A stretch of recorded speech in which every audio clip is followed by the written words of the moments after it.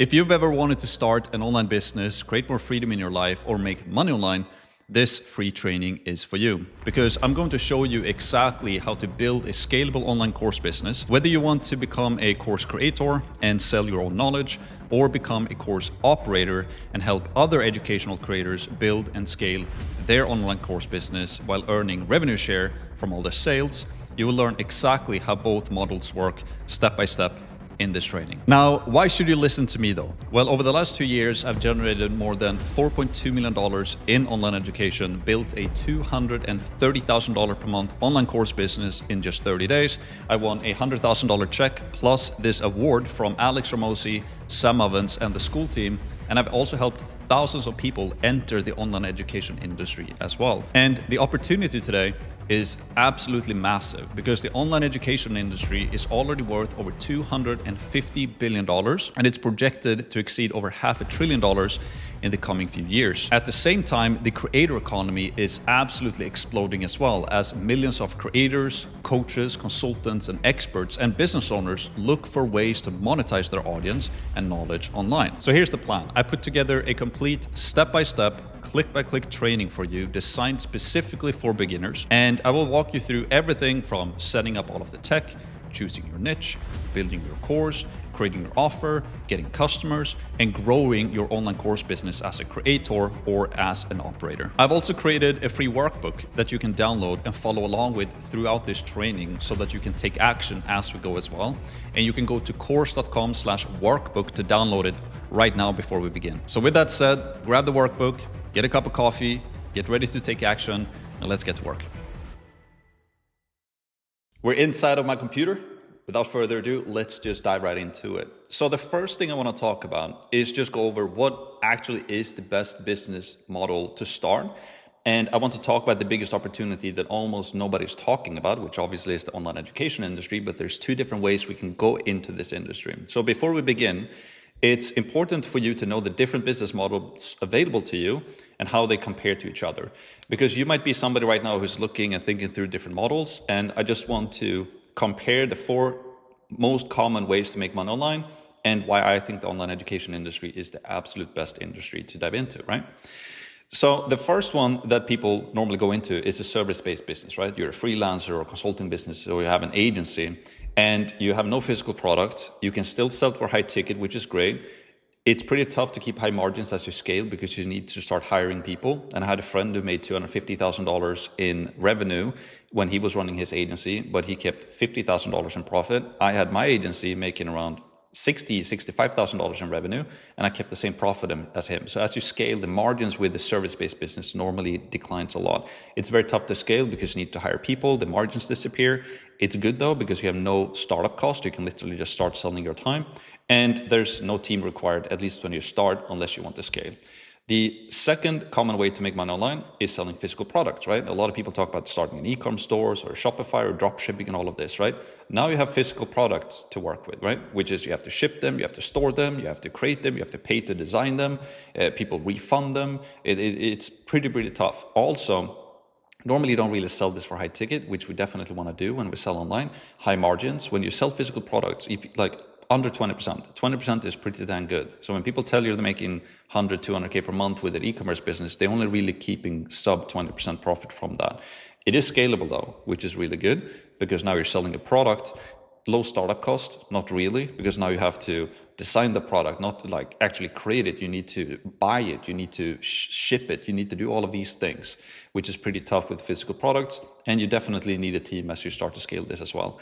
The third option is to start a software company. Like some of the biggest companies in the world are software companies, which are great. And you have no physical product. You can still sell it for high ticket, or you can sell it for subscription or annual subscriptions as well. You can keep pretty good profit margins on it also. It is very scalable, but it's extremely expensive to start. Like when you're starting a software company, you need to hire developers and engineers, and they cost a lot of money if you want the really good ones, and you 100% need a team. And then the fourth one that we're going to talk about in this training is a knowledge business, an online course, selling digital products, which is really the ultimate type of product you can sell online, if you ask me, right? You have no physical products, Everything is digital, instant service delivery. When you sell it to someone, they get it immediately. It's on demand. You can sell it for high ticket, very high ticket. You can have extremely high profit margins.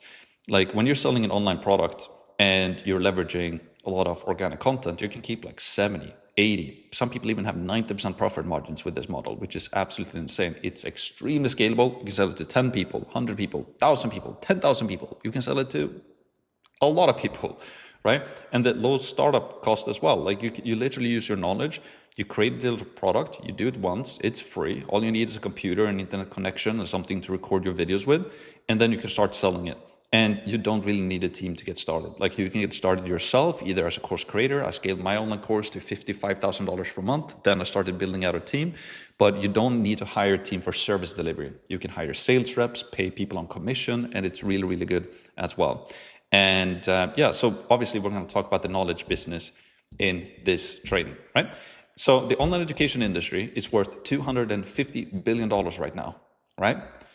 And it's on track to hit $500 billion within the next few years, which is absolutely insane. If you read this text underneath, the global e-learning market size in 2022 was approximately $194 billion, and it's projected to reach around $500 billion by 2030, with a compound annual growth rate at about 13.81% between 2023 and 2030. Right? It's growing like a hockey stick. It's absolutely insane. And also, if you combine this with the creator economy, which could also reach a $500 billion industry by 2027, and this is from Goldman Sachs.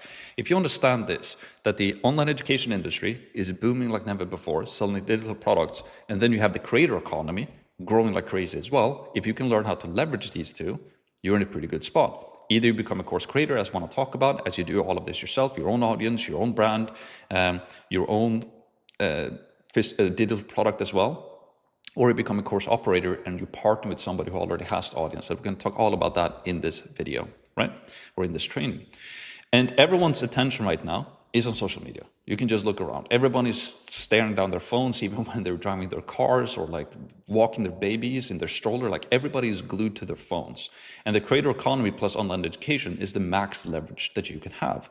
Like the average American right now, I think, is spending like 7 hours per day watching on screens. It's nuts. And it's only growing, right? But there is a problem with those industries. There is a problem with the online education industry, and there is a problem with the creator economy as well. Not everyone has an audience, right? And nor does everyone have something to teach in a course, right?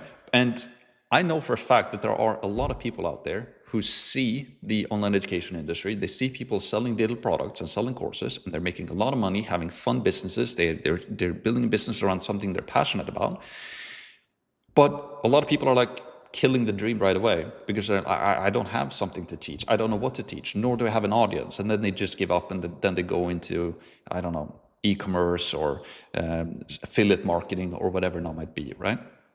So most people ignore this opportunity completely, and they skip it because they think they need to have a course, make money with courses, and they think that they need to have an audience to be able to leverage the creator economy, but you don't, which sounds very weird. And I'm going to talk about that soon. And I understand those people, right? I don't think someone should start to sell a course if they don't have something to teach. That's dumb. We shouldn't do that, right? But there is a way to sell courses without having a course or growing a personal brand, which sounds absolutely crazy. And a few people are are aware of this opportunity, and they're making millions from this, right? And this is the course operator opportunity that I want to talk about. So instead, most people just start something else, right? They're like, okay, I see the power of the online education industry. I see the power of the creator economy, but I don't have an audience. I don't want to build an audience, and I don't have anything to teach. So I should start doing some trading or SMMA or dropshipping or affiliate marketing or whatever it is. And here's something that most people miss as well, right? Like everyone online is telling you different things. Everybody is telling you like you should start a social media marketing agency, or you should start an e-commerce business, or you should start with affiliate marketing, or you should start in sales, or you should start doing trading. Whatever it might be. But don't listen to what those people tell you. Instead, what I urge you to do, right? Look at what they do. So all of these people who tell you to do affiliate marketing or start in sales, which is great, by the way. We should all learn sales, but not as the main vehicle, or start affiliate marketing or start trading. Like all of these people online who tell you to do this thing, don't listen to what they say. Look at what they are actually doing. What business do they run? Well, every single one of them who are telling you to do this, They're running an online education business. Why? Because they see this opportunity. They see the power of digital products. They see the rise of online education, and it's like growing like a hockey stick. And they also see how powerful it is to leverage this when you combine it with the creator economy, right? They sell a course teaching you their actual model. They run communities. They sell high-ticket courses. They sell masterminds.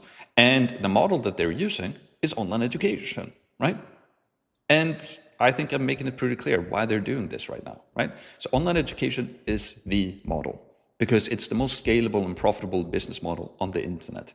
And in this training, I want to teach you how to go into this industry for free. You have this training, you have this free training that I'm putting on YouTube. You have my workbook as well that I put a ton of attention and money and energy into. And I'm teaching you how to get into this industry for free in 2 different ways. Right? And the good thing about this industry, you have no physical industry or inventory, you have no physical products, you're not trading your time for money, right? You're selling a digital product. When you sell it, you have instant service delivery. You don't have to do any service delivery. It's automated, and your customers can go through the digital product on demand. You have no cap on how many people you can help, no cap on the type of, you can have a huge impact with this business model as well. And you can sell the same product to 10 people or to 10,000 people. And you can build this product around something that you're passionate about. And again, if you don't want to build your own product around something you're passionate about, and let's say I'm super passionate about golf, but I'm not the best golf instructor in the world, and I don't have an audience in golf, but I'm super passionate about it, I love to play golf, I can still find an educational creator and partner with them and run the operator model with them that I will explain more to you now as we progress through this training. And also this business model has margins, profit margins, that most businesses would only dream about. Like when you run an online education business and you tell an entrepreneur who's been in the game for years, maybe they're 40, 50, 60 years old, and you tell them that you're making 60, 70, 80% profit margins, they're like, it's insane. It's absolutely crazy. And you can scale it like nothing else. And again, in this free training, I'm going to show you exactly how to get into this industry, to leverage the online education industry and the creator economy, even if you're a complete beginner who have no idea what to teach in a course, or if you're somebody who knows what to teach in your own course, I will teach you how to do that as well. And also make sure that you go to course.com/workbook, you download this workbook, and you start to go through it. Like we have exercises in this workbook, we have links in this workbook that I will show you as well. Actually, let's open it up right now. And I can show you what it looks like. Here's the workbook that you can download, right? We have an introduction. Here's an image of me when I won the school games. I built an online course to $230,000 per month in just 30 days. I won a $100,000 check from Alex Ramosi and some ovens. I explain how to use this workbook. And as we progress, we will have certain exercises in here as well that I will show you how to go through. So let's go back into the presentation. So it doesn't matter if you have a skill and you want to build your own course, that's great. If you're watching this training now and you might already have an audience, or you want to build an audience, or you have something you want to teach and build your own course about, this training is going to be perfect for you. And it doesn't matter if you have zero audience or zero experience. Maybe you're like, I have no idea what to create a course. I don't even have a skill that I can teach or create a course about. And I have no audience. And maybe you're like, maybe you don't even want to build an audience. Maybe you don't even want to put yourself out there on the internet and be in front of the camera and teaching people and creating content, creating videos and Instagram reels and all of this stuff. Maybe you don't want to do that. Maybe you want to be behind the scenes and working on the operational stuff and still make a lot of money from that. And I'll teach you exactly how that works.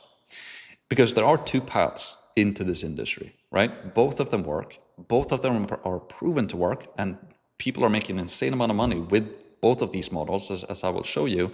And I've literally helped thousands of people by now to walk both of them, to get in and to leverage both of them. But first, before we dive into this, who am I? And why should you listen to me? You might be like, who is this random guy from Sweden with a weird accent? I don't like him yet. I don't trust him yet. And why should I listen to you, Max? If that's the case, great. I would be very skeptical myself as well. And let me just tell you very quickly about what I've done and my story so that you know why you should listen to me. My name is Max. I started my first online course January 15th, 2024. And I competed in this thing called the School Games, where I generated over 230,000. I basically built an online course, and I added $230,000 in monthly recurring revenue per month, right? In 30 days. And in the last 24 hours of this contest, as you can see, I added $63,000 per month. I literally didn't sleep. I stayed up. I did a live stream. Like, I went absolutely nuts. So I basically added $63,000 per month to my business at the last 24 hours of this contest, using everything that I will teach you inside of this course. So $230,000 a month, $63,000 a month the last 24 hours. And I won this award that is right here from Alex Ramosi and Sam Evans, who run this platform called School, which is an amazing platform. And I actually won the first ever one, which is pretty funny as well. And I did that after generating this money in 30 days. And I also won this $100,000 check from the School team, $100,000 check, because I became the number one, which is pretty cool as well. And I got this plaque, and I got to meet all of the other winners as well. And yeah, because there were 10 winners that could win, and I became the number one. Also, we could win, like, it was either you win a Tesla Cybertruck or you take $100,000.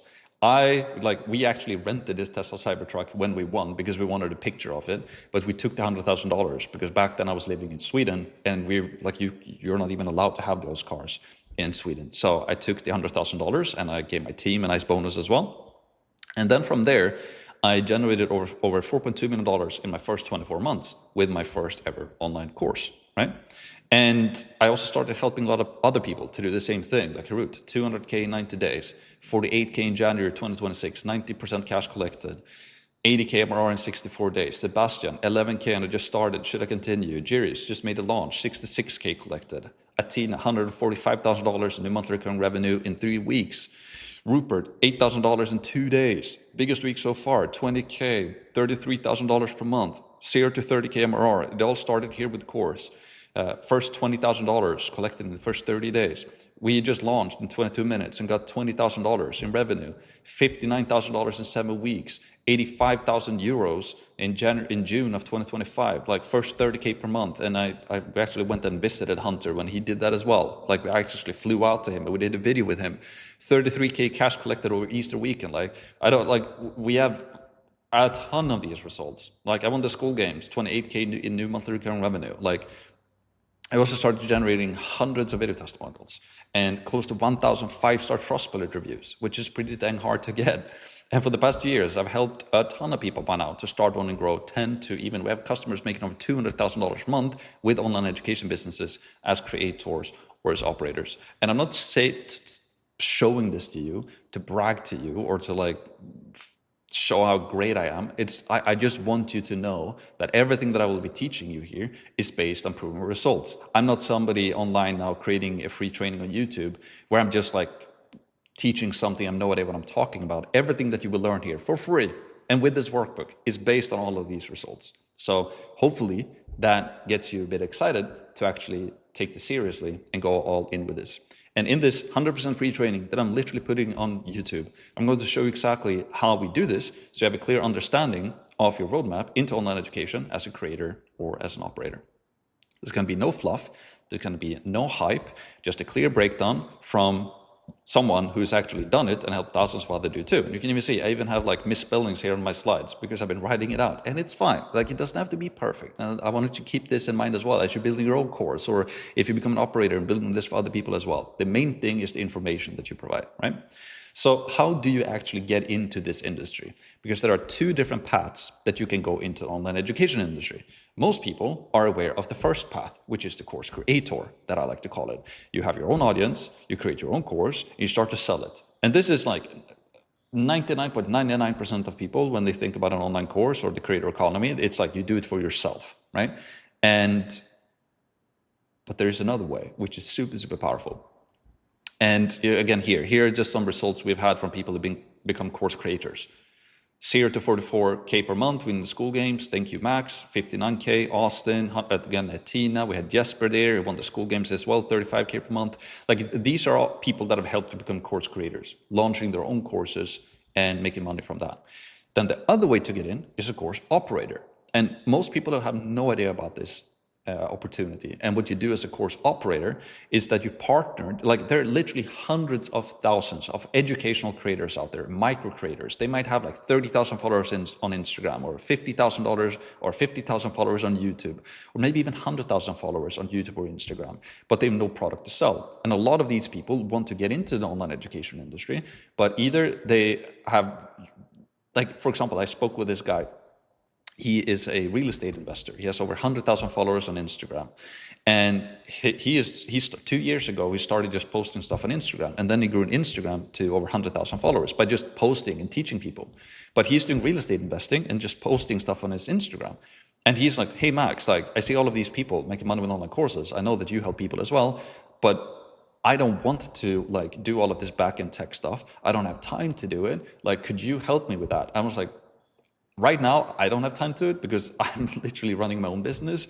And that was the first time I started to like, that was one individual that came to me and needed help. And I was like, that's interesting. He don't have time to do it. He doesn't want to do all of this funnels and you know, automations and build a tech stack and all of that. He doesn't want to do that. He doesn't know how to plan and build a course. And he is literally looking for somebody to help him, and is willing to give away 20 to 50% revenue share from the sales that the course generates by doing it. But he just don't want to do it himself, and he needs help from someone. I was like, then another one started reaching out to us, and another one, another one, another one. I was like, there's a huge opportunity here for people to learn all of this stuff and then partner with those people, right?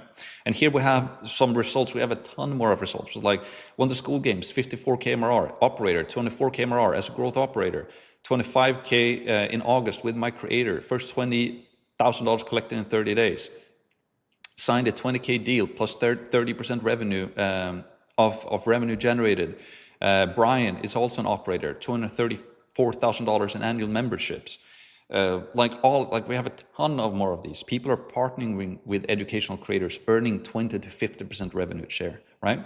So the course creator is, you have the skill, you have the knowledge, you have the expertise, and you want to build your own online course, and you also want to build your own audience. You want to like run the business yourself, right? And then you have the course operator, and this is where you partner with an educational creator and you run the business side for them. And again, you earn 20 to 50% revenue share by doing so. And this is a huge opportunity. There are, again, hundreds of thousands of educational creators out there who need help to launch their course and their online course business, selling digital products. But there are very, very few operators. There are very, very few. And there are people, operators making 5, 6, even 7 figures per month by being operators. There's not a lot of them who are making 7 figures per month, but they do exist. But you have no idea who they are because they don't have social media. They're not out there like shouting on social media. Like they're literally working with one creator behind the scenes, making a ton of money, and you have no idea who they are. And I want to help people to become operators as well. Creators and also operators. Both paths work really, really, really well. Both are proven. So let me break down exactly how each one works, right?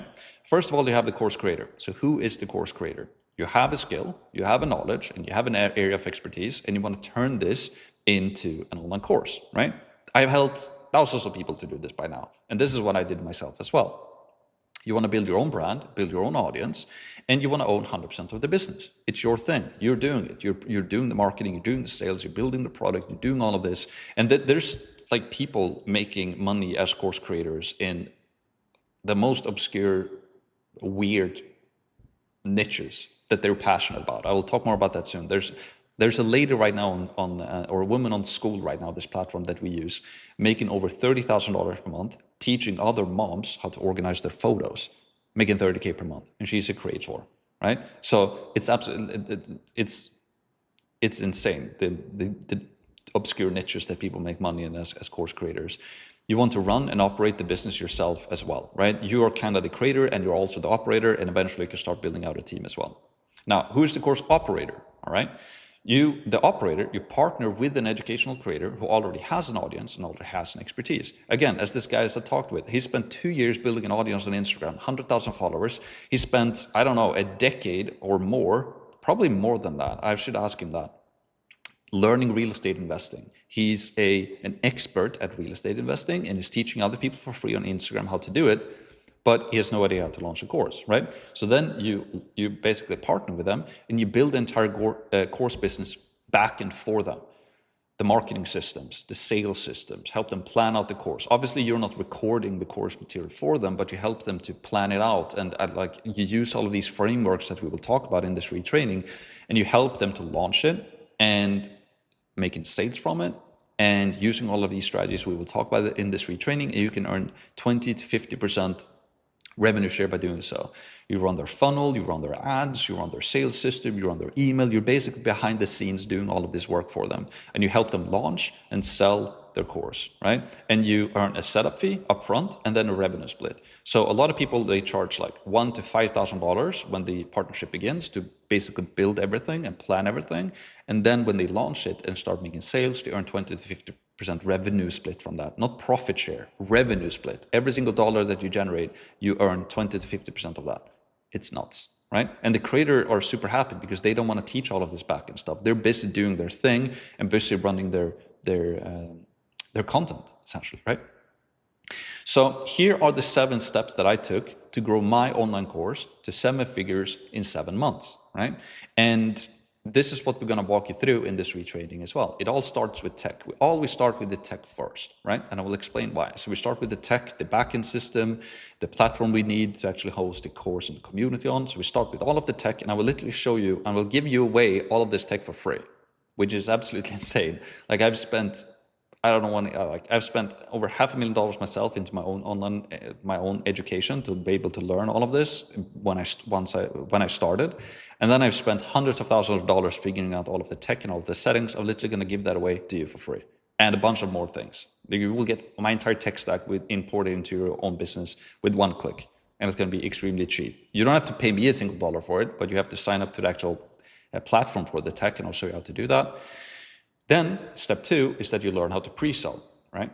Because you want to pre-sell the course before it's built. Most people make the mistake that they spend all this time building a course and then they go and sell it. And a lot of the time they figure out that it doesn't work and it doesn't sell. So we want to start to pre-sell it with a pre-sell offer because then you can get demand and verify that it's working, right? So let's say you partner with an educational creator. They have an audience of 100,000 followers, right? And then you can create an offer and start to pre-sell that to 5, 10, 15, even 20 people, collect all of that money, collect all of the cash. Now you know that people are willing to pay for it. And then you start, you take these other steps that I will talk about here soon. I will circle back to this in a second.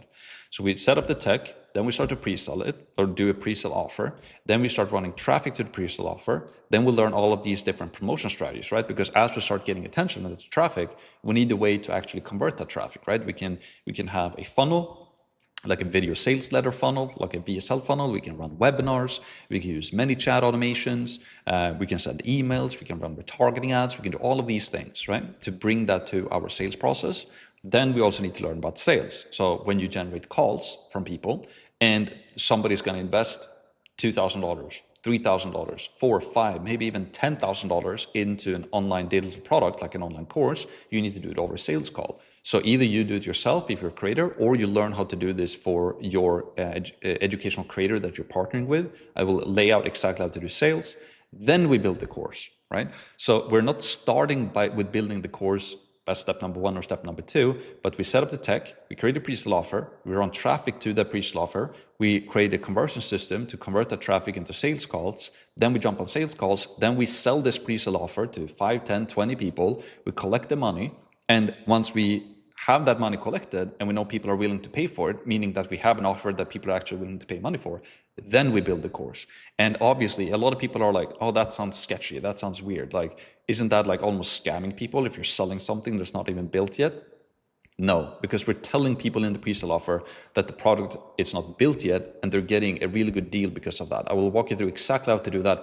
I go through exactly how to do that in the workbook as well. So you 100% need to download the workbook if you haven't already and go through all of the exercises we have there in there as well. And then step number 7 is where I will teach you like the more specific things you need to learn as an operator as well. If you're an operator though watching this training, you have to watch all of the 7 steps. Do not just jump to the operator section, because you need to learn, even if you become an operator, you need to learn how to set up the tech. You need to learn how to create a pre-sale offer for your educational creator. You need to learn how to drive traffic for them.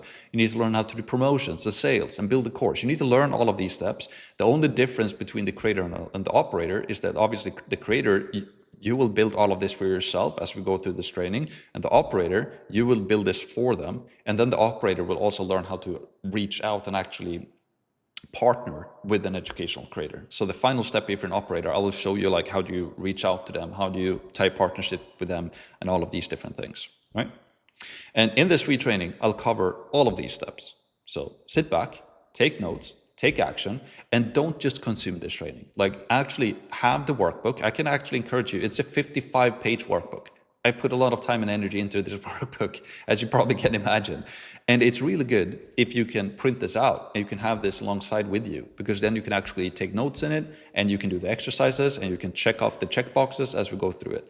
So 100% download the workbook as well. Now, we have a bunch of results as well, like Cam. He was running an agency and basically, we helped him to launch a course, and he collected over $150,000 in contracted value and $50,000 in cash collected in 3 weeks, right? And he had not even built his product yet. He pre-sold it, and you can see in the top right corner, $30,000 today, let's go, scripting ads tomorrow. So he had not even launched ads or anything, and he had like 4,000 or 5,000 followers on Instagram and like 5,000 followers on YouTube, and we helped him to launch this thing. Since then, he has gone and built a super successful course, and I'm not the pure sole reason behind that, not at all. But it started with us, and we helped him to launch it, and consulted him on actually how to do it. And then he went on. He's a super successful entrepreneur, so it's not only because of us. I just want to make that clear. But it started with us, and he had a super successful launch when he did it, which is pretty cool. Hunter, he was a coaching consultant. He was stuck in one-on-one coaching, making like 5 to 10K per month. He's helping people to quit watching those websites. And he built an online course and made it possible to scale while still providing amazing results. And he scaled it to $55,000 per month in 6 months. And he has a clear path now to scale it past 100K per month. And Hunter, I see him as a close friend. He has been with us for a long time. And we're actually doing an event here in Miami soon. He's going to come here. So it's super, super cool. David, he was running a brick and mortar business, a med spa business. And he built an online course and built a lean team helping other med spa businesses to scale their businesses, because he had built a bunch of med spa businesses himself and actually exited from them and sold them. And then he's like, I want to teach other med spa business owners how to do this. He scaled it to over 50K per month. Like the latest update, I think he told us he was making like, what was it, 60 or 80 or something like that, $80,000 a month, which is insane. He's a top earner in our school as well. Super cool. Brian, he was a complete beginner, stuck in a 9 to 5. And he followed our system step by step. He became an operator, right? Because he was like, I don't really have anything I want to teach. I don't really have an audience. He partnered with an educational creator and collected over $80,000 in cash the first 3 months. Complete beginner. He had never even taken a sales call in his entire life. So, and here we have even more. Marine, 24K per month in 1 month, $63,000 per month in the sport niche, in basketball space, like 63K per month. 33K per month over Easter weekend, Josh, right? And then we have Gupri, 0 to 10K per month. But Gupri is making way more now. We should actually update this. I think he's doing at least 50, maybe even more by now. He's absolutely crushing it. And also, here are some other people on school that I want to just show you for inspiration, right? Megan, for example, she's on school. She's making over 30K per month, and she's helping moms to organize their photos. I just want to tell you about, this is inspiration for you. Like, you can build an online course for yourself in a bunch of different industries, and if you're an operator, you can find somebody. Like, let's say Megan didn't have a course right now. She's on Instagram teaching people how to organize their photos, teaching moms how to organize their photos on Instagram. If you can identify that, she's like a micro creator. And you helped her launch, you can build like a $30,000, $40,000, $50,000 per month business teaching people how to organize their photos. It's nuts. Logan is on school as well. He's making over 600K per month. I think he's making 700K per month now almost.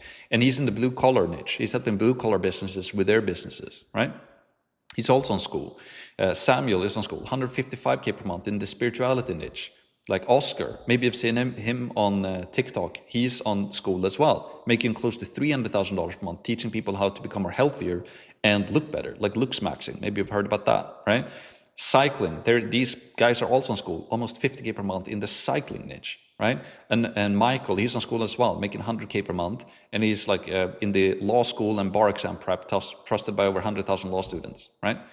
So there are so many different people, like Chanel here. I don't want to go over too much of it. Like game changer for course creators. Course is hands down the best investments I've ever made, and like a digital product creator. Max Programming is extremely comprehensive. Max is the real deal. The best course I've ever taken, worth every penny.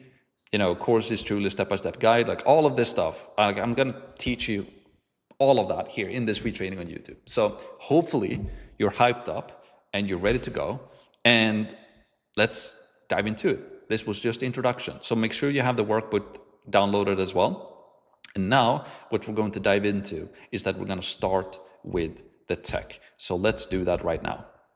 Hey, super quick before we dive into the tech part of the training. If you're somebody who wants to become a course creator or course operator faster and easier with more help and support, then you can book a course advisory call with somebody on my team. And we've literally helped thousands of people by now to start, run, and grow online education businesses and become course operators. So on this call, we will give you a roadmap on what you should do and also explain to you how we can help you with some more one-on-one support as well. So if you want that call, go to course.com/start. So let's start off with step number one, which is the tech. And remember again, it's super important now that you have the online course workbook downloaded. You go to course.com/workbook, and let's actually open up this right now so that you know where we are. And it's super important that you have this now, because we will have a bunch of links and all of this that you will need. So we can scroll through the first page. We have the introduction again, how to use this workbook. We have the contents, and now we're at step number one, the tech setup. But before we go any further, let's just go over everything here in the presentation first. So first of all, right, when it comes to building an online education business, like a lot of people are wondering, what is the best online course platform? And I've tested them all because I wanted to figure that out as well. Mighty Networks, we have that, a lot of people use. We have WOP, which is a platform that a lot of people have been using as well. Kajabi, I've been using that as well, testing that out. We have LearnWorlds, we have Circle, we have Teachable, we have Thinkific, we have a platform called School as well. And this is, honestly, there's a bunch more of them. Believe me, this is what I do every single day. I basically earn my income from doing this. I've tested all of these platforms. So which one is the one that I think is the best and the cheapest, and has not only the cheapest, but has the best, it has everything we need. In my case, I don't care. If there's a platform that's 10 times more expensive, but it's the hands down the best, I don't mind spending that money. But the only thing I care about is what is the best platform? And again, I've tested them all. And School is by far the absolute best platform out there. It's built by Alex Hormozi and Sam Ovens. Sam Ovens used to run an online education business himself that he scaled. He generated over $60 million with it. If you're in the online business world on YouTube, you probably know who Alex Hormozi is. He put his own personal brand behind School as well and became a co-owner. And it's the hands down the best. So what we're going to do now, we're going to help you to set up School and teach you and give you a walkthrough of how School works. And you can start a 14-day free trial, and then it's only $9 per month. It's insanely cheap. They have a $99 plan as well. You don't need to start with that. I recommend to use that though. If you go all into this yourself, or you start using this with your creator, it gives you a bunch of plugins that are very powerful, but you can get started for as low as $9 per month. And we're going to start a free trial now so that you can give an introduction. You can cancel anytime if you don't want to use it. But for the online education industry, School is absolutely hands down the best. So we're actually going to start a free trial with this right now. And again, if we go into the workbook here, you find the links here as well. So let's read through this. School setup. I've tested virtually every online education platform out there. Kajabi, Teachable, Mighty Network, Circle, WOP, and School is by far the best one. It's cleaner, simpler, and more community focused than anything else on the market. And it starts at just $9 a month, which is honestly a joke. You get so much for $9, it's absolutely insane. It's literally the cost of a coffee, built by Sam Ovens and backed up by Alex Hormozi, two of the most respected figures in the online education industry or online business industry in general on the internet. There is no better platform to build on. So what we're going to do is you're going to go to course.com/school, and you will get a 14-day free trial. And again, just to be 100% transparent here, this is just going to make sure I'm on the right, yes. This is an affiliate link. So if you sign up for this, I'm getting a little kickback from it, which is greatly appreciated. I'm doing this training for free. If you don't want to use the affiliate link, you don't have to. You can sign up using whatever. But if you want to use this link, greatly appreciated. And again, I'm running my entire business on this. Like, I'm generating all my money, I have all my courses, all my customers in here. It's hands down the best.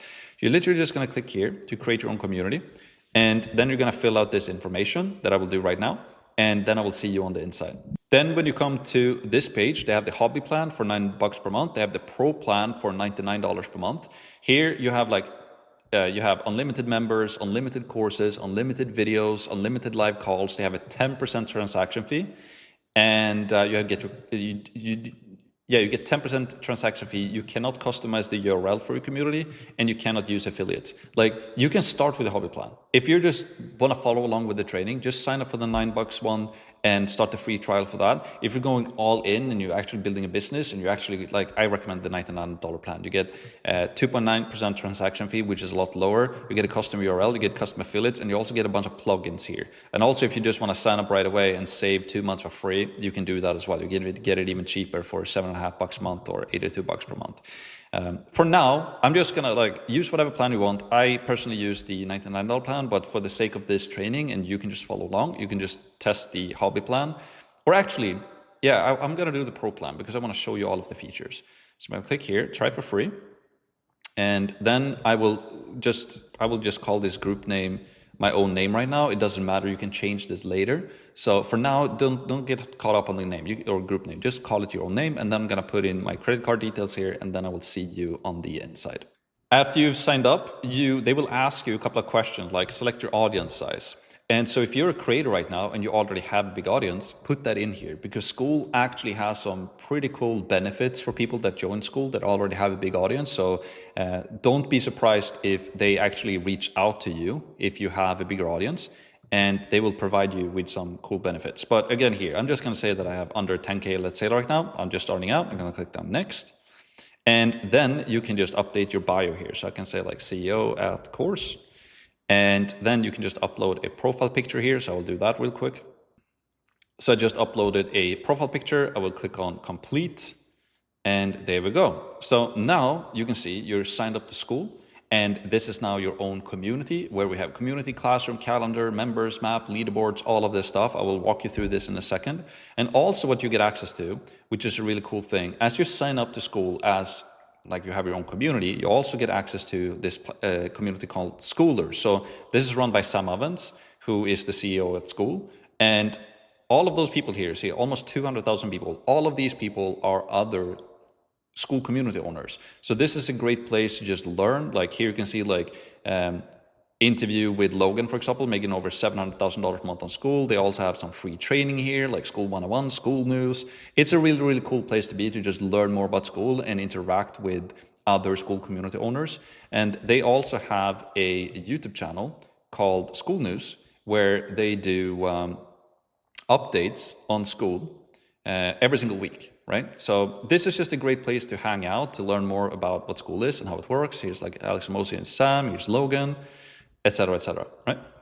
So that is that. But for now, let's just go back to the training here, and we can just go through everything step by step. And it's super important. You have to follow along the training and do this click by click. That's how you learn, right? And so start the free trial. And now I want to talk about a few different things. So I want to talk about the community in Skool. They have a community tab, they have a classroom tab, they have the calendar tab, they have a map tab, and then also Skoolers, right? So let's go over all of these ones. So first of all, we have the community. So if you go into the community, this is the community. And it's actually a good thing to just we can use Skoolers as an example. Here you can see people can create posts. People, you can go into a post here. I can say I can go into a post here. Big thank you to Skool, boom. I can say, I don't know, I saw the Skool ad. I can say welcome, Tam, comment, boom, right? So it's the community tab. And obviously you can build your own, this is where you're gonna have your own customers as well inside of the community. And also if you partner with a creator and you build a community for them, that's kind of what you will manage, right? Then we have the classroom tab. So this is where you have your courses, right? So if I go into Skool 101 here, they have a little course here on how to actually use Skool. It's pretty cool, right? And obviously I'm giving you a training here as well on how to use School, but this is how you can build courses. We're going to talk more about this later in the training as well. Then we have the calendar. So this is where you can create all of your events. So you can see here in Schoolers, for example, every single Tuesday, they're doing the school news. So you can watch this live, and then they also watch it on YouTube. So this is where, for example, you could have your Q&A calls. And if I go into the actual community, or for my own community here, I go to calendar, you can click on, let's say I want to do a Q&A session here. And this is where you can do the dates. Let's say I want to do a call every single Tuesday. I want to run it for at, let's say, I don't know, 9 a.m. It's going to be EST time for an hour, and it's going to be a school call or a school webinar. So you get, and let's say it's a recurring webinar or a recurring thing as well every Tuesday, etc. So they have an integrated, like you don't have to pay extra for Zoom or do anything. Like you can literally do your Q&A calls natively inside of School. Like they have all of this hosting, all of the features to run Q&A calls and webinars. It's built into School for $9 a month. It's insane, right? So you have all of this here. If you want to do Zoom or Google Meet, you can use that as well. And then you can also give like who is going to have access to this, like all members or people at different levels, etc. Let's say all members are going to have access to it. And then I can create my own event here inside of my community. It's pretty cool. Inside of members, obviously, you can see all of the members. So if I go into Schoolers here again, just to give an example, here I can see like all of the members that's inside of this community. Right? Map feature as well. So this is where you can see inside of a community, where are everybody located? And on School right now, School community owners, you can see there's literally people from all over the world, which is absolutely insane. So if I just zoom into where I am right now in Miami, I can just start to see like, maybe I want to connect with somebody here. Maybe like, let's see, who are these people here? There's somebody here, Miami Beach, Gabriel, boom. And then I can see what he's doing here, right? And I can find his Instagram. And, you know, almost 400,000 followers. He's on School, using School. Pretty cool, right? So this is the map feature. And you can see everybody who is on School. Pretty cool. And then if we go back to my own community here again as well, we also have leaderboards.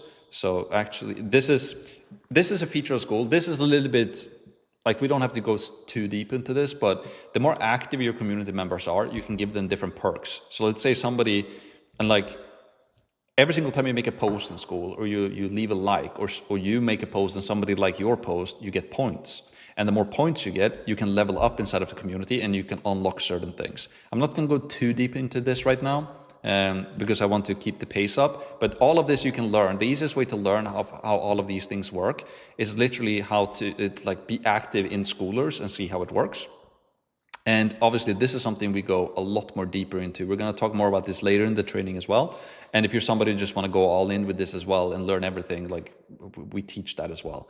But for the sake now, I just want to give you an overview of how School works.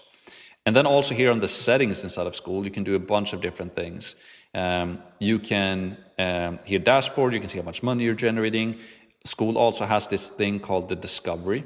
So if I go to school.com/discovery, this is basically, you can find communities here. So this brings you traffic, which is super cool. So you can literally get free traffic from School. It's like a search engine for online courses. And a lot of people are hosting courses on School, and they're getting all of their traffic from here, making all of their sales from the discovery page. And School is charging you $0 for being on the discovery page. Like if you get free traffic, you make a sale from that. School doesn't charge you $1 for that, which is very unique. There are other platforms where it takes like 30% of the sale recurring from doing that, right? And you can also invite people here to generate information. You can change your group name, group description, payouts, pricing of your community, affiliates. They have a bunch of different cool plugins here. Like you can ask people membership questions when they join your community. You can unlock chat at a certain level. You can unlock posting at certain levels. You can auto DM people a message when they join your community. You can have an onboarding video, Zapier integration. If you're running Facebook ads to this, you have an integration with your Meta ads. We'll talk more about ads later in this training. If somebody's about to leave your community, you can have a cancellation video, Google Ads tracking, links, instant approval, webhooks. There's a bunch you can do here. Community, you can have rules, notifications. It's everything you need and nothing you don't, right? It's a very simplistic platform. It's just hands down the best to host your community for your customers and also host your course inside, all right? So this is just a quick walkthrough. Again, if you want to learn more, we're going to talk more about this later, but also you have the schoolers to learn a lot in as well. Now, the next thing we're going to do, so now we covered the community, classroom, calendar, the map, and the schoolers. Now I want to give you something to just make your a little bit more fun and just make your community look better, because it helps to make it better. So I'm going to give you this inside of the in the workbook. You can see here that we have linked to your design assets, right? So use these resources to make your school community look professional from day one.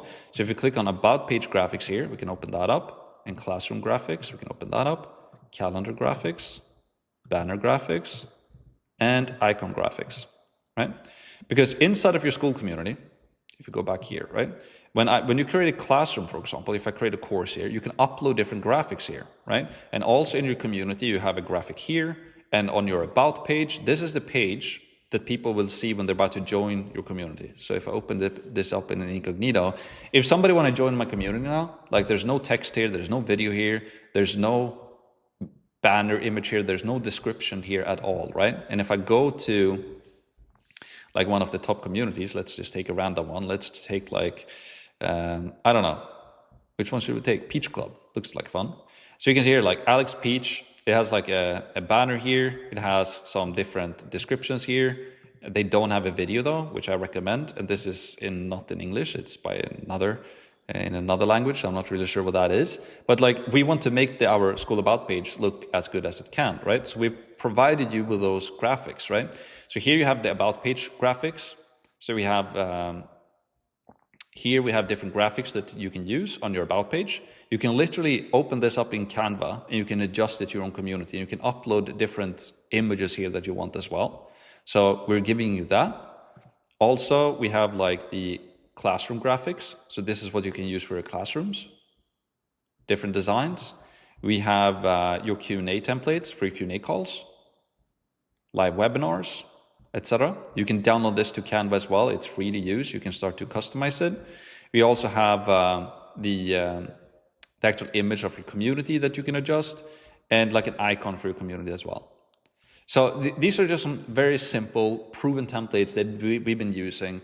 And like these templates right here, for example, we used, like, it's generated me millions of dollars by using this. I'm just giving it away for free. And you find all of this inside of the workbook here. So that's just to make it a little bit easier for you. You can create whatever graphics you want.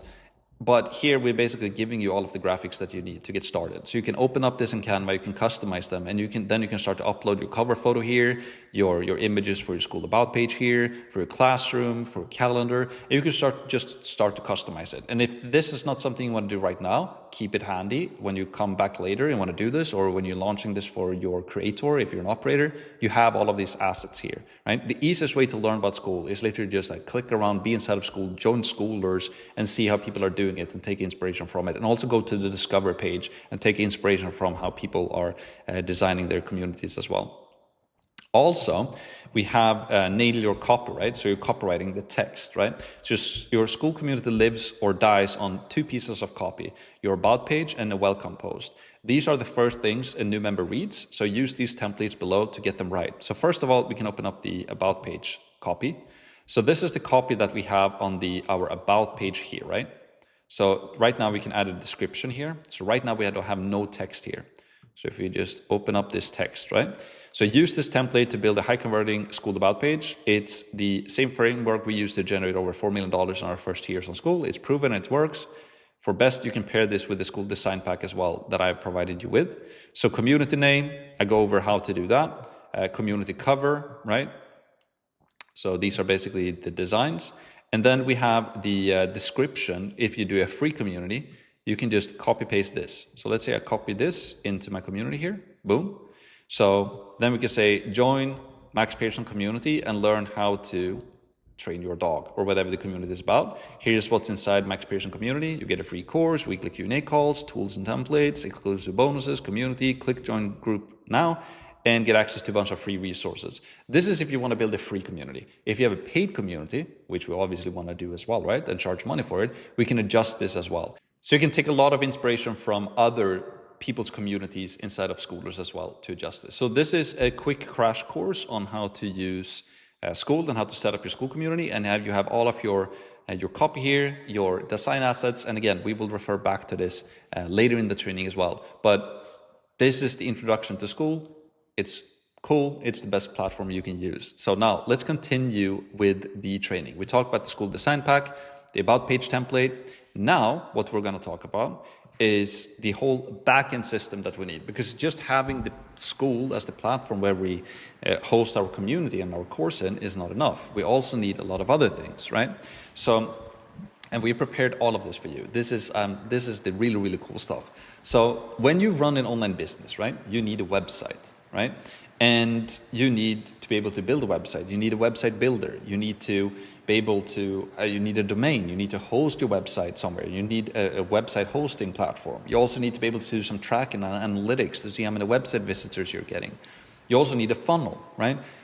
If you're an operator or a creator, we need to drive traffic to a funnel and to basically generate sales calls from. We need basically a sales page somewhere that explains what we do and how people can work with us if they're interested. So we also need a funnel. For that, we need a funnel builder. We need to have some type of surveys. We need forms, right? So we can generate leads. If we have lead magnets, we're going to talk about later as well. We also need a calendar so we can get booked calls. We also need a CRM system, a customer relationship management system where all of the leads are in and we can track like where are all of our sales calls. Like it's a lot, right? But we have to do this when we run an online business. And I'm going to show you a way that we make this so super easy for you, right? Lead management, we need like a sales pipeline to see where all of the leads are. We need some type of tracking. Again, if you're a course creator, you need to learn this for yourself. If you're a course operator, this is what you're going to run for the creator that you partner with. Automations, right? We need an automation builder for that. We need to be able to send like SMS automations and email automations. Like this is like an overview of everything that we need for the backend system. Skool is like the front end system where we have our customers in there. We have our community there. We have our courses in there. We have our Q&A calls in there. We have all of these things that the customers go through, right? But this is the backend system that we need to like, how to actually get people into Skool. Like how do we make sales? And we need all of these things to be able to make the sale online as well, right? So this is the backend tech that we need as a course creator or as a course operator, right? If you're a course creator, obviously you set this up yourself. If you're an operator, this is what you're going to help your educational creator to set up. So let's break down the cost of this, because this can become extremely expensive. And you also need to learn what tools to use, right? And it can be super, super expensive, but obviously I have a solution for that. That's why you're watching this training, right? So first of all, you need CRM and pipeline management. You can use tools like HubSpot or ActiveCampaign for this. That's at least $99 per month, normally even more. You need to build sales funnels. You can click funnels or lead pages, another like almost $100 to $300 a month for that. You need a website builder, Wix or WordPress or Squarespace, another $30 per month at least. Surveys and forms, SurveyGizmo or Typeform, all of these different ones, at least $50 per month, normally like $75 to $100 per month. You need to do email marketing. Again, you can use MailChimp or like ActiveCampaign for that. It can cost up to like $500 per month. You need to be able to send text messages with like Podium or whatever you want to use, $100 per month. Booking and appointments like Calendly, another $30 per month. I think it's even more expensive than that right now. Automations, again, $170 per month. Call tracking, you need a software for that. $50 per month. Document signing, when you're signing clients, another $50 per month. Reputation management can be something that's really good as well, another $160 per month. They need some system to track for tracking and analytics as well, another $300 per month. So total price of this, just to get started with an online business by using all of these different tools and learning all of the tools and gluing everything together, it's going to cost like $1,500 per month. And also another thing that I don't even have on this list is that if you're using all of these different tools and you need to glue them together, and what I mean by gluing together is that, let's say I use, ClickFunnels for my funnel, and then I use ActiveCampaign for my CRM. they need to be able to talk to each other. When somebody opts in on ClickFunnels, I need to send that to my CRM system. I need a system, then I need another system in between to connect them. And a lot of people use Zapier for that. And I had like a Zapier build that was like, it was creeping up to like $18,000 to $20,000 per year. And I was just starting out. I was like, this is insane. Like, it's costing so much money on top of all of these costs as well. I was like, there must be a better way to do it, right? And there obviously is, right? So now I want to introduce the absolute best software that you can use for your backend stuff. And it's the cheapest solutions as well. And I've been using this since 2020, I think I started using this, maybe even 2019. I've been using it for a long time. And it's hands down the best. And that is High Level, right? High Level it solves all of these things for us. And everything that you need in one platform. Instead of signing up for like 20 different softwares and gluing everything together with like Zapier, you get everything that you need in one platform. The calendars, the funnels, the surveys, the forms, the website, the funnel, everything in one platform, right? So with High Level, you get all of this in one platform. That's why High Level, like most people are using High Level, because you save money, you get everything in one place. So you don't need to use Zapier for everything. And it starts at $97 per month, which is dirt cheap. Right? If you could start a business back in the 50s or 60s or 70s for like $97 per month, not having, renting like an office space or buying a bunch of products, you can literally start an online education business for $97 per month, but for all of this tech as well. And I'm going to make it even better for you because I prepared some really cool things for you. I'll talk about soon. So High Level, everything you need in one platform. You get an extended 30-day free trial. If you just go to High Level right now and sign up, it's going to be a 14-day free trial. But I made a deal with High Level. So if you sign up using our link, you're going to get an extended 30-day free trial. You can cancel anytime. It's not going to charge you a single dollar. And I will show you, I'm getting a little bit ahead of myself, but I prepared something really cool for you. All this, you're going to get all the settings and everything. And then it's only $97 per month. And again, you get an extended 30-day free trial when you sign up to High Level.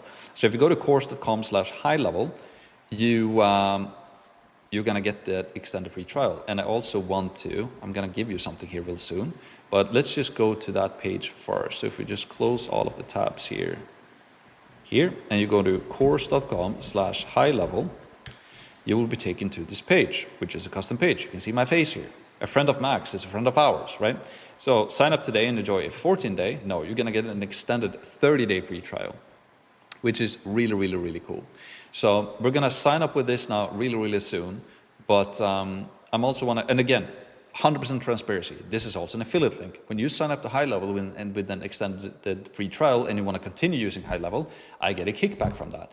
Again, if you don't want to do that, if you don't want to sign up to the affiliate link, you can just go to highlevel.com and you can sign up here and you get a 14-day free trial. If you want to use an extended one, you can use this. But I just want to make it clear as well. If you're like, I don't like this random guy, Swedish guy, I don't like him. I want to skip the 30-day free trial, use a 14-day free trial, so it's not the affiliate link. 100% do that. Like, honestly, as long as you go through the training, I'm super, super happy, right? So feel free to use whichever one you want. But it's a cool benefit to use the link. But here's the thing. I don't only want to give you a 30-day free trial. I also want to give you something. I want to give you something pretty cool, right? So here's my gift to you. I have built a custom-built funnel for if you're a course creator or if you're a course operator, right? So you don't have to sign up to High Level. Like when I first signed up to High Level, I had to figure out everything from the ground up myself. I had to figure out how does the tool work. I paid High Level like $1,500 or $1,000 per month just to like get some consulting from them. I even paid another guy who already knew High Level. I paid him like $1,500 per month as well for like 3 months just to learn it.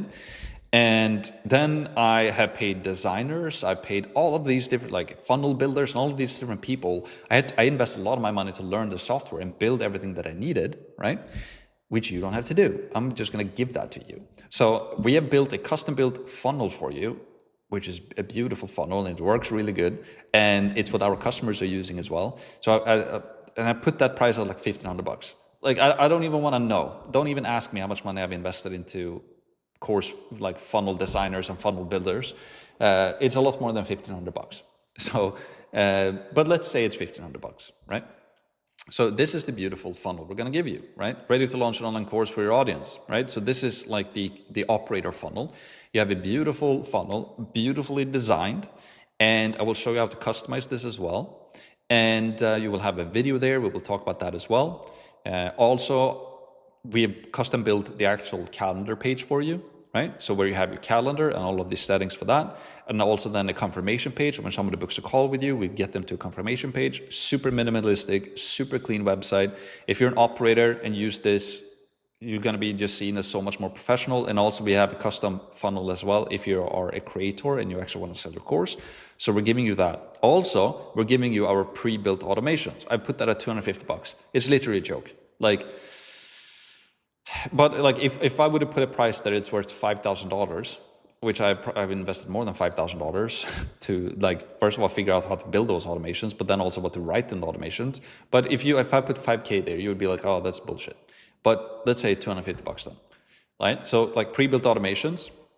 So these are basically automations when people are like, when somebody becomes a lead for you, we can send them automated texts and emails, and we pre-built these automations for you. And we've given you everything you need and nothing you don't. We've even pre-written those automations for you. It's in there, all of the copy. You just need to adjust a little bit. I'm going to give you that. Also, calendar, sales pipeline, and custom settings instead of high level, another $250. Again, that's a joke. I invested thousands of dollars just to learn it, and then over the now 7 or 6 years I've been using high level, I'd like figure out all of the best settings to use specifically for the online education industry if you're a creator or an operator. So $250 for that. I could yeah, you get the point. But like all of these settings and how to use it, I'm gonna give you that as well. And then also a complete high level and course creator and operator training. Like $3,000 for that. Again, like I invested probably close to $10,000 just to use high level when I got started. And obviously you're getting a full training in here on not only all of the assets you need, I'm going to show you how to get all of these assets imported to your own high level account for free with one click. Everything is custom built for you. And then I'm going to show you the training in this video on how to customize everything as well. So you just can follow along and click everything I'm clicking and make it super simple for you. And that's at least 3K. That's like custom high-level training with all of the assets you need specifically for online education. You're getting this here for free. That's 3K. So total value, I'm basically giving you a gift here worth 5K. So that's pretty cool. So if you want to use the affiliate link, feel free to do so. Even if you don't use the affiliate link, I will still give you my 5K gift to you for free. So that's that. And so yeah, total value, 5K. Well, and you get it for free. So we'll import all of these goodies into your high-level account now very, very soon in this video. But first, to be able to get all of these goodies, you need to have your own high-level account with an extended 30-day free trial. At least that's what I recommend that you use, right? So go to course.com/high-level, and we're going to sign up to this now. So what you do is very, very simple. You click here, you go to course.com/high-level, boom, this one. And then let me just double check here. Yeah. So before we start going through everything, we just need to start a free trial. You click here, start an extended free trial. You can just put in your company name. You can just put in whatever. If you don't have a company, you can just put in whatever. I put in my name. I put in my email. And I'm going to go through here and put in all my information. And then I will see you at the next step once that is done. Now, here's something I want to mention as well. When you sign up here for the extended 30-day free trial, they will pitch you that you will get a 30-day free trial for their highest plan. So it's going to say $497 per month, almost $500 per month. You do not need this plan. So I will show you, after you signed up for this, you're going to get charged $0 per day today. And then I'm going to show you how to downgrade this to the $97 plan. So don't get scared that it says $500 here. You're going to get the free trial for the full SaaS Pro plan that you don't need. I will show you how to downgrade this to the $97 plan when we sign up. But the only way to get this 30-day free trial is just that you get started with this, but I just want to mention this. You won't need this. I will show you how to downgrade. I'm going to put in my credit card information here now, and I will see you on the inside. There we go. Now it says, thanks for opening a trial. Then I'm just going to click here to get started. And then it will load here for a little bit. And then we are taken to the inside. Now I'm just going to create myself a password here. So I'll put in my password. I'll click on continue. Then I will get a verification code sent to my Gmail. So let's do that as well. Here we have verify your email address. I'll get the code. I'll put that in here.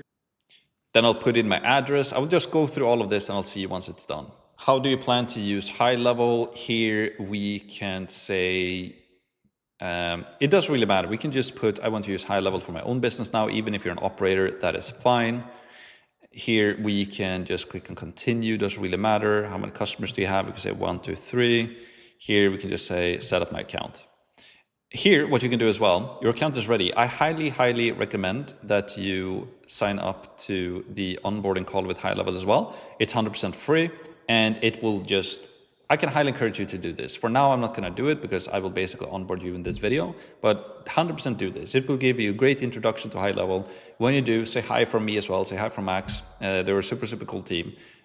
So I highly encourage you that you do that. For now, I'm just gonna click on not now, take me to my account. And then we are basically set up. So now before we start going through all of these different settings here, I am going to go back to the presentation and we can take this step by step. So let me just check here. Everything is good. All right. So you've started a free trial and we've signed up. Now, what we're going to do is to continue, right? So now I want to give you an overview of High Level and all of its settings. So I'm going to review the agency view, as it's called, the different tabs, the different settings. We're going to customize to fill out your information.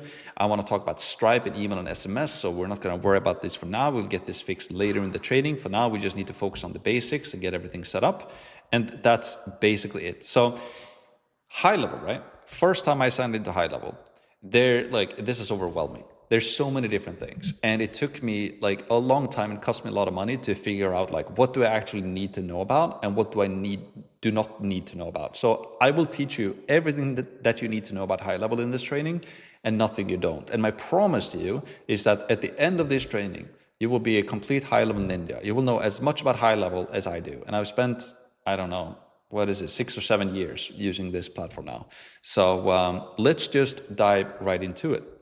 So let's go over all of the different tabs here. And I want to show you everything that you need to know about and nothing you don't. So let's just start from the top. Get free AI. Let's start with this, right?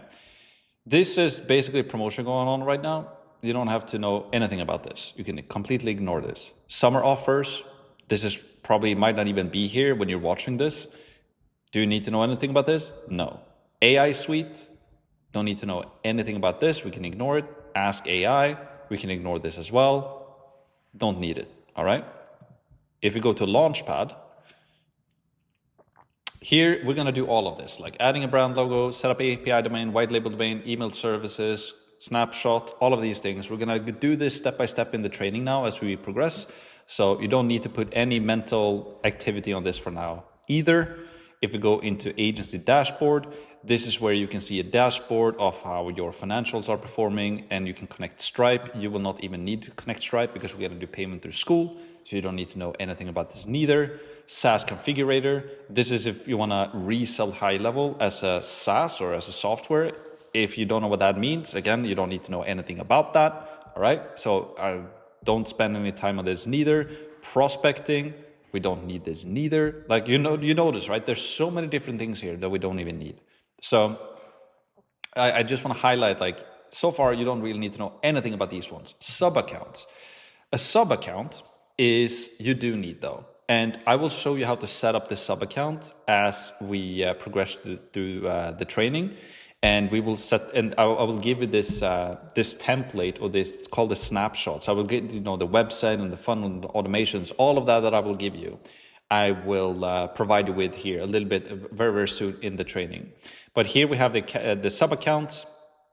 And the way you should think about sub accounts is that right now we're inside of the agency view. If you click this drop down here, you can see that we have the sub account here called Course LLC. And we're in the agency view now. The agency view is where we have all of these settings. And then in the sub account, that is where we are building the websites and the funnels. So you can think about a sub account as a business, right? If you're a course creator, we're going to do all of these settings here, and then I'm going to go over here and as we're going through this training for your entire high level account, right? It's like the settings for your entire account. But then inside of a sub account, that is for your individual business. That's where we build the website and the funnels. And again, if all of that sounds confusing now, it's completely fine, because as you go through this, again, my promise is that you will be an absolute course, or the high level ninja rather, as you've completed the training. For now, I just want you to keep in mind, we have the agency view, which we're in right now. That's like the overall settings. And then the sub account is like the individual business. We're building the websites and the funnels. And if you're an operator, you might have a sub account for your own operator business. And then when you partner with a creator, you have a separate sub account for the creator where you have their funnels and their leads and their websites, etc. Right? Then we have the account snapshots. So I'm going to give you our snapshot, like that custom built website, that like all of the best settings that you need specifically as a course creator or an operator. I'm going to give you that. So we can skip this for now. Reselling, you don't need to know anything about. We can completely skip that. Add-ons, you don't need to know about this. Affiliate portal, you don't need to know anything about this neither. Template, unless template library, now I get redirected here. You don't need to use any of these like out of the box template, because I'm going to give you a custom built template specifically for your course creator and operators. All of that is already taken care of. Partners, don't need to know anything about this neither. University, don't need to know anything about this neither. I think this is like a training that they provide if you want to learn more about high level, but you're literally going through this training now. If you go through the university training, they will teach you about everything and all of this, and you will be even more confused, because you will be like, do I need this or do I need that? That's why you watch this training, because I tell you, you don't need any of this. You only need to focus on these things, right? SaaS education, you don't need to know anything about that. Go high level swag. This is what, if you want to buy some high level t-shirts, or if you want to do that, right? Ideas, don't need to know anything about this neither. Can close that right away. Mobile app, like you don't need to know anything about this either. Desktop app, don't need this neither. Like app marketplace, can ignore this as well. So like just to talk about the mobile app, like if you can basically, you can resell high level as a software, which is a completely different business. And then you can have like your own app, and you can brand it as your own app, or you could have that as an app and give that to all of your customers if you want to sell it as software. And still you can do that as a desktop app as well. Like you don't need to, we don't need any of this, right?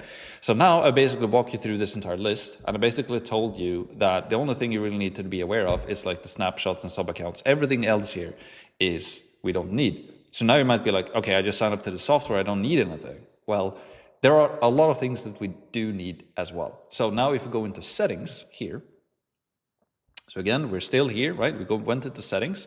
Here under your profile, this is where you find you can upload a profile picture, your name, your phone number, your email, your password, and all of this. I can highly encourage you to just make sure that this information is correct. Under company, this is where you also have your company name, your email, your phone number, your website, what type of category you're in, your business address. If we just scroll down here, you have your company address. Like, make sure that this information is correct. White label advanced settings, we're going to walk you through this later in the training. For now, just make sure that this company information is correct.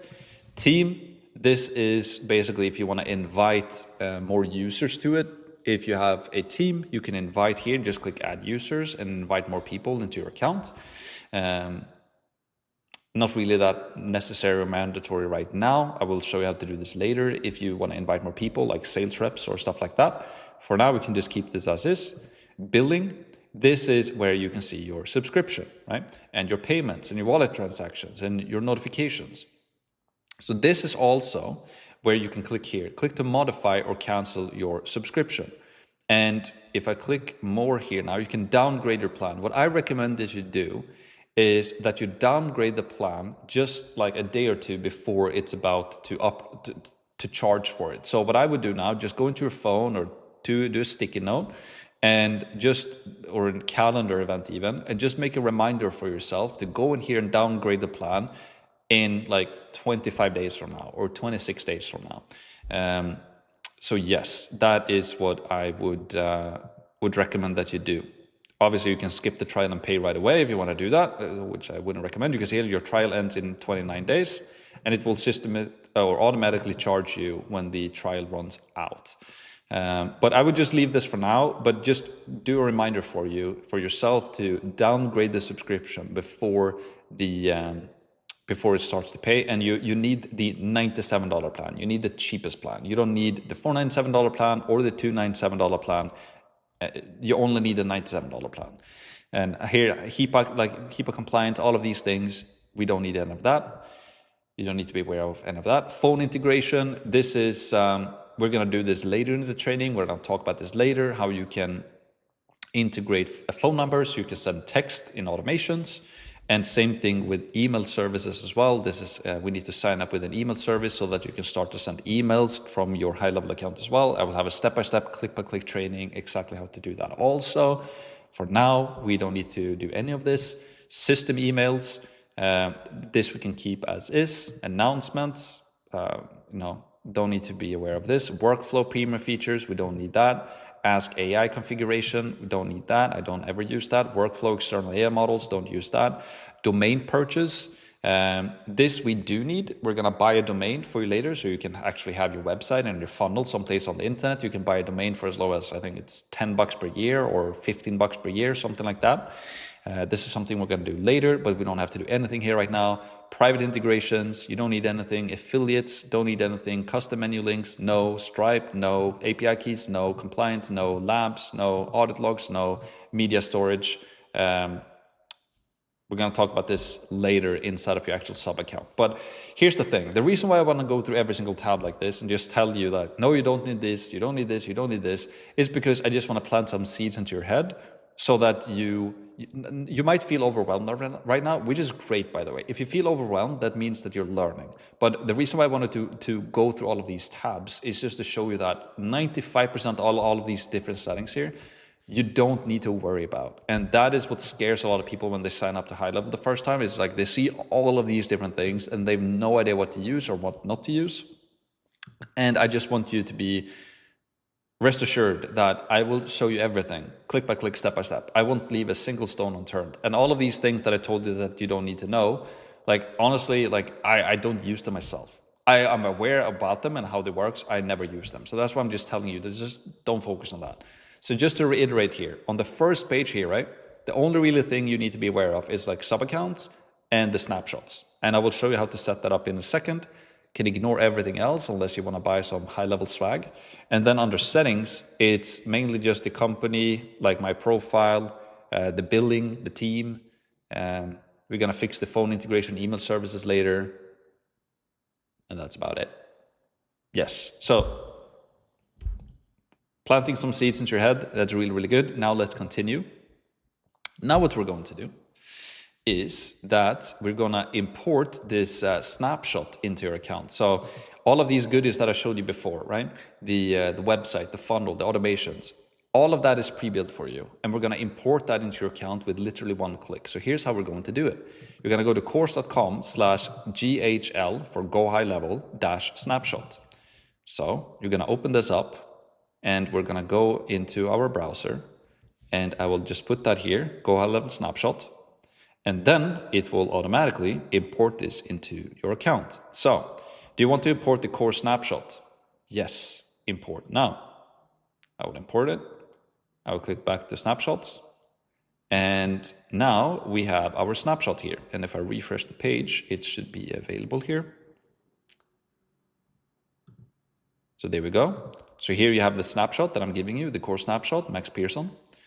And if we go back here to the instructions now, we are going to go over the agency view versus sub-account. I just want to make this clear. I've already explained it to you a little bit, but the agency view is the admin view of your entire business. That's what I walked you through right now, right? All of these settings, that's in the agency view.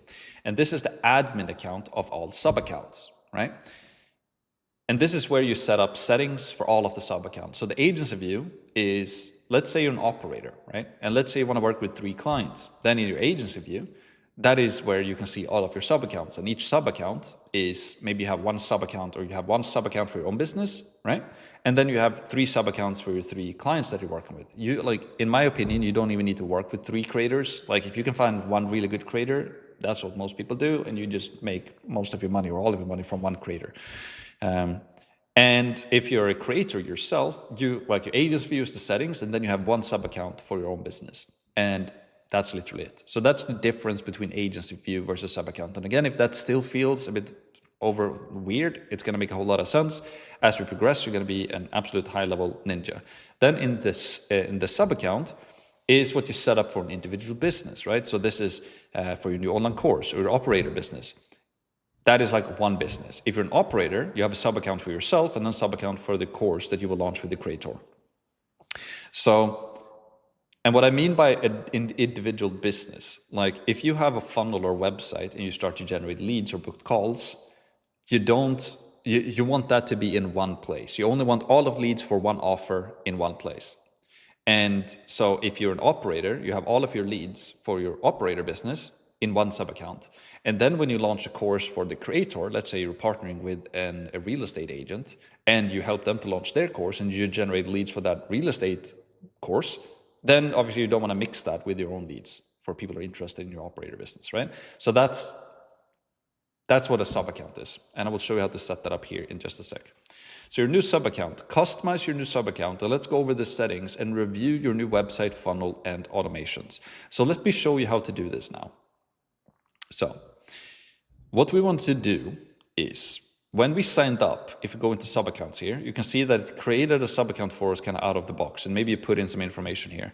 What I would actually recommend that you do is that we can, if I just click on this one now, you can click on it.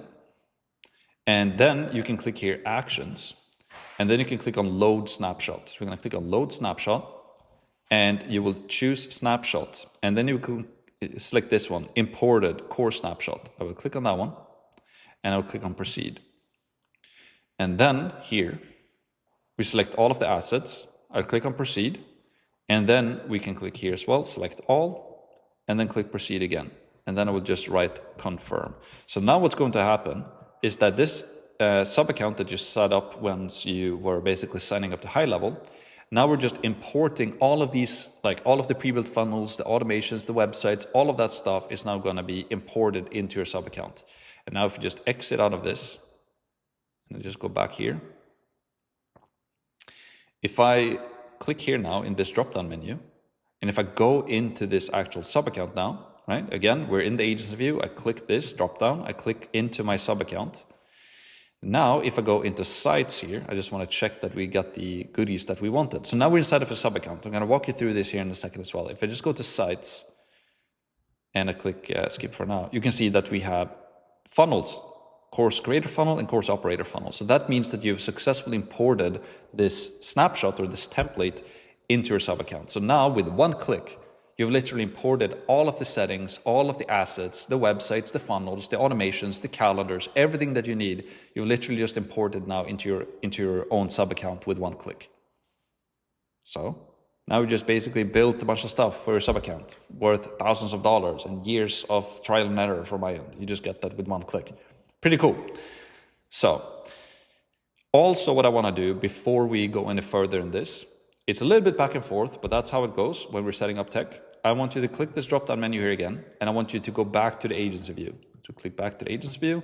And this is something I know it was a bit confusing for me when I got started. It's like the agency view and the sub account, what's the difference? Again, agency view is all of your admin settings. The sub account is for your business. So now I want to make sure that you're inside of the agency view here, right? So we're in here. And then I want you to go to settings again. And then I want you to go to team. And then you click on yourself here. And you click on this button here. And then you go to roles and permissions. And then here under sub accounts, I want you to add yourself to your sub account. And then click on save. So that you've added yourself to that sub account, right? Makes sense? Just to make it super, super clear again, inside of the agency view, go to settings, you go to team, you go to your own name here, click on edit, roles and permission, and make sure that you're added to that sub account. All right. Once that is done, we can go back into the sub account. And you can also pin the sub account if you want to, so it's always on top there. Not mandatory because you're probably not going to have too many, but you get the point. I click into my sub account again, and now we're inside of the sub account. So before I go any further, I just want to make sure that I'm not skipping any steps here. All right. So now what I want to do is that I want to give you an overview of the sub account as well, and tell you about everything that you need to be aware of and nothing you don't. And as we progress through this training, again, you're going to be an absolute high-level ninja. So let's just start from the top. Again, here in the drop-down menu, we're inside of the sub account now. If you're going to ask AI, honestly, I've never used this myself, ever. Like if I want to use AI, I use Claude, and that's what I recommend. We're going to talk about Claude later in this training and how you can use Claude to do amazing stuff. So I wouldn't use this, right? Launchpad. This is basically just telling us what we need to get done. All of this we're going to get done for you as we progress through the training, so we don't really need to spend any time here. Dashboard. This is where you can see some overview and some data of your sub account. This is now just some dummy data. Don't really need to be aware of this neither. We can customize this later. For now, it's just a dashboard for some data, right? How many leads do you have? How many calls do you have? On all of that stuff. Don't need to spend any attention on that. Conversations, though, is a pretty cool tab. So here, what happens in here is that you can do all of your communication with your leads that you're generating and potential clients in one place. So if you send an email, and if somebody replies to your email, you will see all of that here. You can respond to them. If you send a text message, like somebody replies to a text that you're sending and they reply to it, you will see all of those messages here as well. So you can basically communicate from all of your different channels in one place. And we'll talk more about this later. But the Conversations tab is a pretty cool place. All of your leads, and when they respond to your emails, you can respond to them from one place. Calendars. Let's talk about that. We are going to connect your calendar to this later so that we can generate sales calls, right? If you're a course creator, you are going to connect your own calendar here, or your sales reps calendars that we will talk about later as well. So we will connect your calendar here so we can get booked calls to our Google Calendar or Outlook calendar. I will show you how to set that up. And also, if you're an operator, you also need to be aware of how to do this, because you are going to set up a calendar so that you can get calls to talk with educational creators, to potentially partner with them. But you also need to set this up for the creator side of things later as well, when you start to do the service delivery for them. So more on this later. Contacts. This is where you will have a list of all of your contacts, all of your leads, right? So here we can have some dummy data right now. I'm actually just going to highlight all of these, and I'm just going to delete them, because this is just some example data. You can see like the name, you can see their phone number, you can see their business name, etc. I'm just going to delete this now because we don't need any dummy data in here. But every single time you generate a lead into your funnel, or if you use a lead magnet, as we'll talk about later as well, you will see all of those contacts here, and we can then email them, and we can communicate with them, and we can book calls with them, and we can sell them, right? So these are the contacts. It's basically just a place where you see all of your leads. Opportunities. This is a sales pipeline, and what that means is that now they actually have different pipelines in here, which I don't want. I don't know why they set up like an example pipeline for us. I'm actually gonna, if you change this to the sales pipeline, this is the one that I prepared for you. So when we get a lead, all of these different contacts will be populated here. When you get a booked call, they get populated here. When we need to follow up with them, they get populated here. And if we close them, they get populated here. But we don't want this other pipeline here, marketing pipeline. So we can actually go into pipelines here, and then I can do the marketing pipeline here, and I can just delete the marketing pipeline. I'm gonna write here, delete, yes, delete. So you only keep the sales pipeline. So if we go back to opportunities here now, you can see that we just have one simple pipeline. And this pipeline will be updated automatically. Every single time you get a new lead, they will populate in here. Every single time you get a booked call, they will be populated in here. So you can get an overview of okay, here's all of the leads. I should probably reach out to the people to get them on a booked call. When you get them on a call, either you close them or you need to follow up with them. Or maybe they're not interested, and then I will show you how to clean up this pipeline as well. The pipeline is just like an overview of our business. What people do we have that are interested? What people do we have to book the call? Who do we need to follow up with? And who have actually closed into a customer, right? Payments, you don't need to worry about this because we're going to do the payments through Skool. So you don't need to worry about this at all. There's a bunch of things we can do around contracts. Can ignore all of this. AI agents we can ignore about as well. Don't need to know anything about this. Marketing, if we go into next. This is where you can send emails, right? So you can have, they have a social planner here as well. I don't use that. Like if you want to plan out your social media content and auto post it, you can do that here. It's integrated in High Level. I don't use it. I post just manually on YouTube and Instagram, etc. Or if you have, it's a social planner if you want to use it. Then we have emails here. This is where you can send your email newsletter, right? So you can send emails to your list to generate more calls, which is really, really good, which we're going to talk about later in the training as well on how to do that. It's very simple. We just go into campaigns. You can create a new campaign and you can send emails to your list. Very, very powerful. We're going to talk about that later in the training when we come to promotions. Snippets, countdown timers, trigger links, affiliate manager, brand boards, ad manager. Can ignore all of this. Really, the only thing I use under marketing is just sending emails to my list, right? And we'll talk about that later, how we do that as well in the training. Automation. So here we built out certain automations for you. So we have one new lead for creators and one new lead for an operator. And we also have appointment confirmation and reminders. So we will go through these automations in detail when we get there. So if you go into the appointment confirmation and reminder here, for example, I would recommend enabling autosave. And you can see here, we built out an automation for you. And don't be fooled by the simplicity, right? I'm one of those individuals that used to build the most complex automations. It's like, if this happens, then we do that. And then like the most complex automations you can think of. And I invested a lot of money to learn it, only to realize that simplicity scales where complexity fails. So the more complex automations you have, it normally breaks and it becomes very unpersonalized. And I invested all of this money and all this time to just realize that we should keep it super simple. So don't be fooled by the simplicity of this, right? The simplicity is what makes it work and makes it work a lot better. And if you would do this alone, you would probably want to build out the most complex to automate everything. But like automation, it just makes it unpersonalized and it stops working and it's a headache to work with. We would just want to keep it super, super simple. But this is, for example, the automation when somebody books a call. We send a confirmation email 24 hours before the appointment. We send a reminder and then a reminder an hour before and 5 minutes before. We send out the links to join the actual sales call we will have, all of these things. So we will cover those automations in detail later in the training. For now, I just want to let you know that this is where we have our automations. In Sites, this is where we have our funnel, right? And this is where we also have our forms. We will go through in detail as we go through the training. So if I just open up the operator funnel here, for example, you can see if I just preview these pages, we built a beautiful funnel for you, right? Landing page with a headline, subheadline, video. We have an opt-in form here as well. I will show exactly how we customize all of this. But if you're an operator, all of these headlines and everything is basically exactly what you need. And if we go into the, you can open up the next page as well. We have the schedule page here, right? We will have a calendar underneath here, call confirmation. When somebody booked a call, we take them to a call confirmation page. I've also prepared like the terms of service page, a beautiful terms of service page done for you out of the box. Also privacy page here, completely done for you out of the box. So you don't need to do any of that.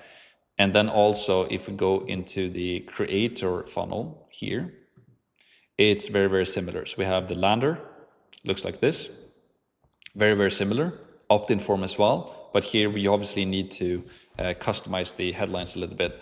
If you're an operator, right, the only thing you're doing as an operator is that you wanna bring educational creators here to partner with them to help them launch their course. So hence, ready to launch your online course for your audience. You have the audience, that expertise. I handle everything else, the course, the tech, the sales system, the team, right? So this is the funnel used to partner with an educational creator. And for the actual creator, here we need to adjust, obviously, the headlines. Like if it's a real estate agent, we need to, or a real estate agent course, it's like for your audience. And it's a headline for your audience, and then a sub-headline, and then a custom video for them as well, right? So again, I'm just giving you a quick overview of everything. We're going to go through everything in detail as we progress. Websites, we only use a funnel, like the funnel is the website. Stores, webinars, analytics, blogs, WordPress, client portal, don't really need to focus on any of these. Forms though, we are going to focus on. So here we have forms for your calendar forms and your opt-in forms. I will show you how to customize those, or actually they're built for you. They're already done, so you don't really need to customize them. Surveys, quizzes, chat, we can ignore all of that. So again, I'm just planting seeds now, just making sure that we go through everything. Memberships, don't need that. We use Skool for memberships. And also here, High Level has their own kind of membership platform. It's basically a copy of Skool. That's basically what it is. And Skool is just a million times better. High Level is amazing for the backend systems, but for hosting your membership or your course on High Level, Skool is just a million times better. Million times better. Media storage, this is where you can upload images and videos. I will show you how to do that later in the training as well. Reputation, don't really need that for now. Reporting, don't really need that for now. App Marketplace, don't really need that for now neither. So if you go into settings, here you have your business profile. This is where you put in your business profile. This is important. So go through all of this information. Make sure you have all of the right information here. Again, if you don't have a business website yet, I'm gonna show you how to set that up, your own domain. It's gonna be fun. If you never set up a domain or a website before, I will show you how to do that very quickly and easily now in the upcoming videos, or in this video and later in this video. Make sure that your address is correct. Fill out your business information, fill out your authorized representative, fill out as much as you can. If you don't have a business right now, it's fine. Just put in everything that you can put in. Here, can keep this as is, can keep everything as is here as well. Then if you go to my profile, here, make sure that this information is correct also. The correct information here. Everything here with calendars and all of this stuff we're gonna set up later in the training. And all of these settings as well for your calendar. We're gonna set all of this up later. Billing, you can ignore that. Again, the billing for High Level is done under the agency view, right? My staff as well here. If you want to invite somebody on your team to your actual sub account here, you can add a user. Very simple. Name, email, phone number, permissions, etc. You just invite them. I recommend just giving them, like if you have somebody on your team, give them an admin role. They can access everything. That's basically the staff, opportunities and pipelines. You don't need that. Calendars, we're going to set up calendars later. We have a separate, I will go in depth into how to set up the calendars. I've already prepared the partnership exploration call if you're an operator, and the strategy session if you're a creator. I will walk you through that. Email services as well. We're going to set this up click by click, step by step later in this training also. Phone system, we will set this up later as well. If you want to connect WhatsApp to your account, you can do that. I personally don't. I know that in a lot of Latin American countries, a lot of those countries use WhatsApp. So if you want to connect that, you can do that here. Objects, don't need to worry about. Object fields, no. Custom values, gonna talk about that a little bit later. But for now, don't really need to think about that. Import data, no. Manage scoring, no. Domain and your URL redirects. This is where you can purchase a domain. We're gonna do this later. You can purchase a domain here for, I think it's like $10 or $15 a year, so that you can show your website on the internet, right? So I'm gonna show you how to do this later. External tracking, no, don't need to worry about that. Integrations, we're gonna connect your Google Calendar here later, or your Outlook calendar. We're gonna talk about that later. There's so much stuff here, we don't need that 99% of it. So that's why I would just want to walk you through here. Just again, I know that I'm overwhelming you with this now, but just take it in. I'm just planting seeds into your head. We're going to go through all of these things all the things that I'm telling you that you need to know about. I'm going to walk you through literally click by click, step by step as we progress. Private integrations, no. Tags, no. Labs, no. Audit logs, no. Brand boards, no. Right?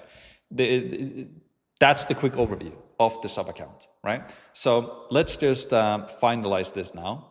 And let's just finalize this portion now. Again, we're progressing super fast. All of these things that I've went you through now took me literally years to figure out, and a bunch of money. And so we're progressing very fast here. Remember, you sign up to Skool, you have a free trial with Skool.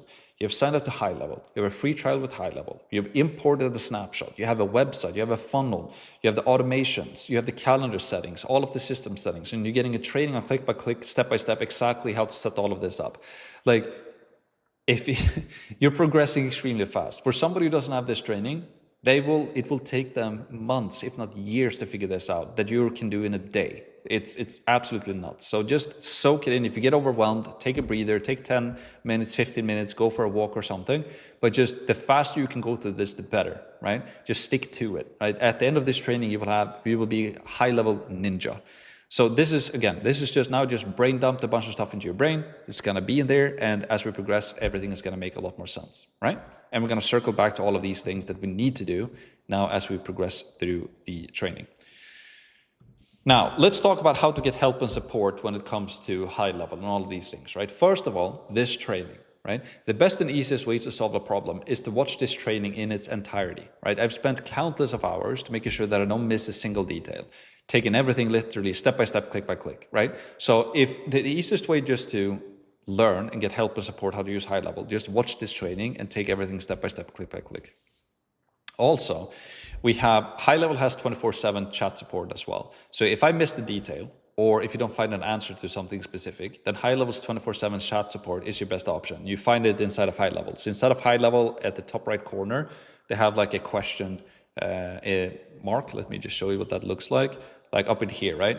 Here, need help. Just click that and you can get chat support instantly. It's pretty good.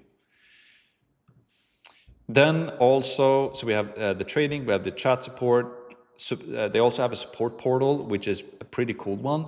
It's written guides, articles, and videos, and you can easily search for a problem and then find a guide there. I will show you that in a second. Do you need this though? No, because you have this video training you're going through, and I'm showing you everything click by click, step by step. But if there's a certain thing you're like, I really want to figure that out, I'm interested in this AI thing, or whatever it might be, you can just go to help.gohighlevel.com, you can search for it, and they will have amazing guides written for you there. Weekly workshops. I do weekly workshops every single week, where I go over the creator and the operator model. You can go to course.com/masterclass, and I also host Q&A sessions in there. So if you want to join me, as of right now, I do them every Saturday. It might change in the future. But if you want to join one of these weekly workshops where I talk about all of this stuff and more, and you can jump on and ask me questions as well, and I do a workshop there, I would recommend that you complete this training first though. Complete this training first, and then you can join the masterclass if you want to. But that's a great space to join, and I do Q&A there. I sit for I do the training for 45 minutes to an hour. I do 15 minutes Q&A before we start, and then I normally hang around for 30 to 45 minutes, sometimes even an hour, just answering questions. So that's a thing you can join as well at course.com/masterclass. And then we also have the actual our paid program, right? So if you want to proceed even faster, you can go and check out our, you can go to course.com/start, but you don't do that now. I'm going to give you so much for free here and set all of this stuff up. If you're somebody who's just hey, this guy Max, I love him, I want to work with him right now, go to course.com/start, book a call, and let's get started. But if you're somebody who's you're just getting started now, just complete this training first. Do that, right? And then you can make up your mind if you want to take it even further. I'm going to give you so much in this training and in this workbook that I'm giving you, 55 pages, that you can learn so much. I wish that I had this when I got started, right? But here you have the high level support. You can click on this one, help.gohighlevel.com. Here we have here you can just search for whatever thing that you're interested in, and they have guides on how to do stuff. That's basically it. But again, will you need it? No, because I'm going to show you click by click, step by step how to do everything inside of this video. We also have the masterclass. Again, if you open that up, as of right now, it looks like this, right? So if you want to go and check that out, you can sign up for the masterclass. It's a live workshop. I'm going to have one now in about a day from now, 23 hours. And then you also have our start page. If you just want to go and you're interested and just want to start working with us and just get even more help and even more support and work closer with me and all of that, you can go to course.com/start to do that. Yes. All right. That's basically it. Now, before we continue, the next step we're going to do is that we're going to set up your domain, which is going to be a lot of fun. But before we do that, let's just take a breather and let's get a little bit inspired, so we're not just in the trenches, just taking in a bunch of stuff all the time, overwhelming our brains. Let's just listen to a success story really quick from Hunter, and then we continue. A super quick one.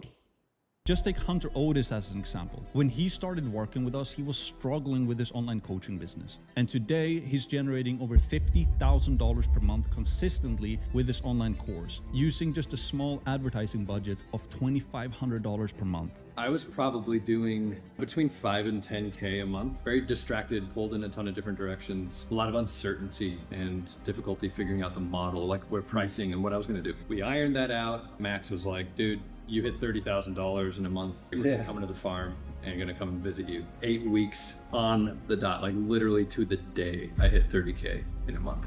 And just this last week, you guys came to Missouri. We filmed a video and just had an amazing time.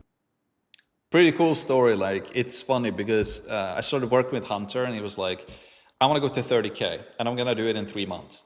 And I was like, okay, let's put that as a goal, but let's see what happens. And he was like, he was actually at one of our in-person events here in Miami.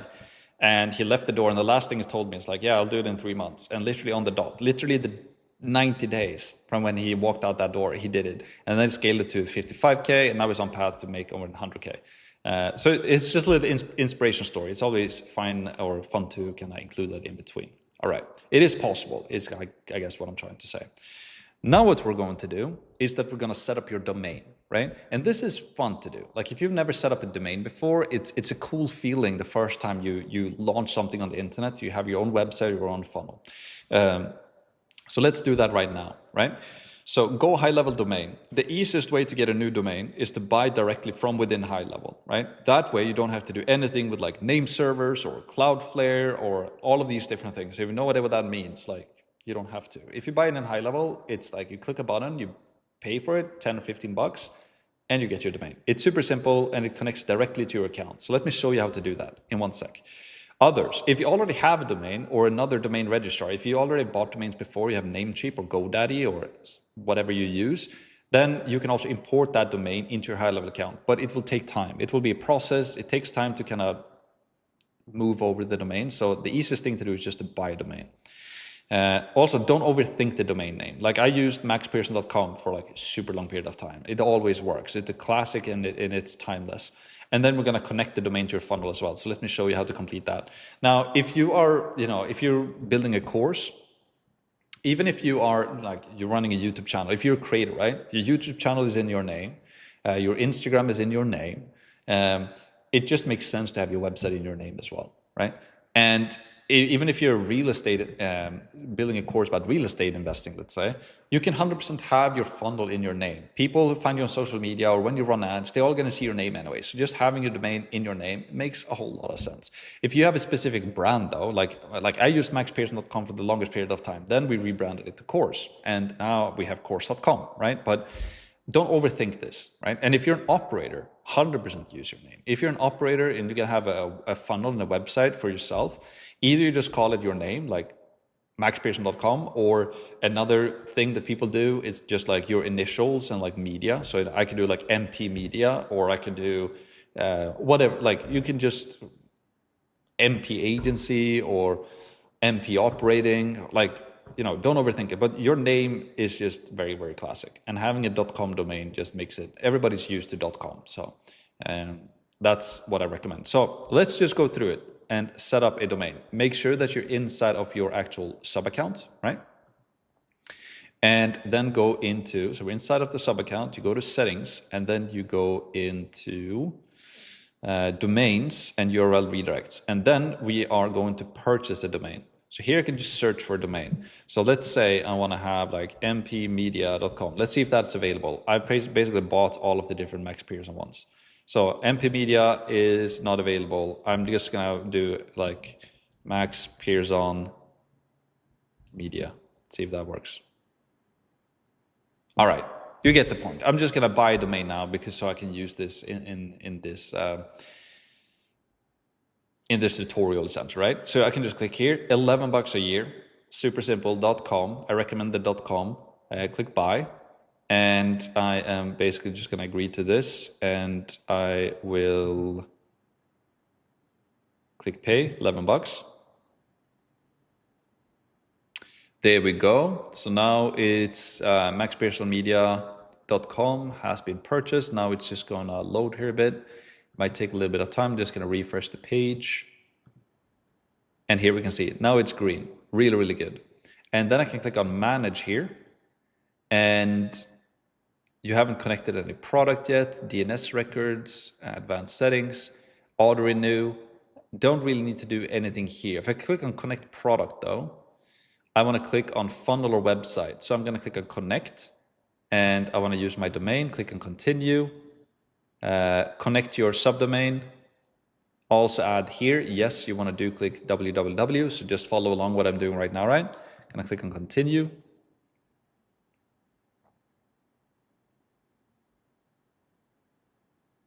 Then it says your domain is already authorized and we can do this. So we want to add those records. Yes, we want to add the records. And once that is done, then we can connect this to a funnel. So if you're an operator, you're going to connect it to your operator funnel. If you're a creator, you're going to connect it to your creator funnel. So let's say I'm just going to click it doesn't matter. Like it doesn't matter which one I use because it's going to be the same process for either or. So you just connect it to your funnel and then step number 1 is fine. And then error page, you can just select the, here you just want to make sure as well. If you connect it to the, operator funnel, that's good. And then just connect it to my operator lander here as well, right? If you're a creator, you obviously connect it to your creator funnel and your lander as the creator funnel there as well, right? Click on proceed to finish.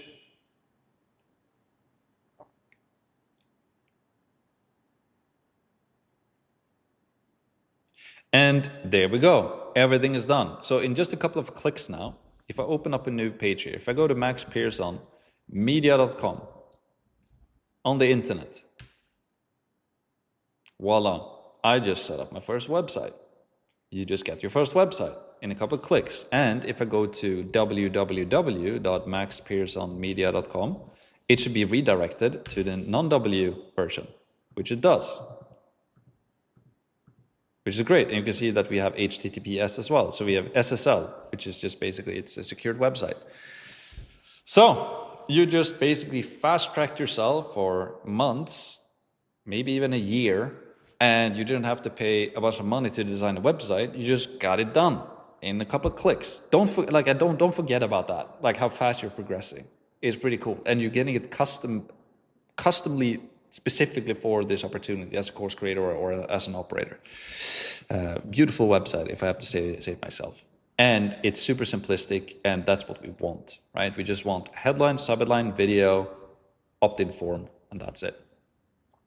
So now we've done that. Also, what I wanted to cover here is like if you want to pull in a domain you've already bought from another, Namecheap or GoDaddy, what you do then is that you connect a domain and you can, let's see here, purchase or transfer domain.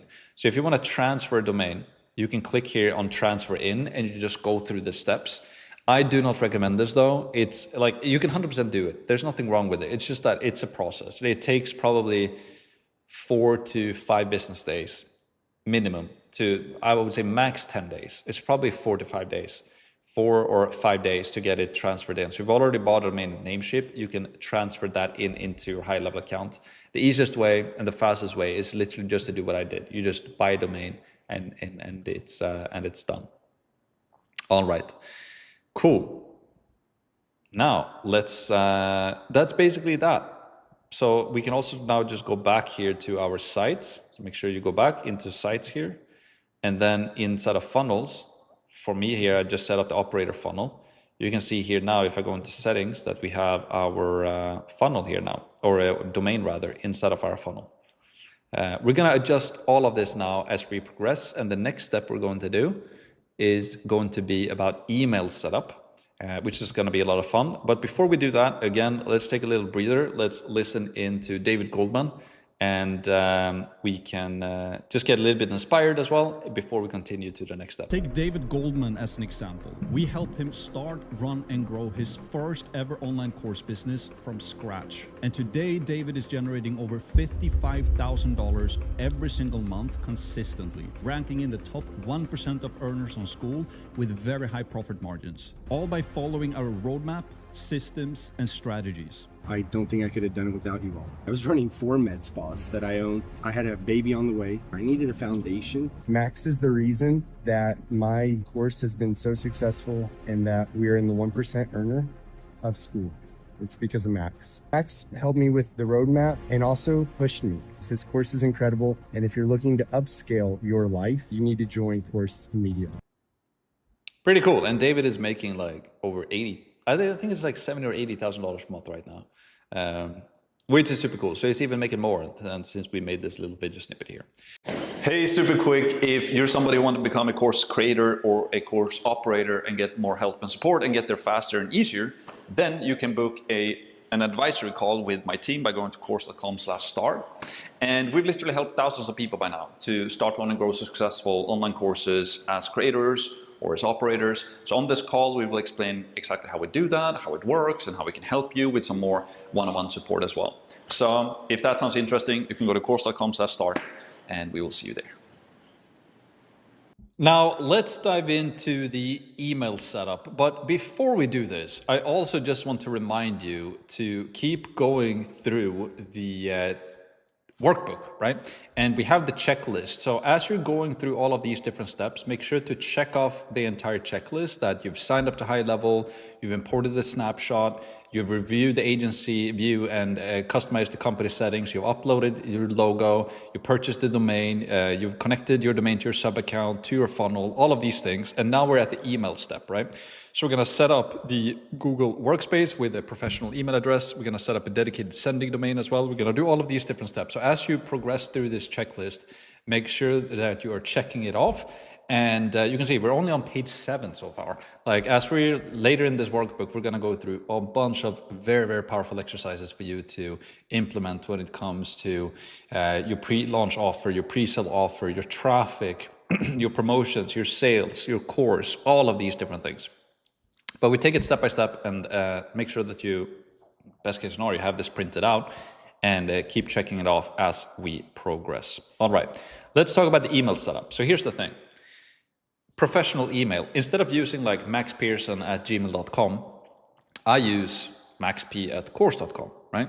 It looks a lot more professional, specifically or especially when you're about to sell an online course and you're going to email prospects. Like if you are an operator and you're going to partner with an educational creator who has 100,000 Instagram followers or even 50,000 or maybe 1 million Instagram or YouTube followers, it just looks a lot more professional if you have a professional email when you're connecting with them, and also that you have a website that has the same domain as your email and as your funnel. It just looks a lot better. Same thing if you're a course creator, you're launching your own course.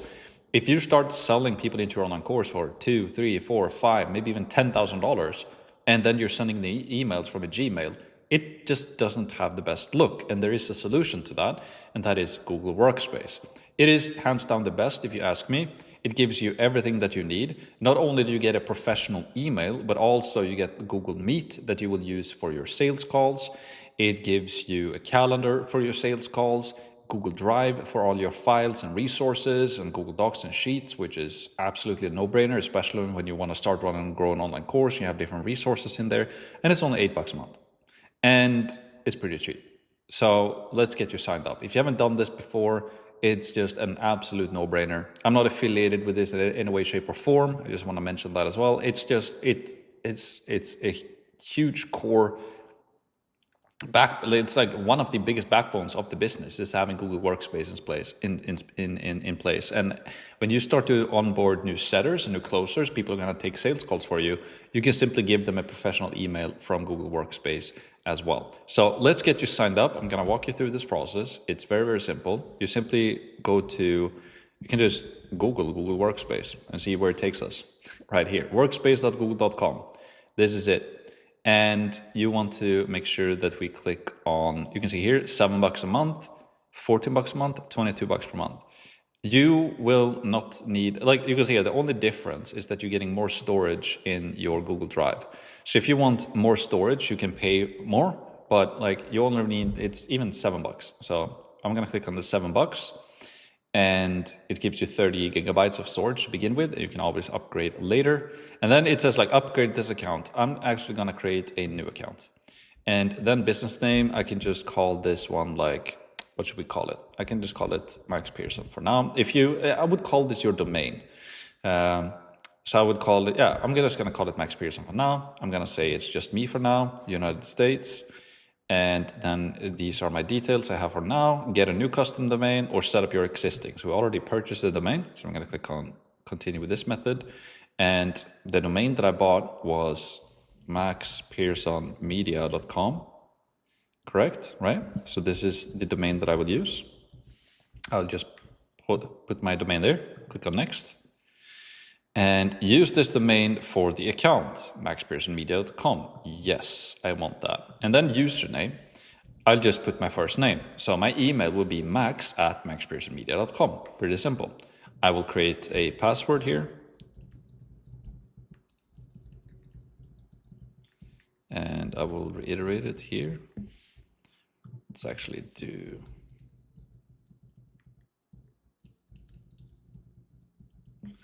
like that. I click on agree and continue. And then it's gonna load here for a second.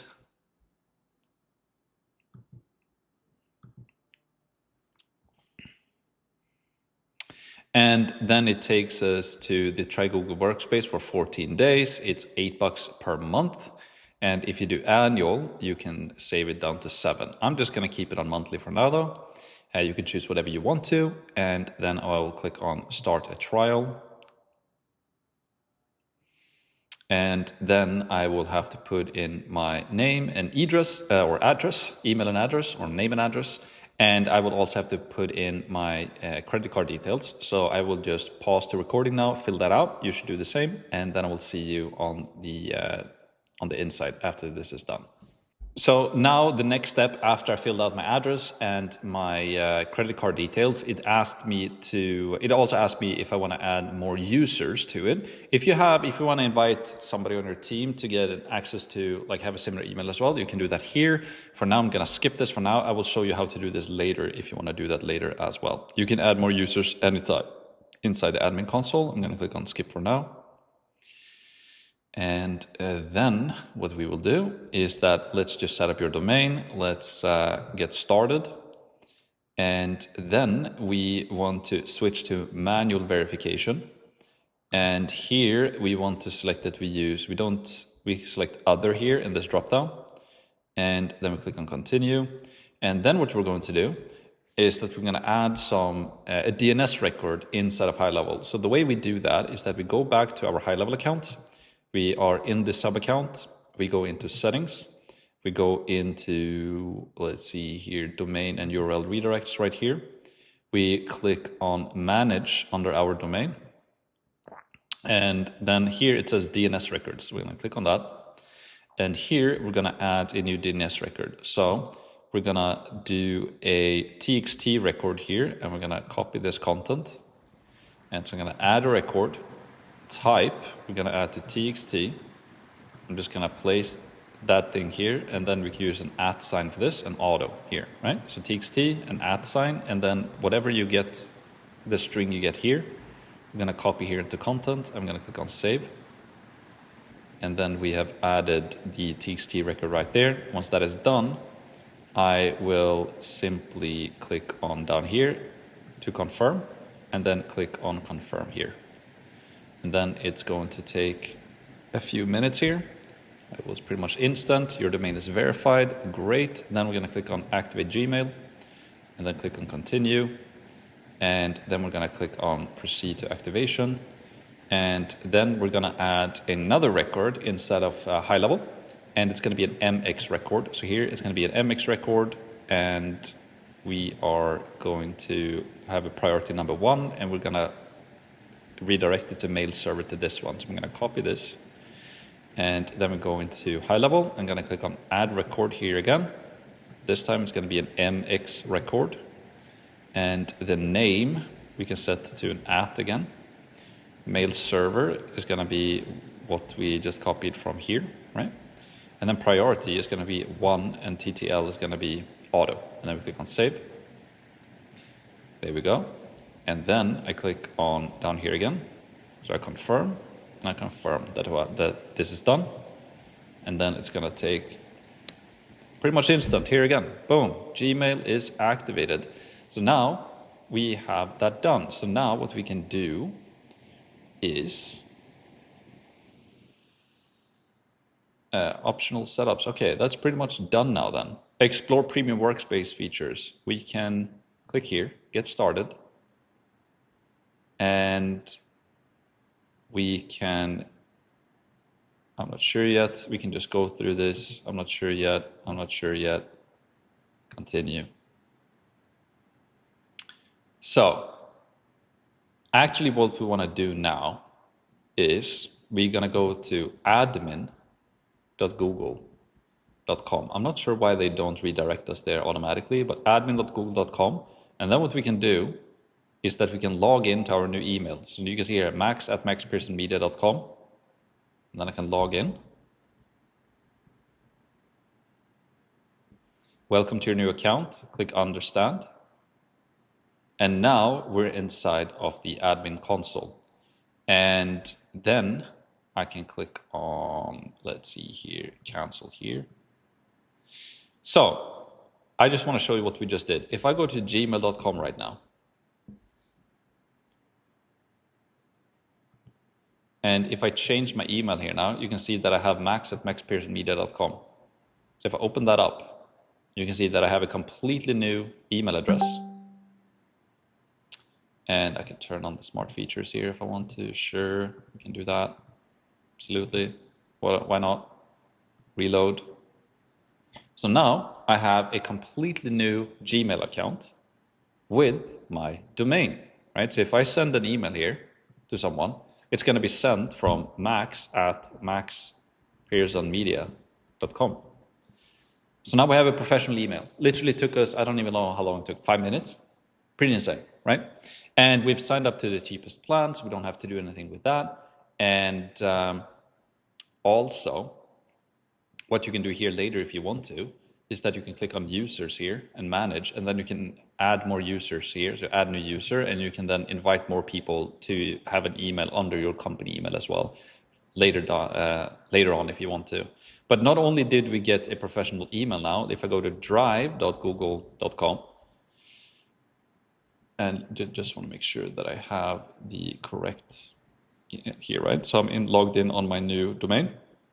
Now we have a Google Drive with 30 gigabytes of storage. So here now we can create, we can create Google Docs, Google Sheets. We can do folders. We can upload videos in here. We can upload images in here. We can do everything. And also what we get is that we get a calendar.google.com. And I just want to make sure here again that I'm actually on my media.com one. So here you can see now that we have a completely new Google Calendar as well with for our new business, which is pretty dang cool, right? So that's how we did that. You purchased a domain. We fixed a professional email for you. And now we're going to start using this email when we're sending emails to your leads, your prospects, and all of that. And again, you did this in like 5 minutes. And again, don't underestimate how quickly we're doing this. Like, it took me a long time to figure out all of this stuff. And this is all of the top people who are running online businesses. They're all using exactly this. So pat yourself on the back a little bit. You're getting everything that you need and nothing you don't, straight out of the box with this video. So, yeah, that's basically it. Let's continue with the training. And we're going to circle back to this email now as well and connect it to your high-level account and all of that now very soon. Now, before we continue to the next step, which is the white label setup that we're going to do here in a sec, let's just get a little bit hyped up again and or inspired, I guess is a better word, and we can listen to Marine. She had an awesome story. She won the school games as well. Let's listen to her. And just take Marine as an example. When she started working with us, she was making $0 per month. And just 21 days later, she grew her online course to generate over $24,000 per month with our help. And she even went on to win the school games. And here's what she had to say about course and getting the right guidance. You're gonna get the information you need. You're gonna get the push you need. You're gonna get access to resources that's gonna make a monumental difference in your business. So if you're on the fence, stop thinking about it. Cool. Marine, let's go. Grind, it says here on the back, grind and hustle. That's what we're about to do right now. And before we continue here, just gonna make sure everything is recording as it should. Okay, let's continue to the next step. Now what we're going to do is a super cool step. We're gonna white label your high level account, which means that you now have a domain, right? So we're gonna make sure that your high level account is set up on your domain. So it looks like your own software. It makes it look pretty cool. And it's basically like you're owning your own software. And if you're an operator and you partner with the creator, you will have the whole tech stack for them. And it's like you own the agency and you're bringing them all the tech stack that they need, and it's under your domain and under your business. It's pretty cool. And also, if you are a creator yourself, it's pretty nice to have your own software that you run your entire online education businesses from, right? So let's set it up. White label domain, log into your high level account, agency view, settings, company, white label, and I'm gonna follow the instructions there. So I will show you how to do that. Then API domain, we're gonna follow those instructions as well. We're gonna add a new CNAME record. And then privacy policy and terms, make sure that you add the correct URLs into the following fields. So we're actually gonna fix that now. And then we can also upload your logo just to make it look like your own and just make it look a little bit better, right? And that is basically what we're going to do now. So the first thing we're going to do is that we're gonna go into high level again. And what I want you to do is we go into sites here. So in your sub account under sites, you go into your funnel. If you're a creator, you go into creator. If you're an operator, you go into operator. Since I set up the domain for the operator one, I'm gonna click into that. It's the same thing if you're the creator. So what I want you to do first is, again, if I go to maxpearsonmedia.com, right? It takes me to the landing page. Like it's just maxpearsonmedia.com, right? Now, our schedule page, we want this to be maxpearson.com or maxpearsonmedia.com/schedule. So I'm going to click on this I'm going to go into the schedule. Step 2, click this cogwheel. I'm just going to change this path here to /schedule. Right? Update page. And now if I open this up, you can see that it's on this URL. Okay. Then we're going to do the same thing for the call confirmation page. And this one I recommend just calling /success, right? So this is the page they come to after they book the call. So let me show you what that looks like in a sec here as well. And again, if you're in the creator funnel, you just do the exact same thing. Now, if I open this up, you're booked, talk soon. So this is the page they go to after they book the call, right? Check your email, join on a laptop. It's just a conversation. And then under terms, this page is the terms of service page. I recommend changing this path to just /terms. Update page. And then same thing we're gonna do with the privacy here as well. So we're just gonna change the cogwheel here to /privacy, like so. And now if you wonder why it says clone here, I'm actually gonna update that. So why it says clone, I'm just gonna click on publishing here. I'm just gonna delete this name here so we don't see that clone thing there. So now you can see it looks clean. So if I go to if I open the privacy page, you can see we have, why didn't it do that? maxpearsonmedia.com/privacy. And now it works. So we have the privacy page. And also if I go to let's see here, if I go to /terms, it takes me to the terms of service page. Pretty cool. All right. So now we've done that. And now what we're going to do is that we're going to white label it. So we're going to go to agency view. Oh no, I just deleted everything here.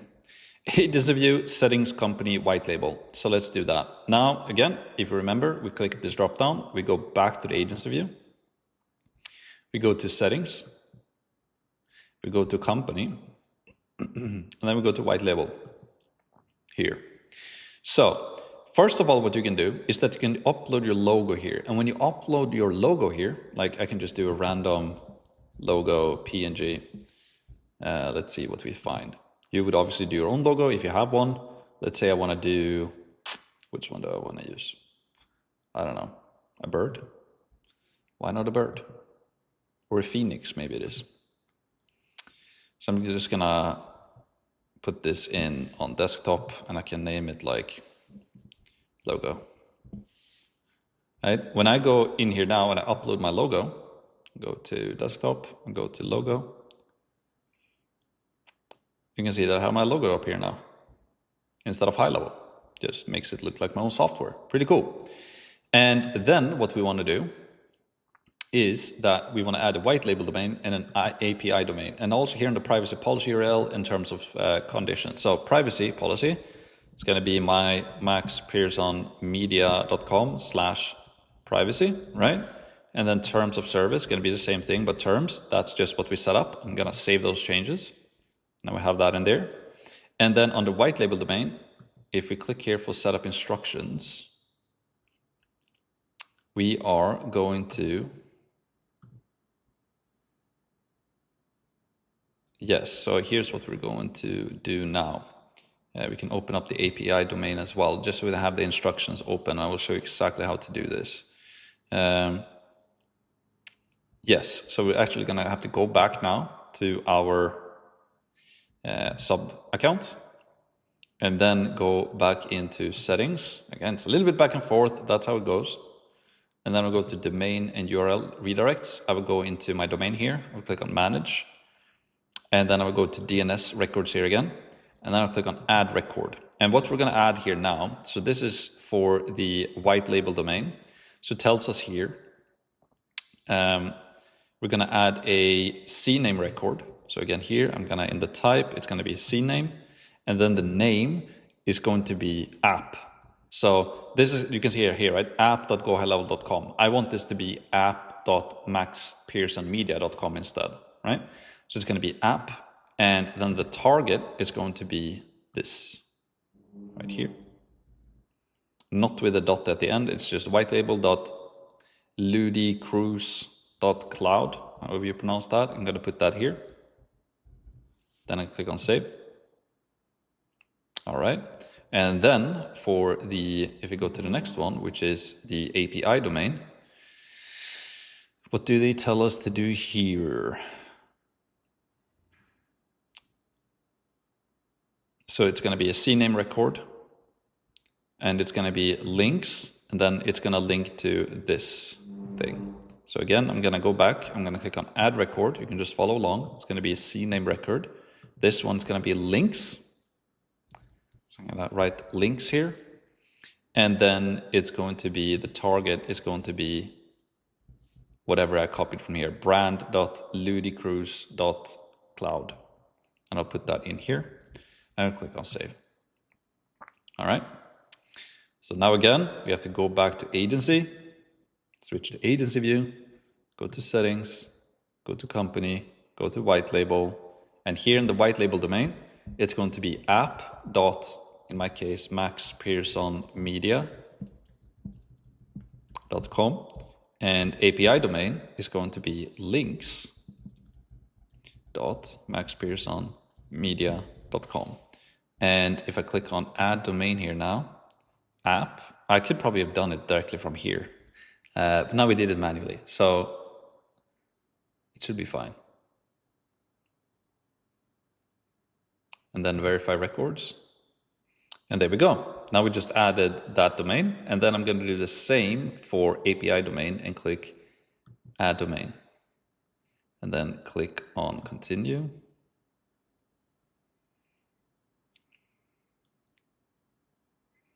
And then click on verify records again. And there we go. So what have we done now? Well, let me show you. Now you can see that we have our own logo here, but it still says app.gohighlevel.com. Now what I can do is that I can go to app.maxpearsonmedia.com.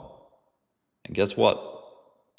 I can now log into my own high level account with my own logo using, I can use the same login details as you used when you signed up. And click sign in. I will send a code. I'll make sure that I can receive the code.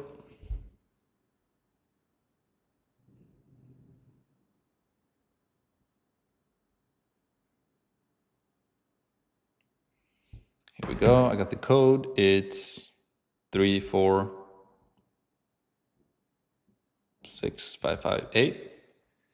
And voila, I'm now logged into app dot with SSL record as well, app.maxpearsonmedia.com. And I've now white labeled my own high level account. Pretty cool. All right. So yeah, you just white labeled your own software in a couple of minutes. Took me a lot of time to figure out. Took me a lot of money to figure this out as well.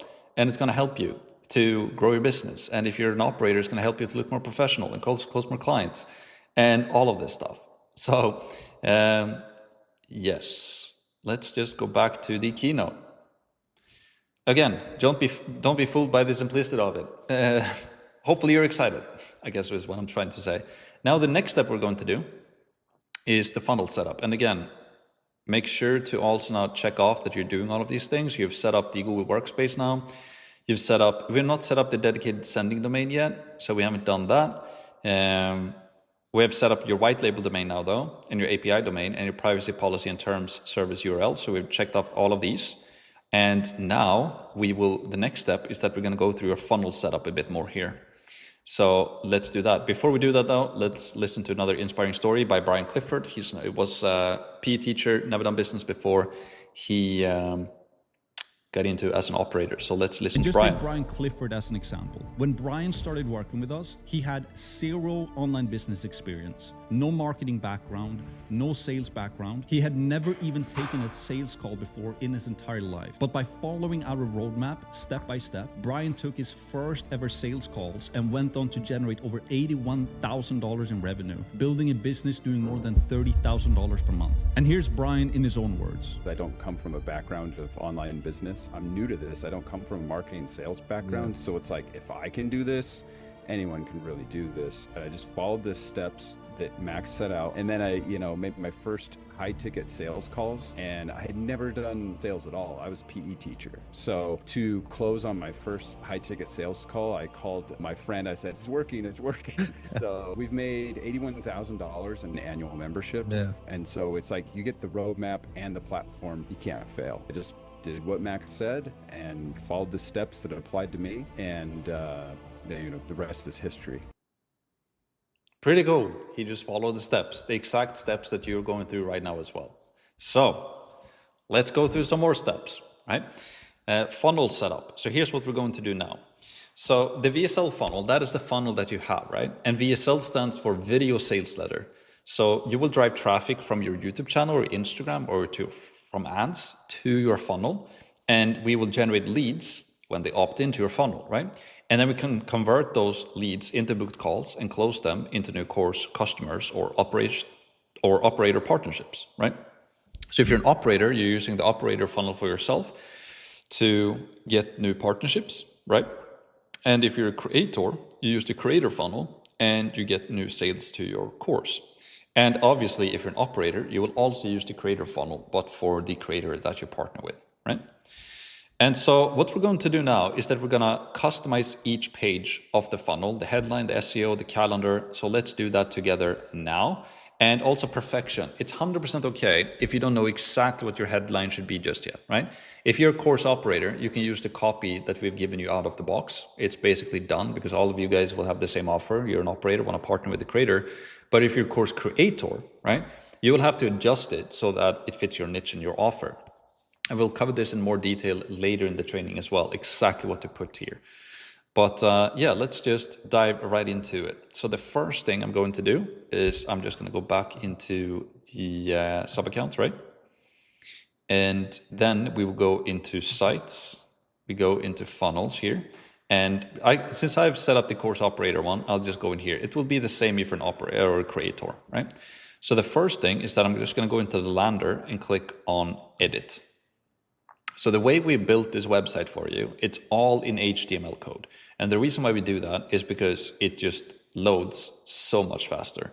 So here down at the bottom, by the way, you can just adjust this to your brand. So I can say like maxpearsonmedia.com. And here for this link to the privacy policy page, I can just link this and just write https://maxpearsonmedia.com/privacy. And then in terms of service, I'll do the same thing. I'll just highlight it, click here on the link. Link here should be /terms. And then I click on save, right? And every single time we make an update, we should click on publish up here to the right. And then what I want you to do as well, right? If you click this box, you will find, if you click this orange here, custom HTML and JavaScript, you open the code editor. Here, you will see a bunch of code. And do you need to understand what this means? No. The only thing you need to focus on is the white text. The white text here. Here at the, so here, for example, partner with us, we can keep that as is. That's this text right here, the title, that is what will be shown up here on the website. Right? And I will show you how to update this later. We can ignore that one. We scroll down a bit. This is just a bunch of CSS code. Don't need to worry about that. We continue to scroll past all of this. We don't need to worry about any of this. And then it's going to be super simple to update. I'm promising you. You won't have to learn how to code or anything. We just have to scroll down here, down to the bottom. And here is your logo, right? So it says logo. So your brand. I will do Max Pearson here, right? And I will show you what that looks like in a sec. Here's all of the copy. So actually what I should do is that I should open up maxpearsonmedia.com. I can just show you what it is that I'm actually doing here. So you can see here, right? What I just updated here, logo, it's this thing. So we'll say Max Pearson here. Then we have partnership opportunity. It's what we'll say here. If you're an operator, I recommend that you keep this as is.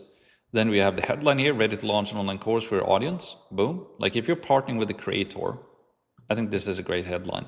Then sub-headline, we have that here. You have the audience and the expertise. I handle everything else, the course, the tech, the sales system, the team. That's what is here. If you want to update that, you can change it if you want to. Then we have these different bullet points here. So like built on school, you keep full ownership. I only win when you win. If you're a creator or an operator, I think that's great. Here you can see all of those texts. Then it says, watch this first. It's that text right there. Then we have the video. So here we have the actual video. If you want to update this video, I will talk about later how to do that. But we host it on this website called loom.com, which is a great hosting platform for videos. We'll talk about that later. But that is where you update the link to this video.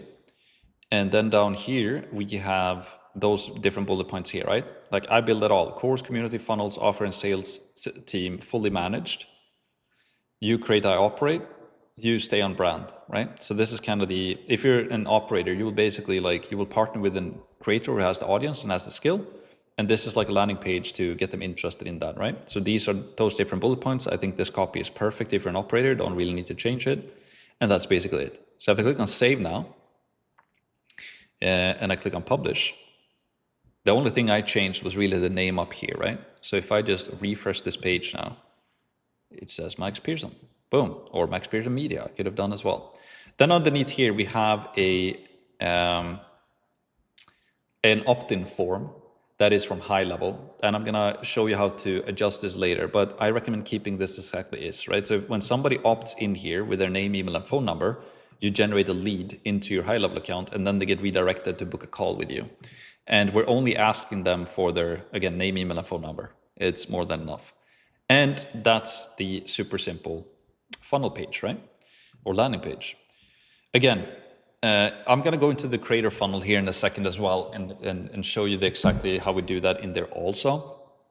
The same thing applies though. And also if you're an operator, you still need to know how to adjust the creator funnel also, right? Because you're going to eventually do that for the creator that you partner with. But now what we want to do here in the top left, you can go into SEO and AI search optimization. So if I click on this, you can, here on content here, this is the title of the page. So as you can see here, it says yourdomain.com right now. So we want to change this. I'm just going to change this to maxpearsonmedia.com. And the description, you bring the audience, we handle the course, everything else. I think that's a great description. And also we can, I can go to image here as well. If you want to upload an image here, this is the image that will be shown if somebody texts this website to a friend. It's like, hey, go and check out this website. This is the image that will be shown when they shared that link with you. So for example, I could just like, if I just search for Max Pearson on Google, I don't know what image we will find. Let's say I want to use, I don't know, let's say I want to use some random image here. Let's say I want to use this image. I'm gonna open this image. I'm gonna save this image of myself as Max Pearson to my desktop. And then I can upload an image here. Okay. And then I can just drag this image here. I can upload it, I can select it, I can click on Insert Media. So now you can see that this is what it would look like. If somebody kind of shares my website with somebody else over text or send it over, I don't know, over a DM somewhere, this is kind of what will show up in the preview of my website. So it's an image, the title, and the description. So once that is done, I will just click on Save here. And I will click on Publish once that is done. Publish. Okay, that's pretty much it. So now what we've done, right, on this page now, we have changed the footer text, we changed the HTML script with the text and all of that, and we have the form here. Then what I can do is that I can just click this drop-down menu, I can go to the schedule page. So now the schedule page, here again at the bottom, you know the drill, just change this to maxpearsonmedia.com, my domain. Upload the link to your privacy policy page here. We did this before. Click this link, put in your privacy policy URL, your terms of service. You put that in here as well. And then if we just preview this page, see what this looks like. So we can go here into the custom HTML script again, open the code editor. Like, we don't really need to change. If you're an operator, you don't need to really change any of this copy here. Like, the copy is good in my opinion. Like partnership opportunity ready to launch. And again, if I just do split screen here, if I do /schedule now, as we did before, right? Then you can see here, like, I think this copy, if you're an operator, is really, really good. We haven't published the website yet, so that's why we don't see this here yet. And then the calendar here, we're gonna update the calendar, so we get the calendar to show up here underneath as well. We're gonna fix that later. For now, I'm just gonna click on publish. And then the third and final page, we need to, oh yeah, actually, before I forget, we need to update the SEO data on this one as well. So click here on SEO. You can see here, content, book a call, pick a time that works for you. I think this description is great. I would also upload the image here to this page also. I just select this page, insert media. So it had, book a call, click on publish for this as well. And then I go to the third page, which is call confirmation. Again, you know the drill. This is pretty much, if I just preview this page, like your book talk soon. Like if you're a creator, the only real thing we need to update is the footer here and the logo, right? So I'm gonna, again, first of all, you can also change the SEO here. Now this one says book a call. I would change this to you're booked.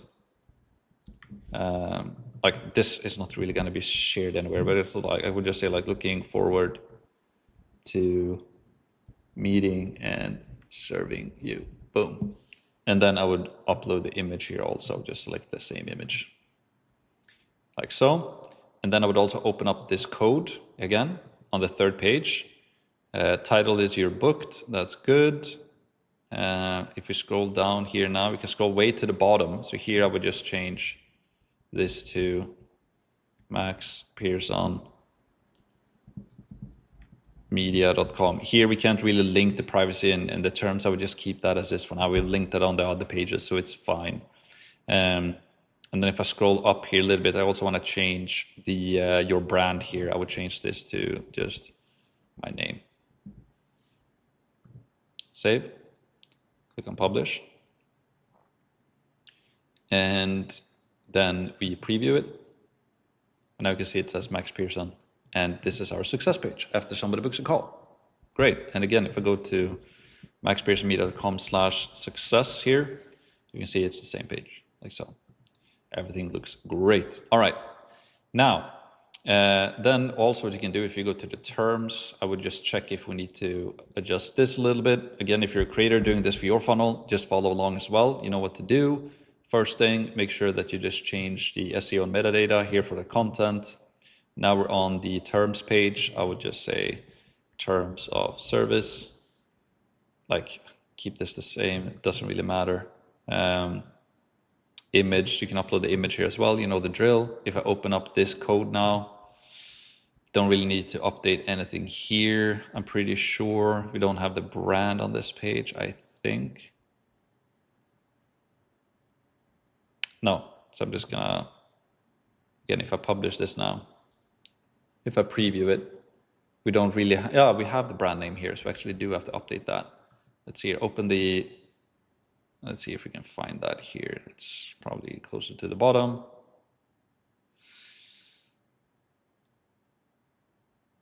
Where is it? Brand logo, span, page, ambient.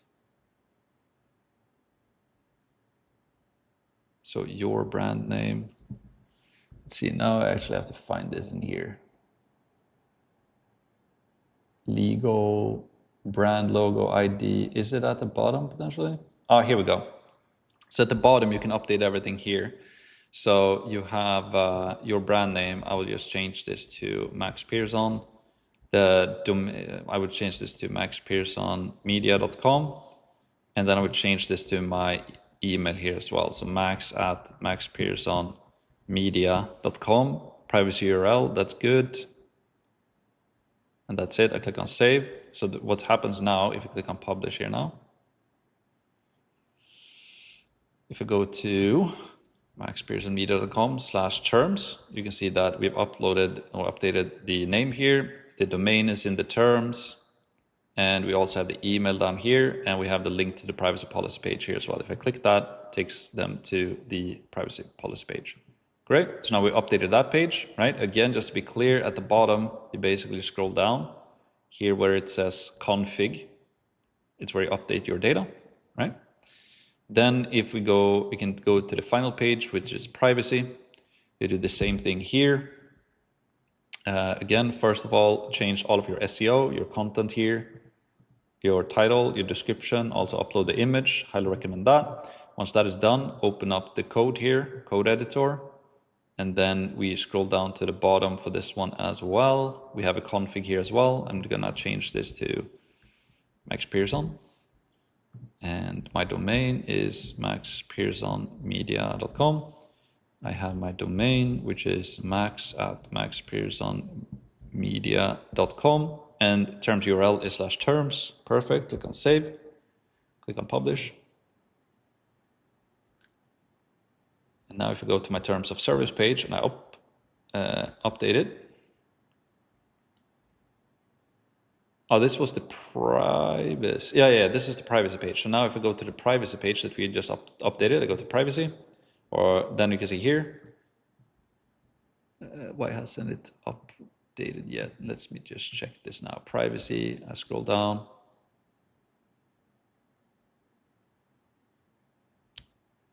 Yeah, it's probably that it just hasn't updated it. If you click on the I here, you can see privacy policy page. It has my name, my domain, my email, and link to the service page as well.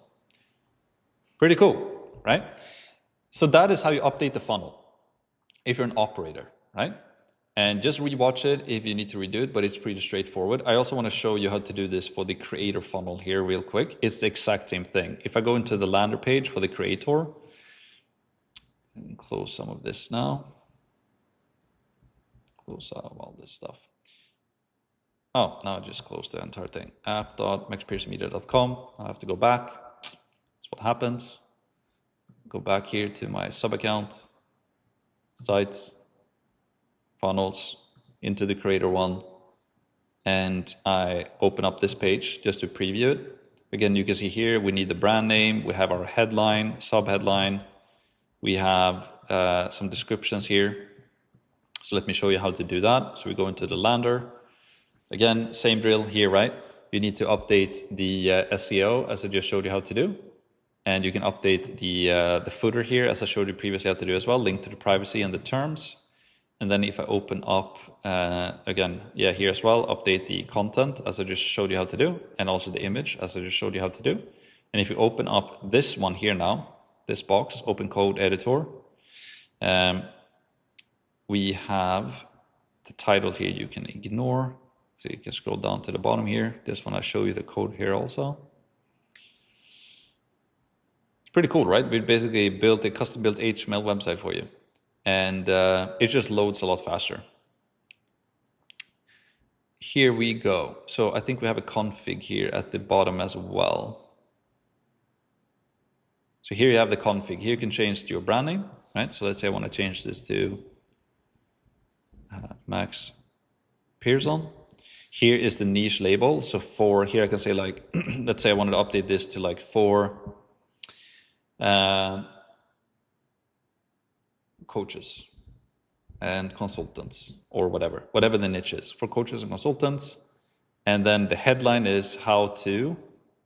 Here you can put in headline blue. So what this refers to, right, is how to here. This highlighted in blue is what's in here.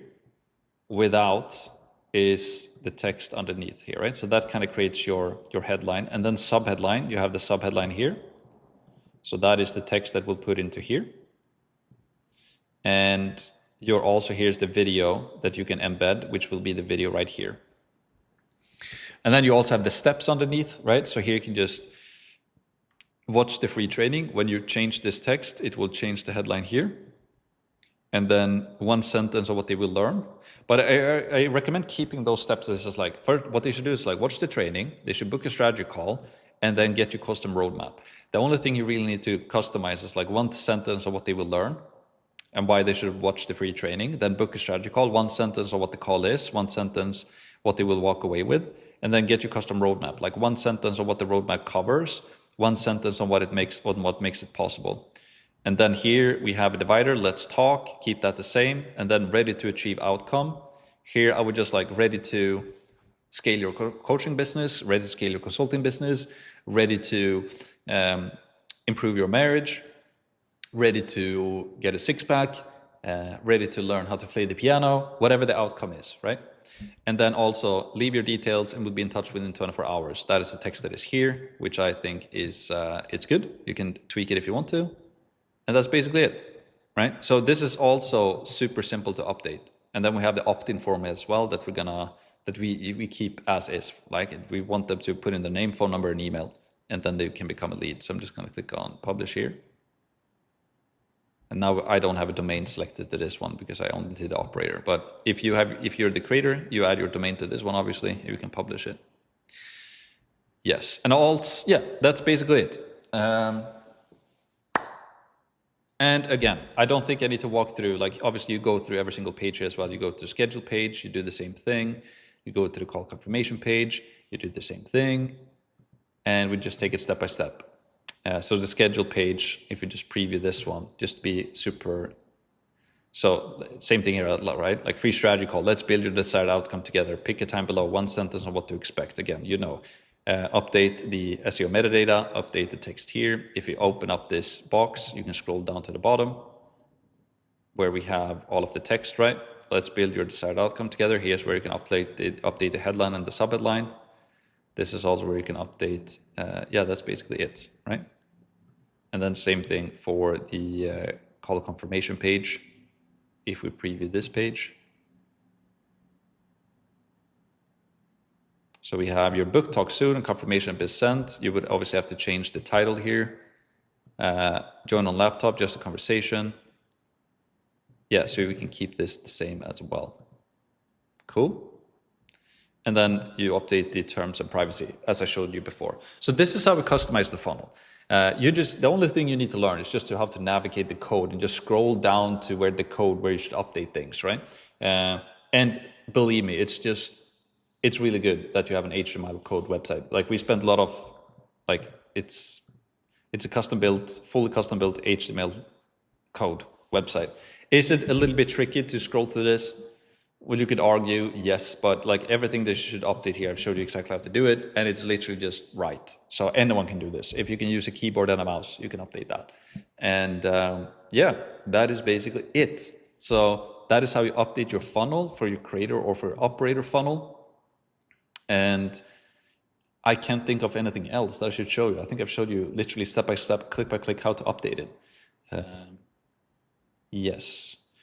The next thing I can show you as well in your funnel is that if you go into settings here, right? So if you're in the funnel, you go to settings, then we can also add a favicon URL here, which is pretty cool. So I'm actually going to do it for the operator funnel because that's where I've connected my domain. So you can see, it doesn't matter if you're in a creator funnel or operator funnel, but if I go into settings, here we have a favicon URL. So I will show you what that is. The favicon URL is that if I go to google.com, for example, you can see that they show their logo up here, a little Google logo. So whatever logo you have, it can be your profile picture, it could be literally anything. I can just search for, let's say we search for Max Pearson again. And let's say I want to use my face as the favicon. So I can take, let's say I want to use this picture right here. And I can just save image as Max favicon to the desktop. And then if I go into media storage here, I can just upload my image that I just upload file, Max Pearson favicon right here. So now what I can do is that I can click on these three dots, I can copy the link or get link. And then if I go back into my site, into my funnel, again, we go into settings, and then I just put this link here that I just copied into the favicon URL, and I click on save. Now, what will happen is that when I go to, let's see, maxpearsonmedia.com, you can see that my face should reappear here. I don't know why it's not doing that though. Memory usage, maxpearsonmedia.com. There we go. So it just did an update. But you can see my little face up there. So if you want to do that, you can do that as well. Just a favicon there. It's probably updating, not updating here. Oh, there we go. Just takes a couple of seconds. So there it is. And that is, let's go back to the instructions. That is basically everything we need to do. We updated each page of the funnel, the headline, the SEO, the calendar. We haven't added the calendar yet. That's actually the next step that we're going to do. And again, nothing has to be absolutely perfect now. We're going to circle back to this as we progress through the training as well, right? But that is how you adjust your funnel, right? So now, again, make sure that you have your workbook ready. Make sure that you check off basically what we did now is funnel. We reviewed and customized your funnel pages, updated the headlines, SEO settings, connected calendar. We haven't done that yet though. So we will do that, I think, as the next step now. Yes. All right. Let's continue. But before we continue, let's get some motivation as well. Let's listen to this story and then we'll continue. Just take Josh Smith as an example, who followed our system, built his online course, launched it, and made over $33,000 in a single weekend. If you would have told me, just a couple of years ago that making $33,000 over Easter weekend was impossible, I probably would have told you that you were right. But here we are with all the amazing training that Max has. We found one that's working really well for us and we doubled down on that. Pretty cool, little snippet. So I'm basically showing these just to give you some motivation as you're going through the training, that these are other people who've gone through the same training you're going through. They implemented it, they took action, and they made it work out. And also what I thought was very fun with this video. So you can see here, be a getter doner. So it says like create content every day, complete the to-do list every single day, update all social accounts probably, stay on top. Yeah, it's good. I have a whiteboard here to the right of me as well with some motivational stuff, but also our to-do list. So yeah, I thought that I put a very charming still here of him, but yeah, that's Josh. Pretty cool. Let's go. All right, now let's go to the next step. And this is the calendar setup. And before we do that, I'm just gonna double check everything is in order, and it is. All right, so calendar setup. Now what we're going to do is that we are going to block out your schedule in your Google Calendar, and then we're going to connect it to your high-level account. And we are going to use Google Meet and connect that to your high level. So make sure that we use that as your meeting location. I'll walk you through this step by step. We will also use the forms I prepared out of the box for you for your actual calendar. We will get that done as well. Calendar settings, I will show you how to set up the calendar so you can get booked calls. Calendar redirection, make sure your calendar redirects to the correct page after submission. We will do that also. And then we will add the funnel to your funnel. So that is what we're going to do now. So the first thing we're going to do is that we're going to block out your calendar. And what I mean by that, if you just close out of all of this, we can keep high level still open here. You go to calendar.google.com and make sure you're on the calendar that you just signed up to. So in my case, that is Max Pearson or Max at maxpearsonmedia.com. And here is where we're going to adjust your calendar so that we're blocking out the times where you are sleeping and when you're eating and when you are not be able to take calls. And the way we do this, what I like to do first, like right now the week starts on Sunday and ends on Saturday. I'm one of those individuals who like to think that the week actually starts on Mondays, right? So what I'm going to do is that I'm going to, let's see here, start week on, here we go. Start week on Sunday. I want to start week on Monday, right? And that's basically it. And also another thing I like to do is show world clock, right? So I'm currently in Florida, so I am in Eastern time, but I also like to add another time zone, which is Stockholm, because I'm from Sweden, right? So I like to see what the clock is at home as well. So if you have multiple time zones that you want to keep track of, you can have the world clock there. So if I go back now after doing that, you can see here, right, that if I click on this time slot right here, you can see that it's 9 a.m. on Eastern time, but that is basically 3 p.m. in Sweden, right? Then what I want to do is that I want to just block out the times when I'm not working. So from midnight to 7, I'm sleeping, right? So I'm going to write sleep here. And then I'm going to click here, and I'm going to click on it repeats daily, right? I sleep every single day. And I also want to change the color here. When I sleep, I can change the color to like a blueberry because I'm very tired, right? So then I just block out all of these times. And then also from like 7 p.m., let's say I don't want to take calls from 7 p.m. So here I will basically from 7 p.m. to 10 p.m., I will relax, right? And this will also repeat daily.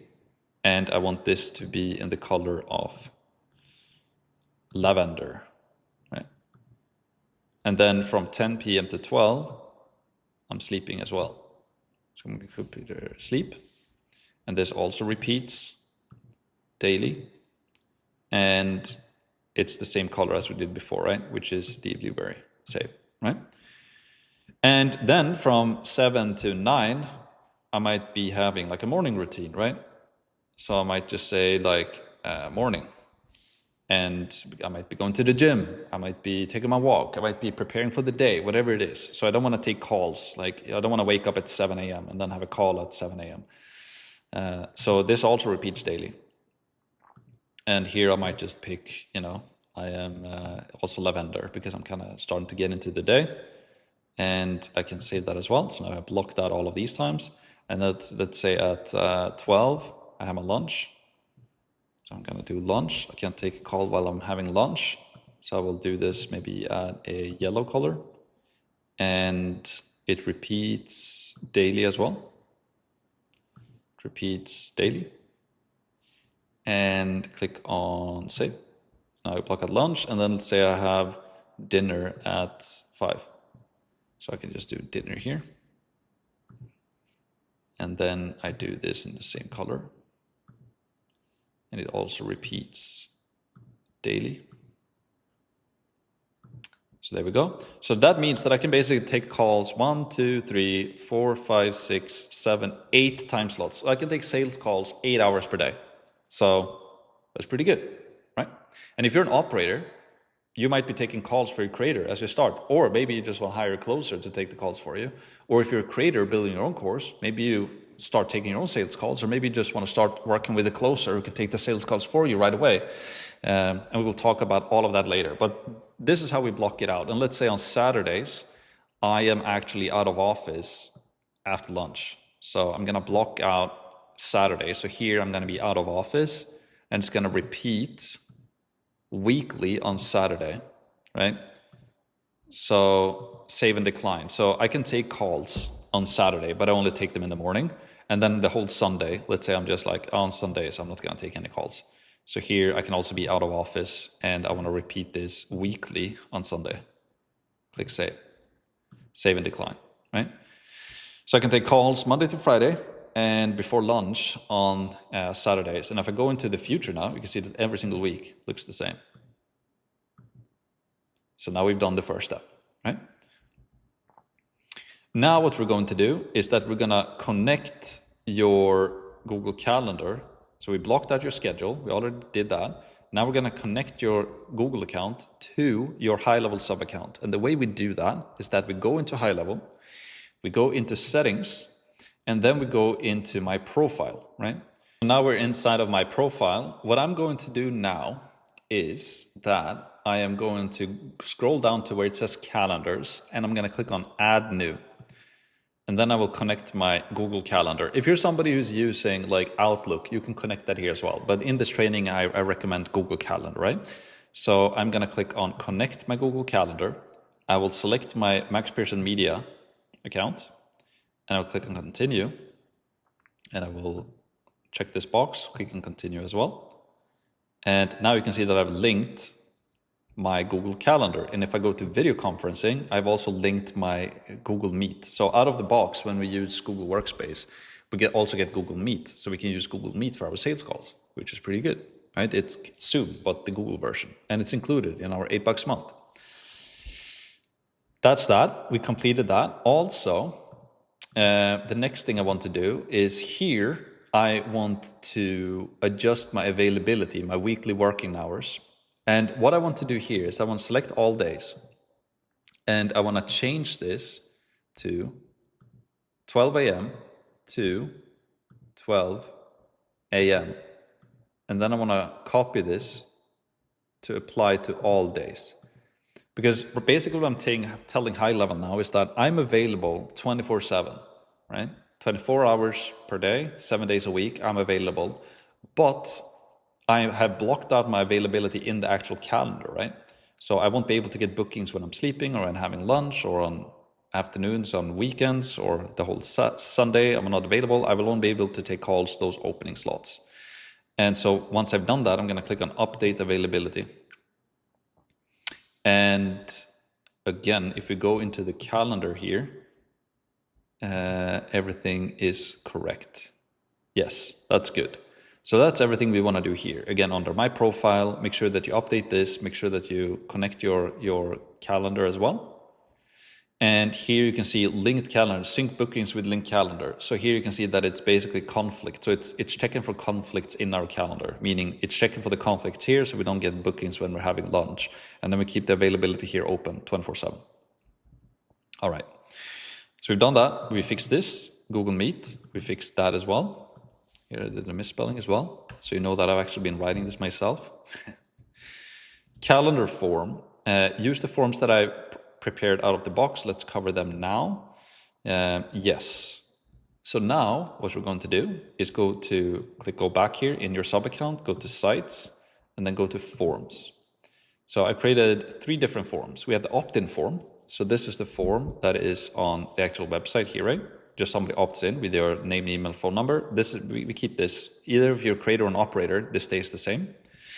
But then we also have an creator calendar form and operator calendar form. So if you go into the operator calendar form, this is the form that we're going to ask people when they book a call with us.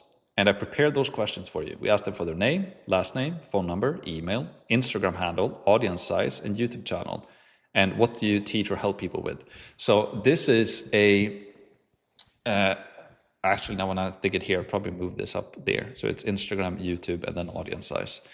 So just to be clear, right? When you're reaching out to creators, that I will teach you how to do later, and you're like, hey, we're following up with them, reaching out to Instagram, sending emails, or we have a friend or a friend's friend or a friend's friend who is a creator that we're interested in partnering with. We can send them a link to our website. I'll walk you through this step by step how to do this later in the program. Then they land here and they're like, okay, they watch your video, they're interested, they leave their name, email, and phone number here, and then they opt in, and then they go to the schedule page, and then they're about to schedule a call with us. And then we ask them those questions before they schedule a call. That is what we use this form for, right? So I'm just going to click on save here. If you're an operator, I just recommend you keeping it exactly as we have it here. Now, if you go to settings though, what we should do here is on submit, right?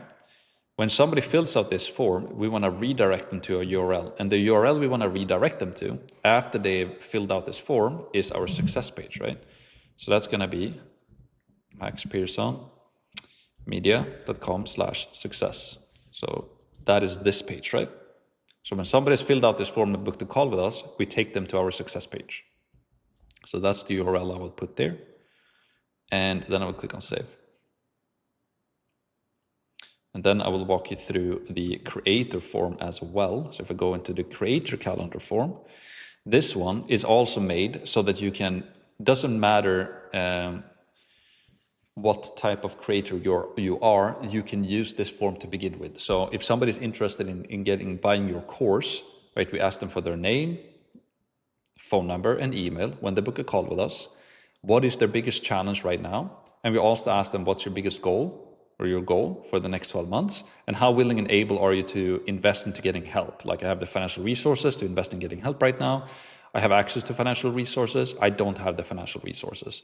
And now I notice as well that this question is not required. So I'm going to click on the cogwheel here and just click on required here. So they have to fill out this question, right?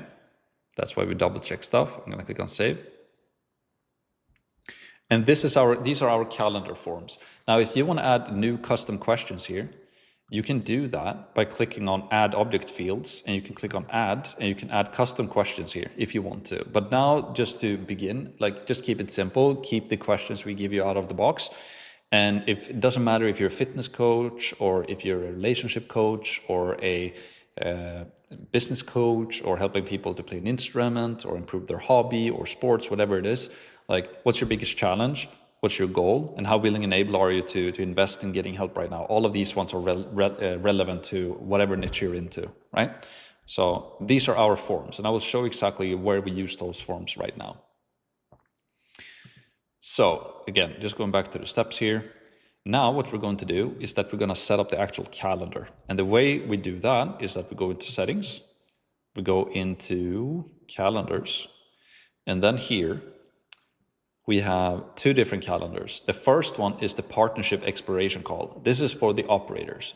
And then we have the strategy session. This is for the creators. And again, if you're an operator, you need to know how to use both, because you will use the creator one or the operator one for yourself and the creator one for the one that you partner with, right? Let's start with the operator one. So I click on edit calendar here. And here we can keep everything as is. And yes, so the name, partnership exploration call, a relaxed 60-minute call to learn more about your audience and explore what a partnership could look like, no commitment required. And then title here, this is the contact name. So this is going to be the name of the actual event in their calendar after they book a call. I will show what this looks like later. So if John Doe books a call, the name of the event on the calendar, right? Like right here, let's say John Doe booked a call. The name of the event will be John Doe. So it's the contact name. I like to place here as well, like John Doe and Max Pearson. So it's going to be John Doe and Max Pearson would be the actual event or the name of the event in the calendar. I will click on Save Changes, Staff and Location. You will select yourself. And meeting location, you select Google Meet, right? And because that's what we have, I will show you as well how to add Zoom as well. I will show you that in a second, but Google Meet is what I recommend because we use Google Workspace, right? So Google Meet, and then I click on Save Changes. Again, I will show you how to set up Zoom if that's what you want to use in a sec. Availability, here we have the availability Sunday to Saturday, 12 a.m., right? So that is what we did before. That's correct because it's double checking the availability in our Google Calendar, right? Then we go into the next one, which is booking rules. The meeting is going to be 60 minutes, or it's going to be, they can book every hour. It's going to be a 16-minute long meeting. They can book a meeting 4 hours into the future. So if they come to the calendar now at 2, they will be able to book a call at the earliest at 6. Right? And then date range, they can only book calls 5 days into the future, because I don't want somebody to come to my calendar now when they're interested and then book a call 3 weeks from now. So I give them, they can book max 5 days into the future. Pre-buffer time and post-buffer time we can keep open, doesn't really matter. Maximum bookings per day, doesn't matter. Maximum booking per slot, yes, 1. And that is it. I click on save. And then we'll go into advanced settings, form and confirmation, right? So this is now the partnership expiration call. This is for the operators. So here for the form, I will create the operator calendar form. And confirmation page. So when they book a call, again, here we want to put in your domain/success. So in my page, maxpearsonmedia.com/success. That's what they will get redirected to. I will click on save changes. And then payments, we can skip. Notifications and policies, we can keep this as is. That's good. And then widget appearance, we can keep this as is as well. And then I click on save, right? So that is how we customize the calendar for you as an operator. And the last thing we want to do here is we also want to make this live. So more options, activate calendar, right? So on activated. So now you can see that it's active. Now, if you're for the creator one, let's go with that one as well. So edit calendar. Here I just call it the strategy session, right? So relax 60-minute call to learn more about how we can help you solve the problem. So here we would fill out like what is the problem that you will help them solve, right? Meeting invited title, I would do the same thing here. Their name and my name. I click on save. Then I select myself as the staff member. And I select Google Meet. Again, I will show you how to set up Zoom here in a sec. Let's click on save. And then we have availability. Yeah, our availability is open as we did under the profile before. Booking rules. We keep this the same as well as we did before. Click on save. And then we can go into advanced settings, form and confirmation. Now, if you're a creator, you create the creator calendar form. And here I want to change this to the correct maxpearsonmedia.com. So when they book a call with us, I want to take them to that page. Click on save. The success page. Payments we don't need. Notifications and policies. And keep the same. Widget appearance. And keep the same. Click on save. And that is it. So now I want to turn this on as well. Activate calendar. Click on save. Right? Now, the next step, what we're going to do, if we go back to the instructions, is that we're going to make sure that the calendar redirects to the correct page, which we did, right? And then we also want to add this to your funnel page, and we'll test it later. So we're going to add the calendar to your funnel now. Before that, though, I just want to show you how to set up the... if you want to use Zoom, right? So if you want to use Zoom, you can go to my profile. You scroll down. See here, sometimes it's not loading. There we go. I'm going to go into video conferencing here and then add new. If you want to add Zoom or Microsoft Teams, you can just click connect here and connect your Zoom or Microsoft Teams account. And then in your calendar, as I just showed you, you can change the meeting location for yourself, right? But Google Meet is great because it comes out of the box with Google Workspace. All right? So that's how we connect Zoom and Microsoft Teams, if that is something you want to use instead. All right. Now, the next step. Now we're going to connect the calendar to your funnel. So I'm going to click on go back. I will go into sites and then to funnel. And let's say we use the operator one as an example because that's where I set up the domain. I go to the schedule page. Same thing applies though. If you are a creator, go to the schedule page, click on edit. And then what we want to do, is that we want to add the calendar right here. So I'm going to click on this box right here, and I'm going to select again, if I'm a creator, I create the partnership exploration call. If you're the operator, if you're an operator, you create the partnership exploration call. And if you're a creator, you select the strategy session, right? So in my case, this is in the operator funnel, looks good. I will publish it. And now if I go to maxpearsonmedia.com/schedule, you can see that the calendar is there. Looks beautiful. Partnership exploration call, a relaxed 60-minute call to learn more about your audience and explore what a partnership could look like. No commitment required. I can go here, I can select the day, I can select the time, click select. They can fill out their name, last name, phone number, email, Instagram handle, YouTube channel, audience size. What do you teach or help people with? And then they can go and schedule a meeting. Boom. Now you have a fully functional calendar in your funnel, and we're going to test and make sure that all of this is working now later in the video as well. Pretty cool stuff. Everything you need and nothing you don't to run a very high level online education business, either as a creator or as an operator. And the same thing applies. Obviously, if you are a creator, you just do the same thing I just did. You just go into creator funnel schedule page, go and make sure that you have your strategy session calendar on that page. All right, that is it.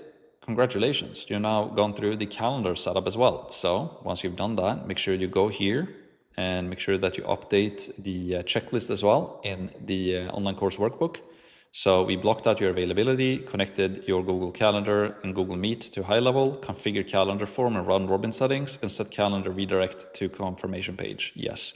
And we've also connected your calendar here to a funnel page, to your funnel booking page. So you can check all of that off as well. Pretty good stuff. So now we are getting closer. We fixed school, high level, domain. We fixed white label. We're going to go over email now and phone. And we're also going to go over, we've done the funnel, we've done the calendar. We're going to go over automations, and then we're going to test everything. So the next step we're going to do now is the automations. So let's do that next. Super quick, if you're somebody who want to become a course creator or an operator and get there faster and easier with more help and support, then you can book these advisory calls that we offer, and they're 100% free. And we've literally helped thousands of people by now to become course creators and operators and start, run, and grow successful online courses. You can just go to course.com/start, book a call. I hope to see you there. Let's go. Automations setup. So automations, go through your automations. I will show you how to do this. Make sure that you understand it and customize the provided templates so that it fits you and your niche and your business. And I've already prepared for you the emails and the automations if you are an operator and if you are a creator. So we will go over that in a sec. Also, this is something I want you to keep in mind. It's something I like to call death by automation, right? So you might feel inclined to automate as much as humanly possible. Don't fall for the trap. If you automate too much, it will become unpersonalized and break at scale. Like a lot of 7, 8, and even 9-figure entrepreneurs that I've been able to talk to and know, they do the unscalable stuff, meaning even the 9-figure ones. They reach out manually to every single lead and book the call. And obviously they don't do it themselves, but they have a team to do it for them. And this is the best, and you should 100% do it instead of trying to automate everything. Personalized messages help with show up rate, responses, and closing. So do it. And just to tell you a story, like we had a closer who had like close to 90% show up rate. And then we had another closer who had like, what was it? Like 50 or 60% show up. It was like super, super low. Or it was a lot lower. And then I just asked, like, how can you have like 90% plus show up rate while another guy on the team with the same quality of calls having like a lot lower than you? And just like, the only thing I do is that I just call them before and send them some personalized WhatsApp messages or iMessages and send them some videos before.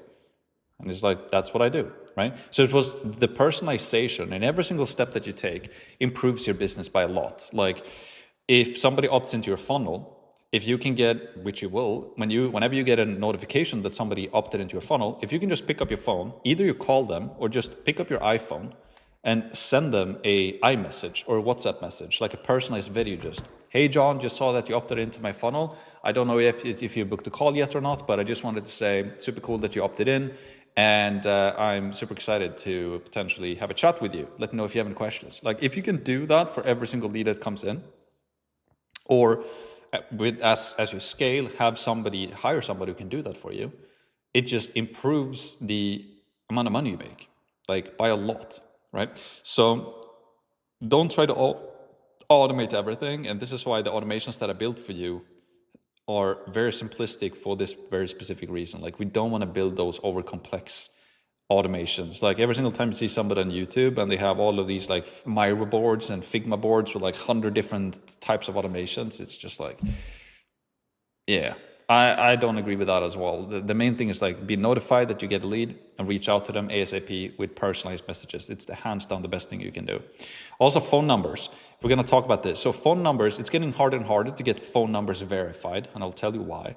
I'll show you how to do it click by click. But with that said, if it doesn't work for you, reach out manually to every lead/booked call manually with iMessage or WhatsApp. It's 100 times better anyways. And this is what we do. So instead of high level, you can get a phone number, right? And you need to get this phone number verified to be able to send automated text messages. And the reason why it's getting harder and harder to do this is when this became a thing on the internet that you could send text messages and create automations for text messages, what do you think people did? Well, they started spamming like crazy. They started sending millions and millions and millions of text messages to promote stuff over text because it was new. And then that created a lot of negative customers or people started getting tired of it. And they didn't like it. So they started reporting all of these companies doing it. And then they started putting up regulations around it. So now to be able to send text over the internet, they have rules and regulations to be able to do that. And you need to be able to apply for a phone number. And I will show you exactly how to do it and how you go through the process. But it's a little bit of a process to get it done. And which is why if you really, really want to send text messages, again, I will show you how to do it. But you always have your phone. You always have WhatsApp, and it's always better to do it manually anyways, right? So that's that. And I will show you how to set it up as mentioned, but keep in mind, just doing it manually is always better. You will make more money if you reach out to people opt into your funnel, hands down. Hands down. So KISS as well, right? Keep it simple, stupid. Automate to minimum, but enough to do the most of the heavy lifting. Spend time to reach out manually to hot leads and booked calls with a personal touch. Can you just use your phone for that? So we want to do automations for all of these repetitive tasks, like sending reminders for upcoming calls and sending emails to people to opt into our funnel and all of that. And I pre-built all of that for you. But all of this other stuff, like especially when somebody opts into your funnel, you get their phone number, or they book a call and they have a call on the calendar. What most people do is that they get leads coming into their funnel and then they don't do anything. Then you just kind of hope and pray that people will book for themselves. And then when they book a call, they just hope and pray that they will show up. The better way to do it is that whenever somebody opts into your funnel, give them a call. At the very least, send them a text, send them a video on iMessage or on WhatsApp and say, hi, hello, so you opted in. Have a conversation with them. Most people don't do that. So if you just do that, you will stand out like crazy. And then when they book a call with you, instead of just, if they book a call in 2 days from now, instead of just sitting around and waiting for, hopefully they will show up, call them before, send them an iMessage before, send them a video like, hey, John, so you booked a call, super excited. I just wanted to check in how we can make this call as efficient as possible when we jump on a call on Thursday. Do you have any questions? Do you have anything I can answer right now or anything I can send you right now before the call so that when we show up, we can just get to it? It's so easy to do and almost nobody's doing it. So yes, automations. Let's continue. Placeholders. Make sure all custom values are correct in the automations as well. So we will go over that. So now let's just take this step by step. So we're going to go through the automations first. So instead of high level, we go into automation. And then we go into, let's see when it loads here. So we have two different ones. We have one for the operator, creator, and then appointment confirmation. The appointment confirmation will be the same. Doesn't matter if you're an operator or creator. So let's start with the operator one. And then if we go in here, you will see that we have a very simple automation. So when somebody fills out the opt-in form, right, this automation will start. And then what happens is that we will add them into the sales pipeline under the new lead stage, right? So every single lead that opts into your funnel will land in that sales pipeline stage. I will show you what that looks like. We will test everything later in this video as well. Then you will send an eternal email notification to yourself, right? So here what you need to do, you need to update this to your name from your email address to your email address. And then the subject line is new lead. And then the email will say, you just get a new lead, contact them immediately, text, call, and email, name, their name, the contact name, the lead name, the contact email, and the contact phone, right? So every single time you get a new lead, you will get an email sent to yourself with their information so that you can call them, right? Then we wait for 10 minutes, and then we are going to check did this individual book a call? If they did book a call, then we don't send them any more emails. If they didn't book a call after 10 minutes, we send them an email. And if you click here on the first email, you can see here, you need to update this from your name and from your email. So write that here. And then it just says, quick question. And then contact first name is a placeholder for like if John opted into the funnel, it will say, quick question, John.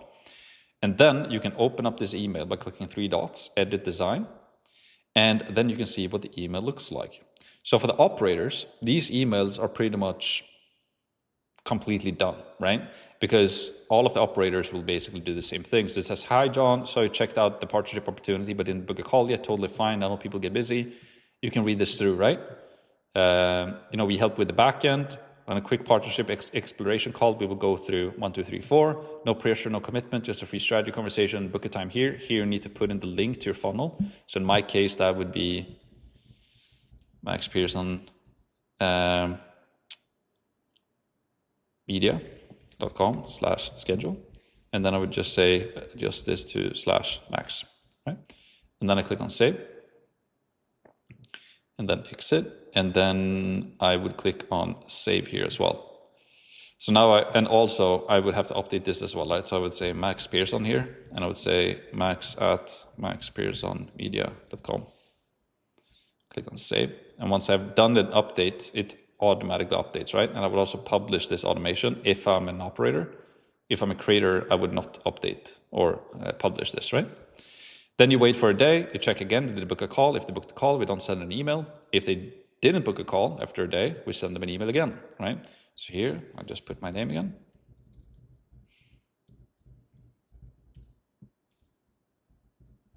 And then you might be closer than you think is the subject line. I can go into the email here, edit design, can read through the email. Boom. If they haven't booked a call yet, put the link here.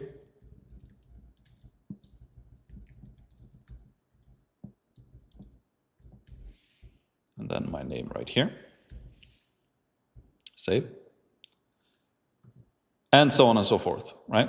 And every single time I save, I also need to click this save button down here as well.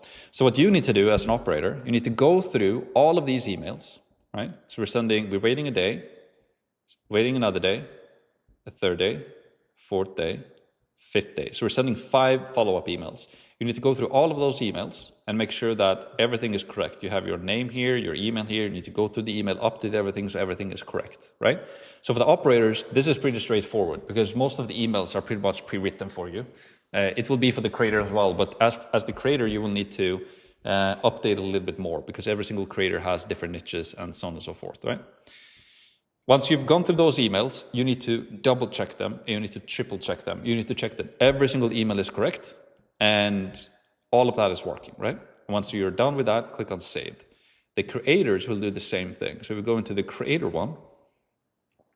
Here you can see it's the same thing. When somebody fills out the form opt-in, then we update the opportunity again to the lead stage. We send an internal email notification. You need to update this to your email, your name, and to your custom email. You can keep this the same, right? Then we check 10 minutes, did they book a call? If they didn't book a call, we send them an email. So here, you need to put in your name and your email. And then here we have an email as well, need to adjust. So for the creators, there are some more placeholders, right? So first, thanks you for checking out my free training on training names. So this, you need to adjust this to so that it fits your niche and your offer and what you're doing. And again, exactly what your niche and what your offer are doing. We're going to do that later in the training as we go through the workbook again. So you can always refer back to this, right?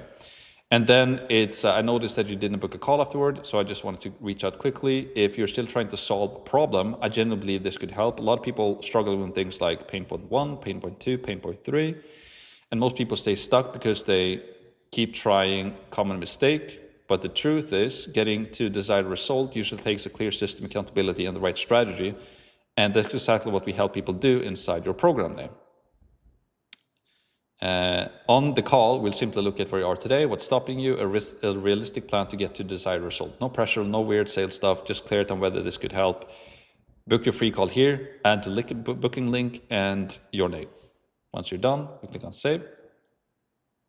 And once you're done with filling out all of this as well, you click save here as well. So everything in those automations are pre-written for you. Those emails are proven to work. We've been using them for a lot of ourselves, for our customers, like they're proven to work. You just need to go through every single email and update them so they fit your niche and your offer and what you're doing. And again, if you're not exactly clear as a creator what you're offering and what your niche is yet, that's what we will go through in the rest of the training when we go through the rest of the workbook, right? Here in the workbook, we have just scratched the surface, right?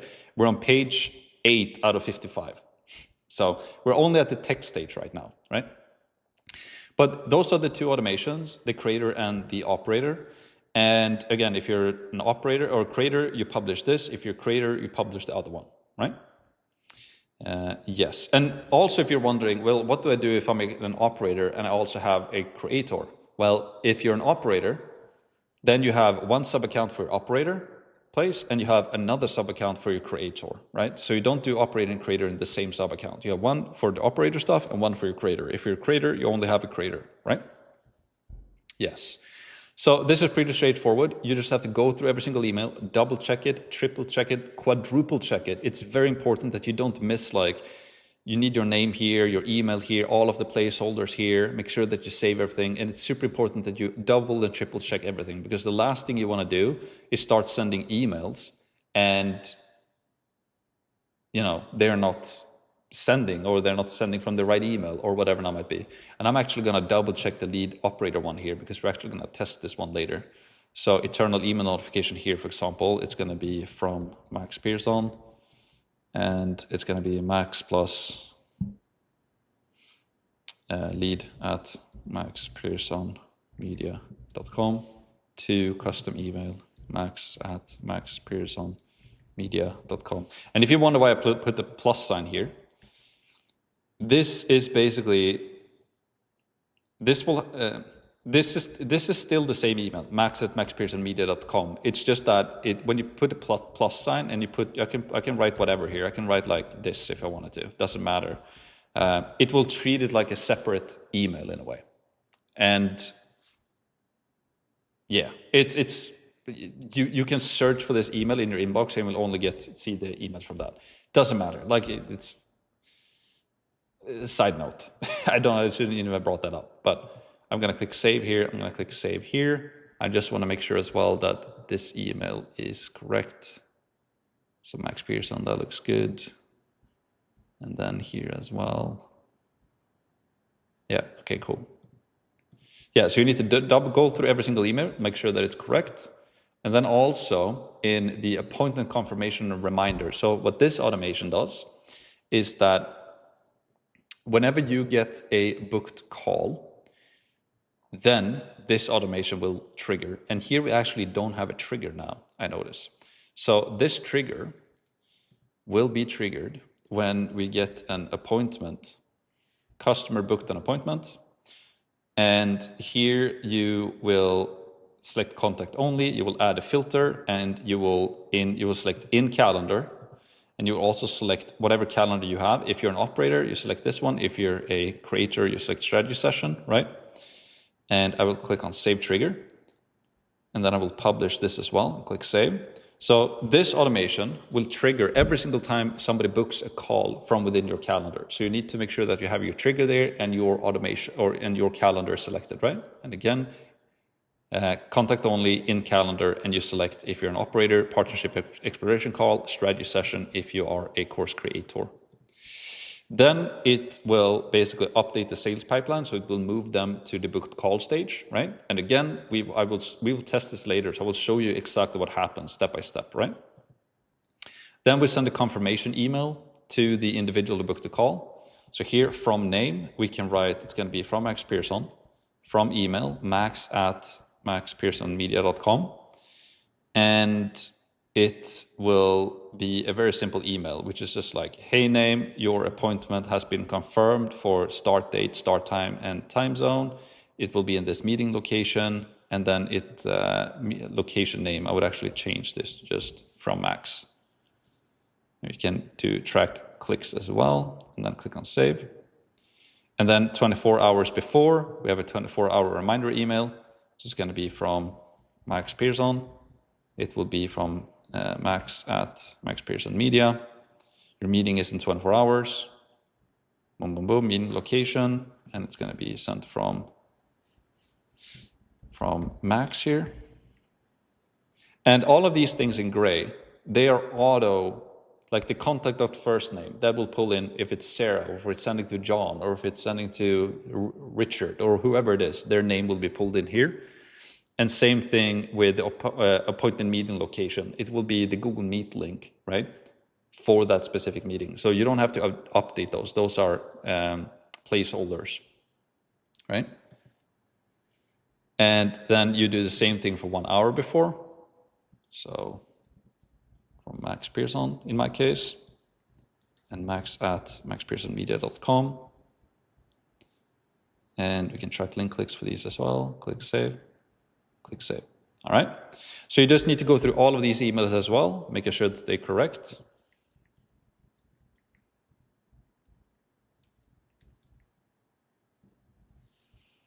And all here as well, and click on save. And once you've updated all of that, click save. Make sure that you double check all of these, triple check all of these, and that is basically it, right? Let's go back to the instructions. So we did the automations. We talked about phone numbers. We're going to go through phone numbers now as well. But yeah, that is basically it for the automation. So super important.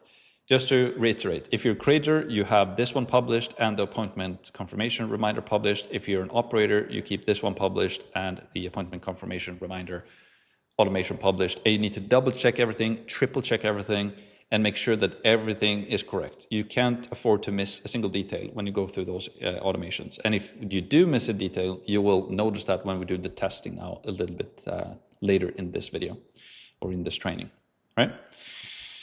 Let's continue. Let's go to phone integration. Let's talk about it, right? So phone integration number. So High Level calls it Lead Connector. It's built on Twilio, the world's #1 leading phone system. So all different, like all, I don't want to say all, but most of the biggest softwares out there that allows you to send messages or text messages or phone calls, they're built on this phone call provider called Twilio, and High Level is built on that as well.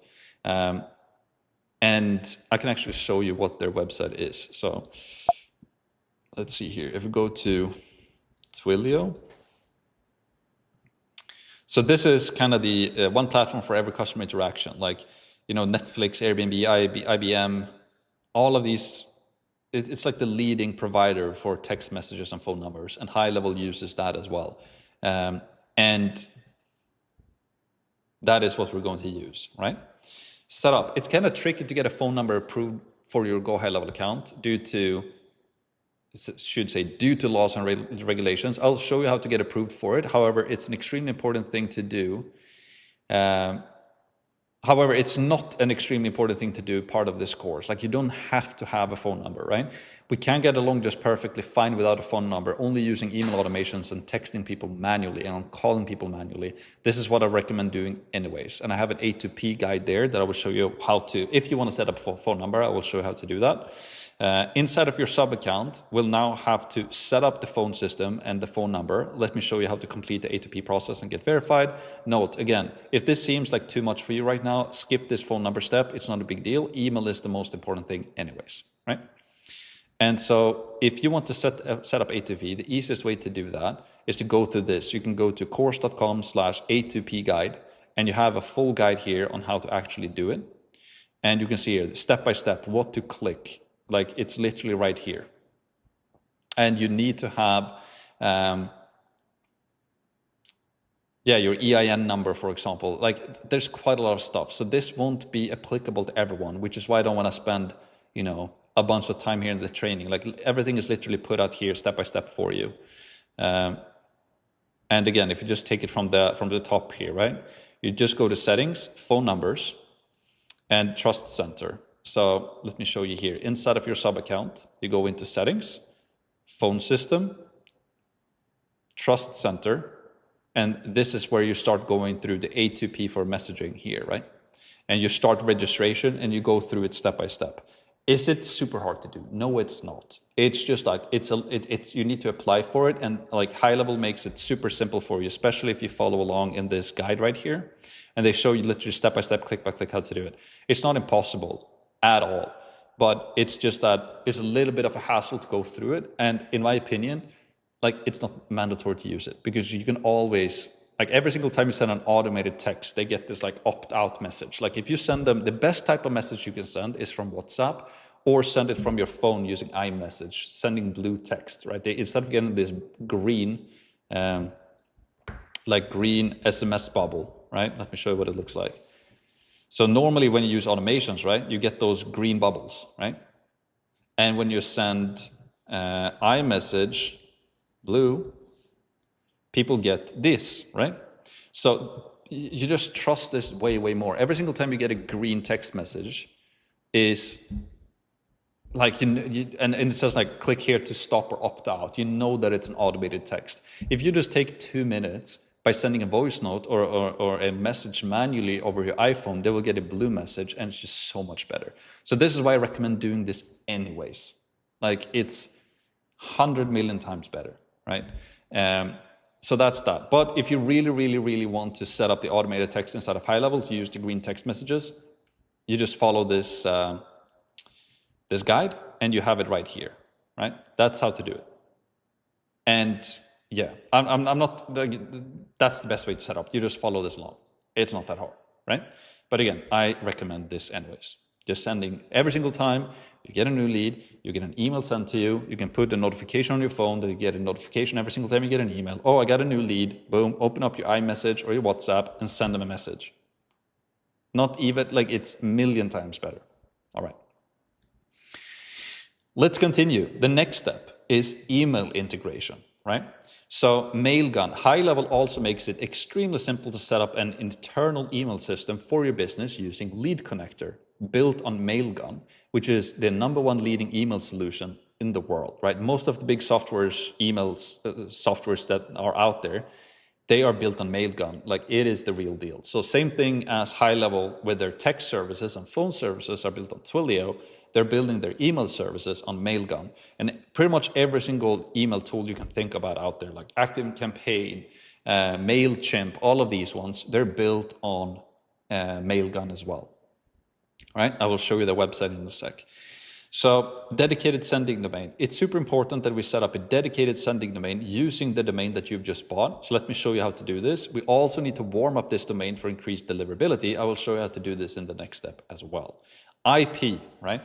You can either use the shared or dedicated IP when you're sending emails.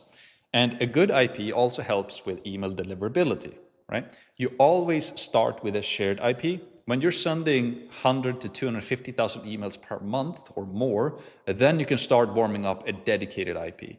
If sending more than 250,000 emails per month, you need a dedicated IP. So start with a shared IP now, fix the dedicated IP once it becomes relevant for you, and you have a very big email list, right? So when we're sending emails, it's also becoming harder and harder to land in the inbox, right? And all of these email providers like Gmail and Outlook, they want to prevent spam, right? And that's why they have spam folders and promotion folders inside of their. When you log into Gmail, you have like different folders, and if you have spam, they land like a spam folder. If it's like a promotional email, it lands in like the promotional tab. And we need to do everything that we can to make sure that we land in the inbox, right? So we don't land in spam, and that we don't land in the promotion folder. And we'll talk about exactly how to do that. And the two main things that we need to fix this is, first of all, we need a dedicated sending domain. I will show you how to set that up. And you also need to have a good IP. But again, with the IP, in the beginning, you need to have a shared IP, meaning that this IP is shared by, I think, up to 5 other people. And it's only when you're sending like hundreds of thousands of emails per month, when you have a big email list, that's when it becomes relevant to use a dedicated IP. So first of all, let me just show you Mailgun, right? So if we close this and we go to mailgun.com. So Mailgun is the same thing as Twilio, but for email, right? It's a transactional email delivery service and API for developers. So like, Dribbble, Microsoft, Lyft, NHL, American Express, Substack, like some of the biggest companies in the world, and like pretty much all of the leading email service providers out there that you can buy an email service from, they're built on Mailgun, and High Level is built on Mailgun as well, which is really, really good. And the way we set this up is, and also Google Postmaster, not mandatory, but powerful thing that you should do. I will show how to do this as well. So the first thing is that we're going to set this dedicated sending domain up. And the way we do that is that we go to inside of your High Level account. We go into, again, we're inside of your sub account. We go into settings. We go to email services. And this is where we are going to, it says here, right? You're using a shared domain, a dedicated domain, add a dedicated domain to unlock higher sending limits and build sending reputation that belongs to you. So we're going to click here, add dedicated domain, or up here, add dedicated domain and IP. So I'm just going to click here. And then what we want to do is that we're going to add lc.mydomain.com. I'm just going to check here if we have, yeah, okay.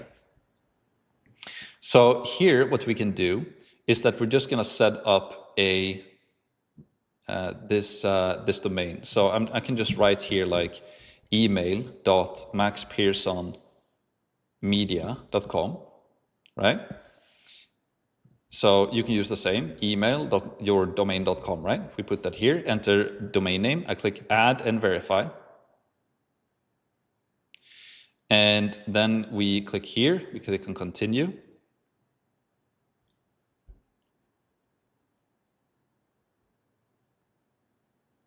And then we click add records. And then it will add those records for us. I will just click on verify domain here.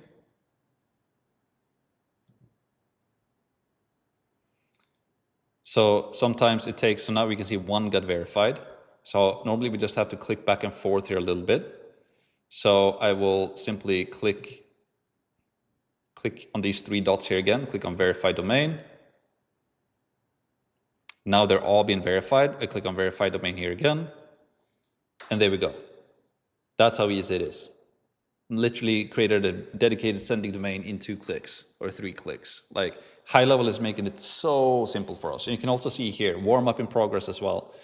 So they're also helping us to warm up the domain over time as well. Yes, which is really, really good. Then dedicated headers. This is definitely something we want to do as well. So I'm going to click on these 3 dots. And then I'm going to click on set headers. And here I want to put my name, Max Pearson, from email, max@maxpearsonmedia.com. It will look a lot better when you're sending those emails. So we're going to click on save. And now we have the dedicated headers as well, your name and your email. And then you can see here as well, we have a shared IP. And here also it says no dedicated IP found, right? So we recommend one dedicated IP address for every 150,000 emails per month. We'll automatically warm up your new dedicated IP according to best practices so you can start off with a great deliverability and add positive reputation. Dedicated IP recommendation for high-level volumes. A dedicated IP is recommended for users sending more than 150,000 emails per month. Since your email volume in the last 2 weeks is less than 50,000 and your contact list is under 10,000, you may not need one at this time. Please contact support if you still require it. So they're not even like offering you to buy a dedicated domain until you are reaching those limits. So you are now on a shared IP, which is great. You have a dedicated sending domain and you have your dedicated headers and the warm-up is in progress. Boom, High Level is making it so easy for us. It's absolutely insane. And that's basically everything we need to do. So now if I go back to SMTP services here, we can see that we have our dedicated domain. Just checking if there's anything else. Also, Postmaster tool is something we can set up. So this is pretty cool. So with Google Postmaster tools, you can optimize email performance and ensure accurate delivery to Gmail inboxes. Connect your Google account that has access to the Google Postmaster data. So here you can just click on Connect to Google Postmaster. You can log in with your Google account and click on Continue and check this box. Click on Continue and connected to Google Postmaster. Boom. And there we go. Like, we don't really need to do this. So we have that added as well. And Microsoft, we obviously don't need to add, but we've added Google Postmaster. So now we have the dedicated sending domain, we have the shared IP, and Google Postmaster. Boom. We're moving quick here. Like, all of these things, again, took me quite a lot of time to figure out. And so you're getting the best, everything you need and nothing you don't, right? Let's continue. Email deliverability. This is absolutely crucial, right? Inbox or die. So if your emails land in spam, they are invisible because people won't see them. So deliverability decides whether your emails even get seen or not. Because of this, it's extremely important we do everything we can to improve our chances of landing in the inbox, right? We need to do everything we can to increase email deliverability. And there are certain things we can do that we 100% should do, and I will show you how to do it. So let's do it. Google is making it harder than ever to hit the inbox. One mistake in your setup and you can get flagged. Like, the last thing you want to do is start spamming your email list, because then you basically get marked and your dedicated sending domain is basically broken. It won't ever work again. So, and I will show you all of the metrics that you need to look at when it comes to sending emails. But as long as you're not spamming and sending like 100 emails to people in a day, if you're sending like 1 email per day to your list, you're fine. If you're sending 2 emails per week, you're 100% fine. If you're sending 1 email per week, 3 emails per week, you're 100% fine. If you're sending automations, that's 100% fine, because people opt into your funnel. They expect an email from you and they get an email and they will open it. Like, that's fine. So, but like spamming people, buying lists and doing all of that, we 100% don't want to do. Tool. So the tool doesn't equal deliverability. This is a very important point. If you use ActiveCampaign, MailChimp, Kit, or High Level, it doesn't matter. All of them are built on Mailgun, right? The tool doesn't control email deliverability. Your dedicated sending domain and your IP reputation do. So I used to think that, okay, maybe, because I've been going through all of these softwares, right? So it's like, okay, we're using High Level. Maybe we should be using ActiveCampaign, or maybe we should be using Kit, or maybe we should be using MailChimp, because maybe they will give us better email deliverability. And then I hired this email specialist, and we had a talk, and he was like, all of these tools are built on the same thing. They're all built on Mailgun. It doesn't matter what tool you're using, it's the same thing. What matters is how you manage your list, that you're not sending spam, and also that you have a good dedicated sending domain, that you have a good IP, whether if it's shared or a dedicated one, and that you have all of these things that we're going to set up as well, with the DMARC and SPF records that I will show you how to set up here in a second. So the tool isn't the secret to good email deliverability. High Level has amazing deliverability if you do everything that I will show you how to do, right? You already have dedicated sending domain, we have a shared IP, you're warming up your email, we've set up Google Postmaster, and now we're going to set up the SPF and DKIM records and all of this as well.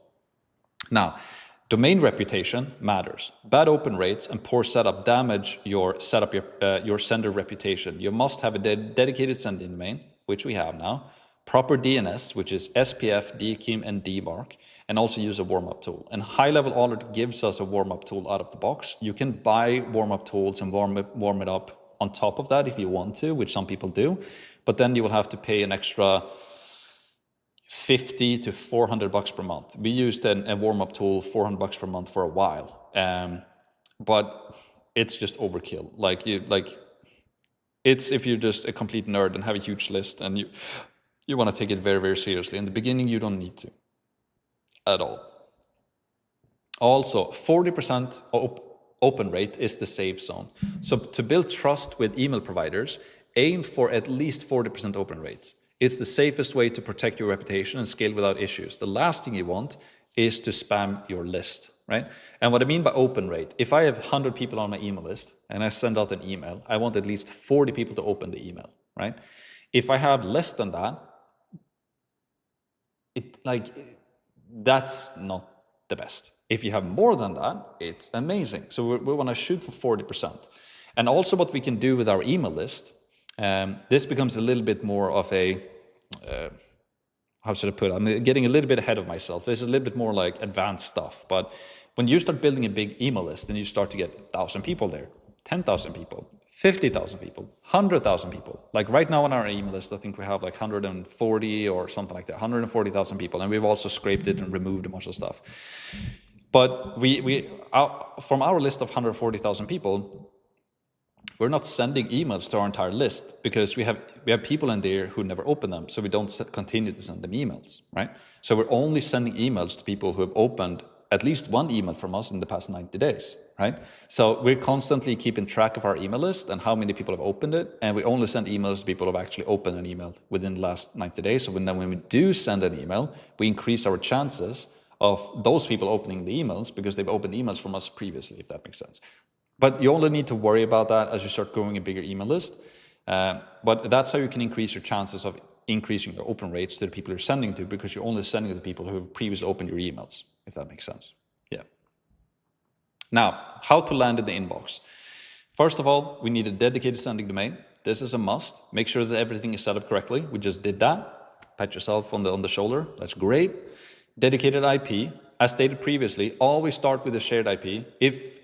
When you scale rather, you buy a dedicated IP, and High Level will notify you once you come there. They will let you know that, hey, you're sending more emails, you should probably have a dedicated IP. But to start, shared IP is it's the best thing you can do because it's already warmed up. DNS records, right? Use this guide to set up your SPM, DKIM, and DMARC. You can go to course.com/deliverability, and we will set up all of these DNS records. I will show you how to do that. Also, warm-up tools normally cost $70 to $400 per month. The good news is that it's integrated with Go High Level, so it's already set up. We don't have to set up; it's already there. If you want to use an email and a warm-up tool on top of that, there are different options you can use. You don't need that now in the beginning, especially when you're starting with a brand new account. You don't need it because as you start getting people opt into your funnel and you send out your automations, you will automatically warm up your email dedicated sending domain anyways, just naturally. So it's fine. And 40% opens, right? So this is what you should aim for to stay safe long term. And then spam trigger words. Make sure that your email stays away from common spam words that can get you flagged. And you can use a free tool to check your emails. You can go to mailmeteor.com/spam checker. And I can show you what that tools look like as well. This is not like a law or something. It's just a good tool to keep track of. Like, you don't want to use specific words like, make millions for free, or like there are certain words that are kind of spam trigger words that we want to stay away from. But now what we need to do is that we need to set up this email deliverability. So those different DNS records. You go to course.com/deliverability. I'm going to open that up and you will get a guide here, right? So first of all, you go to it says CourseOS here. That's the name of our High Level.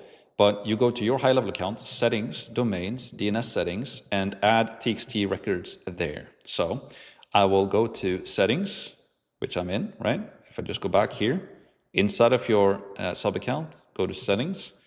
Then you go to domains and URL redirects. You go to your domain, click on manage. You click on DNS records, and this is where we're going to spend some time now. And I could actually do a split screen here. So we can close this. We can add this here. So the first thing we want to add is the SPF record. So we're going to click on add record here, and it's going to be a TXT. You can just follow along. Click on add sign here, and then the content is going to be this. I'm going to paste that right here. And then we click save.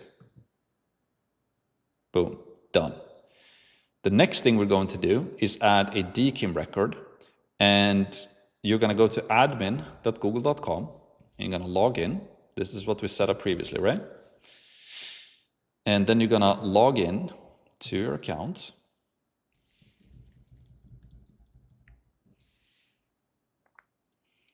And then you will go to apps, Google Workspace, Gmail, authenticate email. So we're going to click here, apps, Google Workspace, Gmail, and then go into authenticate email, which is right here. Boom. And then you will choose your domain right here. And then you will click on generate new record if one is not already there. So we click generate new record right there. And copy the TXT name. Let's see here. So we will, we'll generate this. This is fine. And then we will copy this, the TXT record. And we will go back here, right? Add new record. We will add a new TXT. And we will, name is going to be this that we copied from here, right? And then we have the, so it's normally google.domain key, which it is. And then copy the long TXT value. So that is going to be this stuff. I'm going to copy all of this, record value, and I will place it in here, content. And that is basically it. And then I'll click on save. So it's type TXT, name, and then content, right? And then once that is done, we go back here and then we click start authentication, and it can take up to 48 hours. I'm gonna click on start authentication. And that's basically it. And then we've set up our DKIM record as well. Boom. We're making fast progression here. And then we can also add the DMARC record. So the way we do this is that we click on add record. This is also going to be a TXT. And it's going to be name is going to be underscore DMARC right there. And then content is going to be this, what you have right here. And then it says replace name@yourbusiness.com with your actual email address. So here you can put in content. I'm going to change this to my email. maxpearsonmedia.com. And then I will click on save. And now we've done everything. And then it says after adding all records, you can wait up to like 48 hours for them to update. And then you can use this tool right here to just check that all of your records are actually added correctly. So you can just add your domain here. And you can just click MX lookup. And then you can see here like DMARC, it has not yet been added. So you can just check here in like 48 hours that everything has been updated correctly. That is basically it. So let's go back to instructions. We've now added all of this. Go back to your checklist here as well. So now we've done school, we've done high level, we've done domain, we've set up the email, Google Workspace, we've set dedicated sender domain, we've added DNS record, SPF and DKIM, we've activated email warm-up tool inside of high level, and we've connected Google Postmaster. Phone is optional. We've done the white label, we've done the funnel, we have done the calendar, and we've done the automations, and now we're gonna do the testing, right? Pretty exciting. So now let's continue. Now it's time to test, right? So triple check that everything is set up correctly now, like your funnel, right? The URLs for all of your funnel pages, that every single page on your funnel has SEO, that you have like your calendar is set up correctly, your form, your automations, your email deliverability. Check through your entire account again, page by page. It's very important. So literally pause the video now, just double check everything. Double check your funnel, your URLs, like URLs for the funnels correctly, your calendar, your form, your automations, email deliverability, everything is right. And now what we're going to do is that we're going to do test booking. We're going to do a test from beginning to end. And we're going to make sure that everything is working correctly, both on desktop and on mobile. Make sure the calendar event is created, automations are firing, emails and SMS are sending. Like in our case right now in the automation, we don't even have SMS in there because again, I recommend doing it manually. Test everything multiple times. So let's do this now. So what I'm going to do is I'm going to open up here. I'm going to have my Gmail. And on this side, I am going to have my other email, right? My Max Pearson Media right here. And I will also have my calendar here, which is also going to be my Max Pearson Media calendar, right? This one. And on the other side, I will go to maxpearsonmedia.com. And I will also open up another Gmail here. And in this email, I will have my other email, my maxpearson37@gmail.com. So here's what I'm going to do. First of all, I'm gonna go to my funnel here. Let's say I'm a lead now. I come here to my funnel and I'm interested. So I'm gonna put in my name, my first name. I'm gonna put in a phone number. We can just do like, you can do a Swedish phone number, doesn't matter.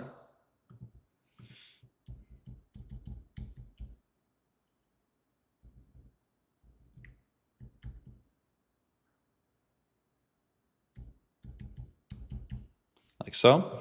And then I will use maxpearson37@gmail.com. So I will use an email here just to do a test with, right? And I can do like plus test 1. And I will click on submit. Now when I click on submit, I should get redirected to the schedule page, right? To book a call. So I'll click on submit and boom, we appreciate your feedback. Thanks for taking the time to complete this form. An error. This is not good. When we fill this out, we should get redirected to our scheduling page. So this is good. We just identified an error. Now let me show you how we fix that. So let's go back. We go to sites and we go to the operator funnel that I'm in. And we want to, or actually we should do this. We should go to Forms Builder and go to the, in my case, this was the operator or the opt-in form rather, right? So the opt-in form, we're going to go into the opt-in form. We're going to go into settings. And here you can say on submit, we got a message. We don't want that. So we're going to change this to redirect to URL. So it's going to be https://maxpearsonmedia.com/schedule is the page they should get redirected to, right? And then I click on save. Okay, good. So that was the first error. That's great. That's why we do the testing. So now I'm also going to double check that my automations is live here, by the way. Okay, cool. And now if I go into contacts, I do have, okay, here we go. So here we can see that this, I got the contact into high level, that's correct. And also if I go into my inbox, I can see I sent an email to myself. So you just get a new lead, somebody just opted in. So that is working, that's good. I am actually gonna delete this contact now and we do a test again. So I'm gonna delete this contact. Boom. And I'm also gonna delete this email so we can do it from scratch here, right? So let's test it again. Let's take it from scratch.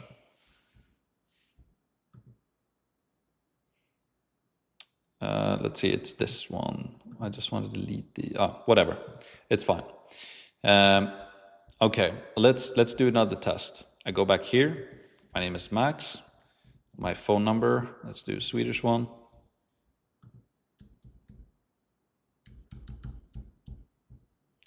And let's do Max Pearson 37 plus test 3@gmail.com. I'm going to click on submit. Now, hopefully, we get redirected to the scheduling page. Boom, redirected to the calendar. Perfect. The next thing I want to check now is, does it show the right times? So I cannot book a call for Friday, which makes sense, right? Because I can only book four hours into the future. So 1, 2, 3, 4 hours, they cannot book. So I should be able to book 9, 10, 11 a.m., which you can see here. 9, 10, 11 a.m. Great. If I do Sunday, I cannot book because it's blocked out. If I go to Monday, I should be able to book 9, 10, 11, 1, 2, 3, 4, and 6. So we have 9, 10, 11, 1, 2, 3, 4, and 6. Everything is working. Great.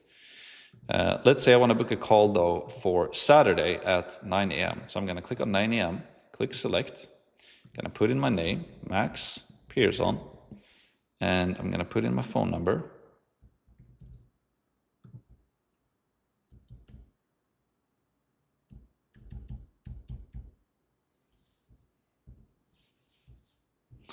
And I will put in an email. So Max Pearson 37 plus test3@gmail.com.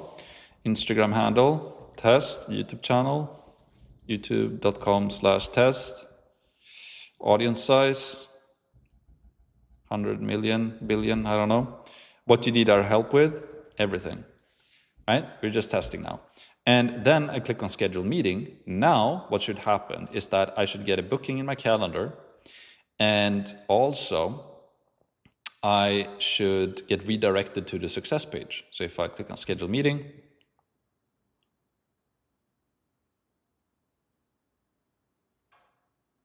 boom, it redirected to the scheduling page. Perfect. You can see here that the event got created. So here now we can see that I have the event in my calendar. Everything looks great. And also, what else? If I go into the calendar here, I can see that I just got a new lead, which is really, really good. And if I go into the individual who booked the call, we can see that he got first an appointment confirmation email. So, hi Max, your appointment has been confirmed, the link and the date and everything. And he also got an invitation from Google. So I can say, yes, I will be able to join this.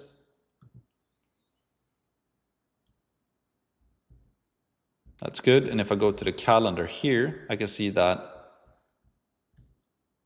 there is the invite from the person who booked the call as well. Perfect. Okay, everything is working. Then also what I want to check is inside of high level, we should have the lead now under opportunities.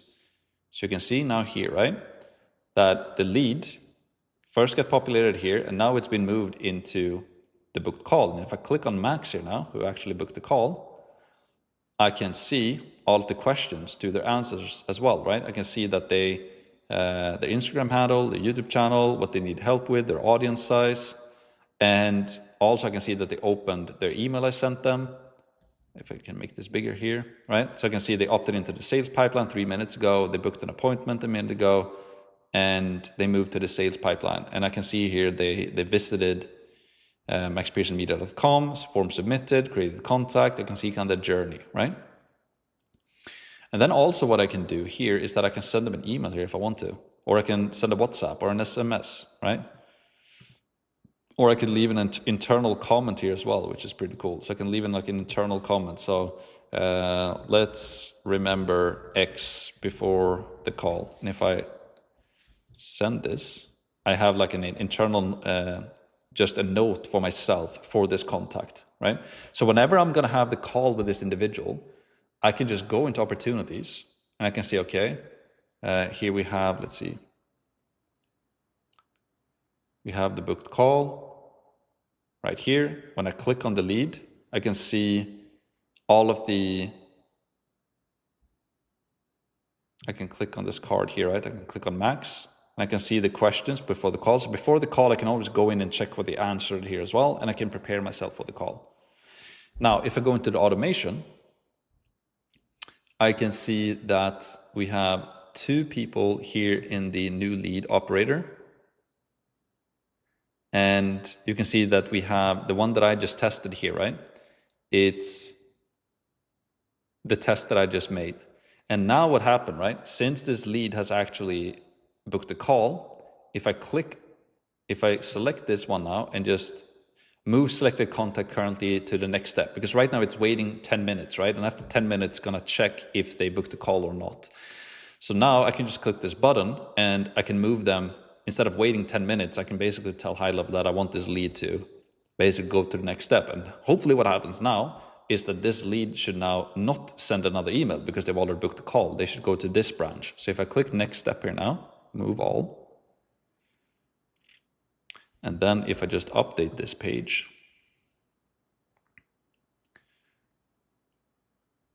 you can see that the lead is no longer in this automation because they did book a call. So everything is working correctly. That is basically it. So what you need to do is that you need to test to do this on the phone. Like if I go into my phone right now and just check out this page on my phone super quick, you can see that it looks okay on the mobile as well. So I go to maxpearsonmedia.com here, for example. I can see that everything looks as it should. I could even share this to my MacBook Pro so you can see what I'm looking at, right? So you can see here, like on the phone, everything is looking correct. So you should do a test here on your phone also, just to make sure that everything is working correctly. Like if I go to the schedule page, I can just check that everything is looking correct here as well. Looks beautiful on the phone. I can see the calendar here, great. I can go to the success page as well. Everything is looking beautiful on the phone as well. Everything is mobile optimized for you. Boom, everything is working as it should. So that is basically it. You just need to double check everything, triple check everything, make sure everything is working. I can see now under my contacts tab as well that everything is working as it should. I'm building my email list. I have my leads in here. If I want to send an email to my list, we're going to talk about this later. I can go into marketing. I can go into emails. I can create a new campaign here. I can send an email blast to my list, share my YouTube videos, share my offers, like all of that we're going to talk about now in the upcoming training. Let's just go through the workbook here now as well. Complete the full test booking on desktop. You need to do it completely on your mobile. Confirm calendar event was created. Confirm automation emails was fired correctly. Confirm SMS fired if phone numbers are set up and if you want to use that. So that is basically it. Let's check here if we have anything more. Well, congratulations. You're now officially an online education high-level ninja. I promised you in the beginning of this training that you will become a high-level ninja. And you now are, specifically for the online education industry. So that's it. Now, again, I did my testing pretty quickly. You need to test it again on the mobile. You need to go through everything in the workbook, check everything off, make sure everything is working. And once you're done with that, we can now then continue to the next step, which is the pre-sell, right? Everything we've done so far is just step number one, which is tech. And it's quite a lot to set up, but it's worth it, right? Everything you just learned, you've learned maybe in a day or so. And it literally took me a day or two, and it literally took me years to figure all of this out. So just take a breather now, or you're a killer and just go all in and just continue. If so, I respect you deeply. Or maybe just take a break, take a walk, or if it's late, go to bed, wake up in the morning fresh, and then we can continue. Because now we're gonna go through the pre-sale offer, and then the traffic and the promotion, sales course, and then the operator as well. So I'll see you in the next step. Let's go. First of all, big congratulations on completing the entire tech setup. Now, before we dive into the pre-sale part of the training, I just wanted to mention, again, you know the drill. Like if you're somebody who want to become a course creator or an operator, you want to get there faster and easier with more help and support, you can go and book a 100% free course advisory call with my team, and we can show you how we can help you some more. Now, we've literally helped thousands of people by now to start, want to grow online education businesses as creators or as operators.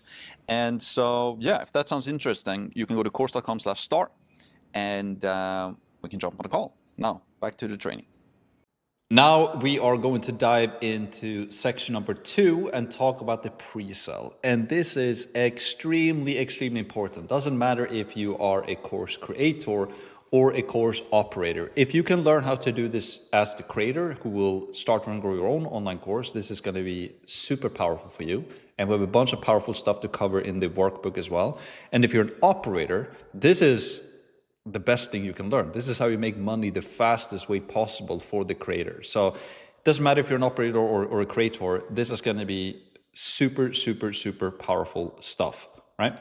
And just to reiterate again here as well, right? It's extremely, extremely important that you go through the workbook. We're going to have a lot of very powerful things to go through in the workbook as we go through this part of the training now. So first, I'm going to walk you through the overall view of why we do pre-selling and how it works. And then I will walk you through the different action items we have in the workbook as well. So first of all, why do we even pre-sell? What is this thing? And why is it so powerful? Well, here's the thing. You don't want to build your course first. Most people spend months building a course their market actually doesn't want. And then they launch and there's silence, nothing happens. So pre-selling eliminates that risk entirely, right? And that's why we have, once you've set up the tech, we want to go to start pre-selling and creating our pre-sale offer immediately. I'm going to help you to refine your niche. We're going to do competitor research, and we want to use something called the Apple strategy to just copy something what works. This is the most powerful thing you can do. I just had a customer a couple of days ago on our Q&A calls, and he's been joining our Q&A calls every single week. And he's been having a tough time. And on every single call, it's been about, my messaging, I'm going to change the messaging slightly, I'm going to change the offer slightly. And we've been going back and forth with this thing when it comes to what exactly we want to show you now. And he joined the call this Monday, and he was like, I finally had my breakthrough. I made over $17,000 this week, and I'm shooting for 50K this month. And it just clicked. And the only thing that changed was that we started to copy what works already. We listened to what the market wanted, and we tweaked it, and made 17K in a week, and he's going to shoot for 50K this month, and who knows, he can go to 100K, even more than that. So this is so powerful, right? Validate before you build. So we want to sell the course to 5, 10, or 15, or maybe even 20 people first. If people buy, then you build, right? If they don't, you haven't wasted a bunch of time on building something that the market doesn't want. And also when you do this pre-sale offer the right way, obviously the people who buy the course will know that it's not built yet. And because of that, they will get a great deal for it. And I will show you exactly how to do that as well. This is gold right here. This is how you make money. And you're absolutely gonna love this stuff. So marketing comes first, right? You set up your funnel and start promoting before the product even exists. The market tells you whether to build it or not, right? And this is exactly what we want to do. Like same thing in the software world. They talk about creating a minimum viable product first. You create the minimum product first, and you start to sell it, and then you get feedback, and then you start building it. The thing though, when we're building digital products, is that we can sell the information even before it's built, and you will tell the people to buy it again that it's not built yet, but it will be done in 2 or 3 weeks from now, and then you start selling it, and when they buy it, they get a great deal for it, the discount, and then you build it, and now you know that there's people who are actually waiting for it, and they paid money for it. You've validated that you have something to sell. So proof over assumption, right? One sale is worth more than 6 months of building. Real buyers are the only validation that matters. It doesn't matter what you think or what you hope is going to work or even what you know is going to work. We want to make sure that people are actually willing to pay money for it, right? That's the thing that matters. So here's how pre-selling works. You sell the vision, not the product, right?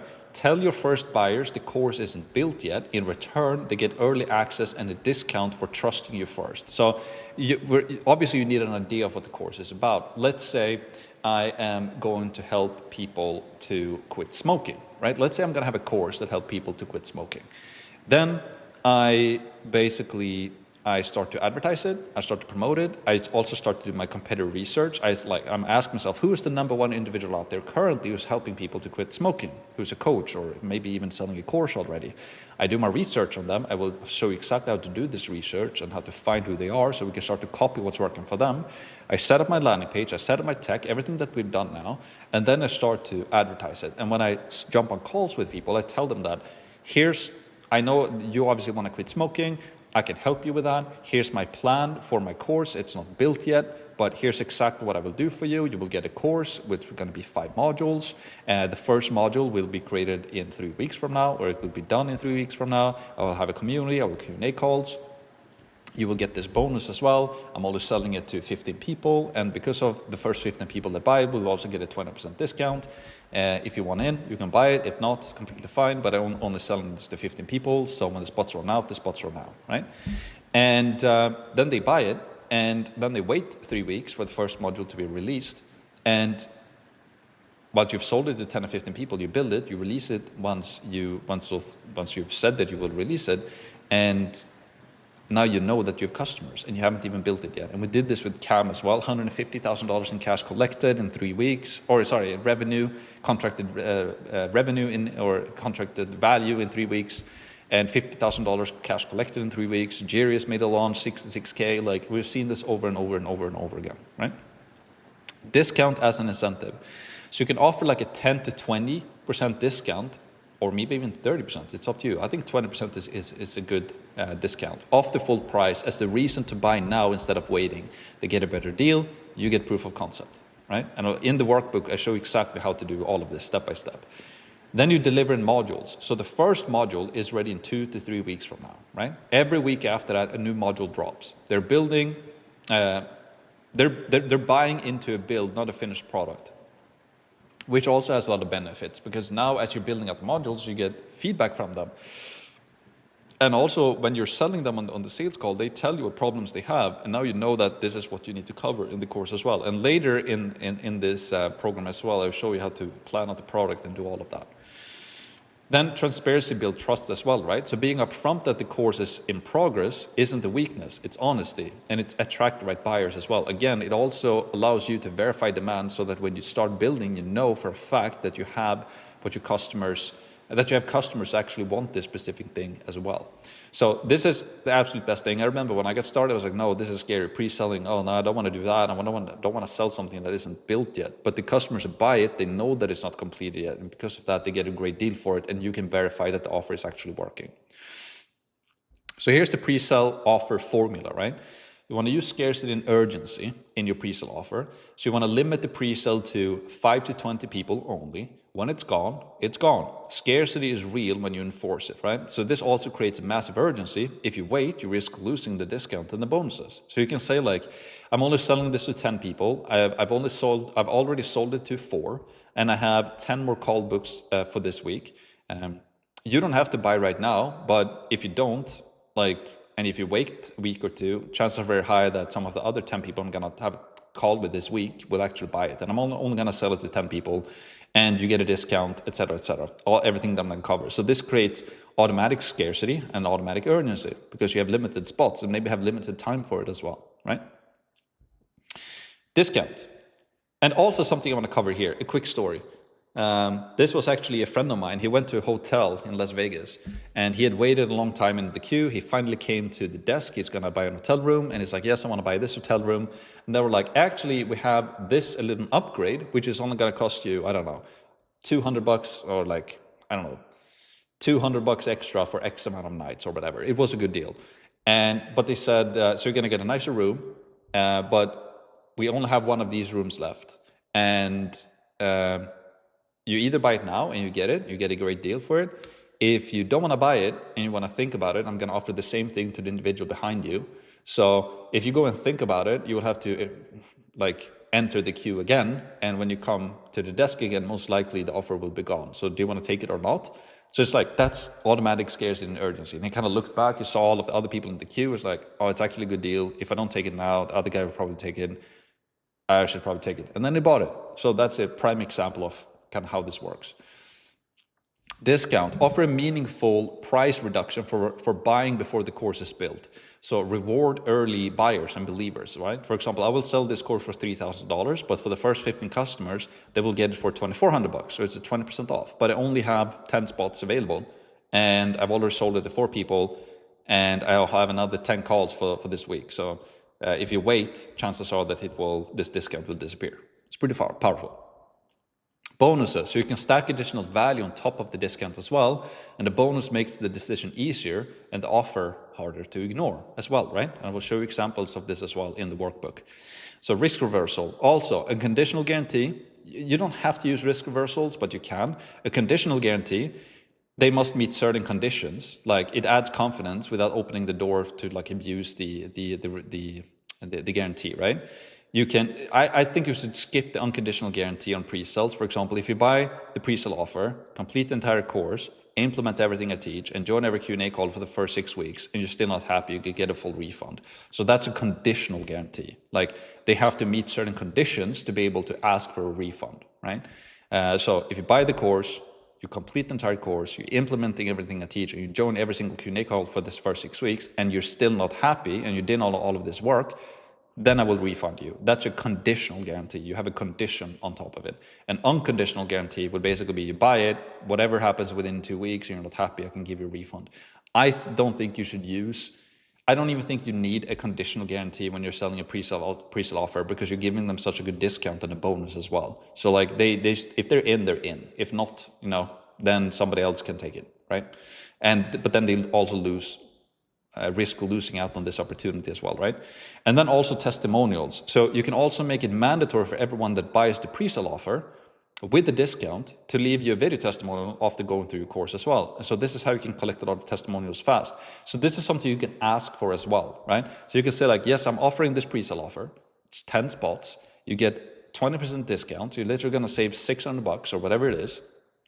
And you're going to get a bonus, which could be like a one-on-one or 2 one-on-one calls with you. And you could price that at whatever price that is, which is very valuable, which a lot of people want. But in return for that, I want you to leave a testimonial from me once you've completed the course and done the one-on-one calls. And I'm not like, you're not like, all I'm asking for is an honest testimonial. If you absolutely despise it, say that in the video, right? Like you can have that as an agreement as well, that if you buy this, I want the testimonial. So this is how you can collect like your first 10 testimonials pretty dang quickly as well.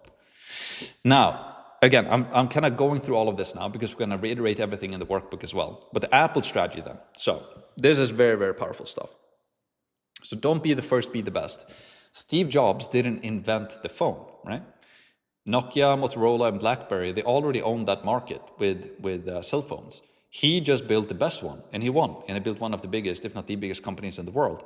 And Tim Cook recently said this in an interview with MKBHD, if you know who that is on YouTube. He said that at Apple, we don't care about being the first, we only care about being the best. And what he means by that is that Steve Jobs, right? He saw a bunch of people out there, a bunch of people in the world buying phones, right? And they were buying Nokia, Motorola, BlackBerry. They were buying all of these phones. So it was like, human beings with money buying phones, massive market, a lot of money going through there, back in like a lot of money in that space, right? So he thought, okay, I don't care about being the first. I don't care that I didn't build the first phone. I don't care. Like, I don't care about being the first. I only care about being the best, because now I know that there are already people out there buying phones, right? And people already always want to get the best phone for the money. So when he launched the iPhone, he knew that he already had customers because they were already buying his competitors' phones. So when he launched the iPhone, he launched a better phone, and then people started buying that. So he verified the demand in the marketplace before he even went into business, which is the biggest mistake most of us entrepreneurs do when we start out. We don't do any market research, and we don't know that there's a market for it. Like we don't know that there's actually buyers buying this from somebody else already. And then when we launch something, nobody's buying it. And normally it's not because the product is bad, it's because nobody wants it. Like nobody is like looking for a solution for that. Or also a lot of the time you have a product that people want, but you don't know how to market it, or like how to tell the market that you have what they want. And the easiest way to solve that is just to look at what your competitors are doing. And I will show you exactly how to do that research in this video, or now in this training. So the market already exists. If people are buying from your competitors, the demand is already proving. They're already buying from a competitor. That is great. You don't need to create a market. You need to enter one that's already working. This is huge. When I got started in business, I was afraid of competitors. I was like, I don't want a single competitor. I want to be unique. I want to be the only one who sells this, because then everybody will buy from me. But that's the wrong mindset, because if nobody else is selling anything, then there's no buyers. There's very rarely you find something that's a marketplace like, hey, I really want this thing, and there's nobody selling it. Like normally when that's the case, it means that there are no buyers for it. There's no people actually looking for a solution for that thing. So competitors who are out there already having successful businesses selling to your marketplace, that's great, because now we know how to enter the marketplace, and then we can try to make it better. And not always do you have to have the best product. A lot of the time in the info space, like people buy from people. So let's say a great example, like in the sales training space, right? There's a lot of people out there who are teaching people how to become sales reps and setters and closers. And there's a lot of guys, mainly been a male-dominated industry, where there's guys teaching guys how to get into sales, right? And people are making a lot of money in it. Then this girl came around, like 22 years old, 23, I don't know how old she is, Shelby Sapp, and she created sales training in this marketplace, but she's a girl or a woman, and she only started teaching other women how to get into sales, right? So she took the exact same thing that was already working from guys to guys, but she's a girl and started teaching girls how to do it, and she built a business generating $4 to $5 million per month, which is insane, right? So she did this exact same thing. She was like, okay, People are buying sales training. People want to get into sales. Sales is a great opportunity. It's only guys selling to guys. What if I did it girls selling to girls, women selling to women? And she absolutely crushed it. So find what's selling. Look at what courses, programs, and products are already generating revenue in your niche. That's your proof that people are willing to pay. Use Claude and AI to do this research. It's very easy and powerful. And I'll show you exactly how to do this. And if you're an operator, this is the best thing you can do. If you're partnering with a guy or a girl in the real estate investing space, just find the best individual in that space already crushing it and copy what they're doing and try to make it better. That's literally it. And also my point with that Shelby story is that people buy from people. Like even if you have maybe even as much knowledge, or your product might be even not as good as theirs, I will show you how to build world-class products. But my point is maybe you're not as like of an authority figure as your competitor are, but there are a bunch of people who will connect with you. Maybe the biggest authority in that space is a 50-year-old guy, and you're a 30-year-old guy, so you will connect with other 30-year-old guys. Or if you're a 40-year-old woman, you will attract more women among your age who are more who connect more with you and your story, right? So you are also a big leverage point in this. Like you will have a bunch of people in the world who will connect with you who doesn't connect with your biggest competitor, right? Compete on quality. So your job isn't to be the first person teaching your topic. Your job is to be the best option available when your ideal student, that your ideal student is looking for. Another example, there was a guy in an industry building a business making millions of dollars per month, and he was teaching a specific skill. And then one of his students was a Muslim, and he did the exact same thing, but he did it for the Muslim market, right? And he crushed it. And then there was another one of his students who was an African-American woman, and she did the same thing as well. And then she started crushing it as well, because the Muslim guy got a bunch of Muslims buying his program, and the African-American woman got a lot of African-Americans buying her thing. So like we always buy from people that we connect with. So you don't necessarily always have to have your product doesn't necessarily have to be better. Like people will connect with you on other things as well, like who you are, your story, where you're from, all of that stuff, right? So yeah, I just wanted to make, that's an important point. So also improve your niche and offer with the Apple strategy. Again, I'm just rushing through this now because we're going to go through it in detail in the actual workbook. So look at your competitors first, right? Search for existing courses and programs in the space you're considering. If nothing exists, that's a red flag. Not an opportunity, right? Again, use Claude for this, covered in the workbook, right? And if you're an operator, you're going to do this for the creator. If you're a creator, you're going to do this for yourself. It's super powerful. Like I did this for one of our, like I worked a little bit one-on-one with one of our new customers who joined our mastermind. And he came in with an idea. We did this exercise, we tweaked it, and he just closed the customers for 30K, his first one sale for 30K, and now he's going to continue to sell it and make a lot more money from it as well. And it wouldn't have happened unless we did this. Identify the gap. What are people complaining about in the reviews of existing products? The gap is your positioning. Go over everything they do: YouTube videos, Instagram Reels, ads, landing pages, sales videos, emails, ads. You can even book a call with their sales team. They give you everything on a silver platter. Like when we find this competitor who's doing something, they're doing something similar to what we want to do, we can go through the YouTube videos, we can find their landing pages, we can check out their Instagram Reels, we can check out their ads, their sales videos, we can opt into their email list, we can get their emails. Ads, I mentioned that twice.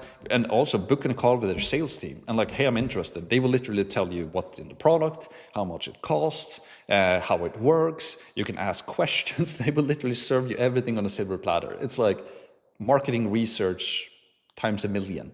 Like they give you how they run their business on the silver platter, and you can take that. Like if you find a competitor making $5 million per year and they tell you exactly how they do it, and you want to do the same thing, then you just start to advertise it and market it exactly like they do it. Obviously you buy your own unique product, and you're going to be unique anyways because you're a completely different individual, right? This is how you do it. This is how the biggest companies in the world are doing it. That's why I call it the Apple strategy. Enter with a better offer, right? Same market, better product, stronger promise. That's the entire strategy, right? You want to find a group of people who are already buying from somebody else. I listened to a podcast from this guy who's running a 9-figure e-commerce business with his wife.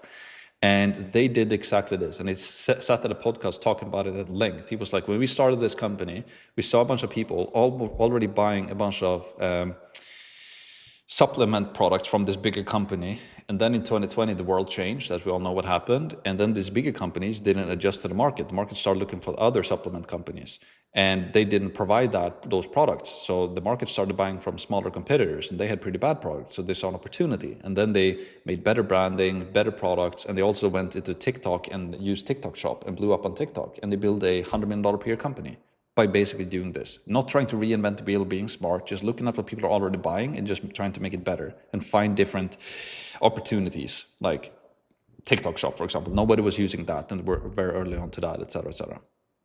Validate with demand, right? So if your competitors have buyers, you have a market, right? Now build something better than what they're selling. All right, so now that's it. We're not going to go into traffic just yet. So now what we're going to do is that we're going to go into the actual workbook. So now we're at the pre-launch, right? So first of all, section 1, the Apple strategy exercise. Step 1, find your top competitors using Claude. Claude, hopefully you know what Claude is. It's like, you probably know what ChatGPT is. Claude is just better. It's 100 times better than ChatGPT. So use Claude. You can go to claude.com to download it. Very simple. Just go to claude.com, you can sign in, you can use it, download it to your computer, and now you have the best AI out there. And what you want to do is, first of all, copy the prompt below, replace the bracket section with your niche, and paste it into Claude, right? It doesn't matter if you're a creator or an operator now. I'm going to take this prompt, I'm going to go into Claude, I'm going to paste it here. So I'm building an online course coaching program or education business in the following niche, right? And then we're telling it to I want you to find me the top 3 coaches, consultants, or course creators in this space. For each person, please find their full name and brand name, an estimated of how much money they're making per year, course revenue, program revenue, or business revenue, the website URL, YouTube channel, Instagram page, any other relevant social channels they are active on, what their main offer or program is called, and what it costs if available. Please give me as much detail as possible on each person. I want to understand who the dominant players are in the market, how they are positioned, and how they are making money. Another tip that I can give you as well is a tool called Whisperflow. This is what I use a lot. So you can find this by just Googling, let's see here, Whisperflow, right? So this voice dictation, it's really, really good. So normally what I like to do, right, I'm giving you all of the prompts, and then what I can do here, so you can see I'm using Whisperflow all the time to create my notes and plan this product and everything, right? So here's like, describe your niche here. For example, fitness or business moms, dating, advice for men, guitar lesson, like it can be anything. So I'm going to give you a real life example here and see if I get the same response as I got when I did this research. So just listen in. So I just started working with this coach who is an author, and I am going to help him to launch a course. And because of that, I want to find the #1 course seller or coach out there on the internet right now who's in the book space, who is helping people with books, whether if it's authors to sell more of their books, or if it's helping entrepreneurs to create a book and launch a book. I want to find the #1 coach, consultant, or course seller in the book space, and I want to figure out all, like, how much money he's making, what his offer is, what his website is, all of that stuff, as much information as you can find, and everything I've written down below as well. I want to find about the #1 coach or consultant or course seller helping people with books online. All right. So now I just end the Whisperflow. I have everything that I just spoke in here. I will click on enter, and then Claude will do its magic. It will go out there, it will search the web, and it will look for top book coaches, all of this stuff, doing its magic. And we will see what it finds, right? And the story behind this was that John, that I started working with, he thought when he came in that he wanted to create an offer of helping authors to already sell, like help authors to sell more of their books. And I was like, I wonder who is like the #1 player in this space.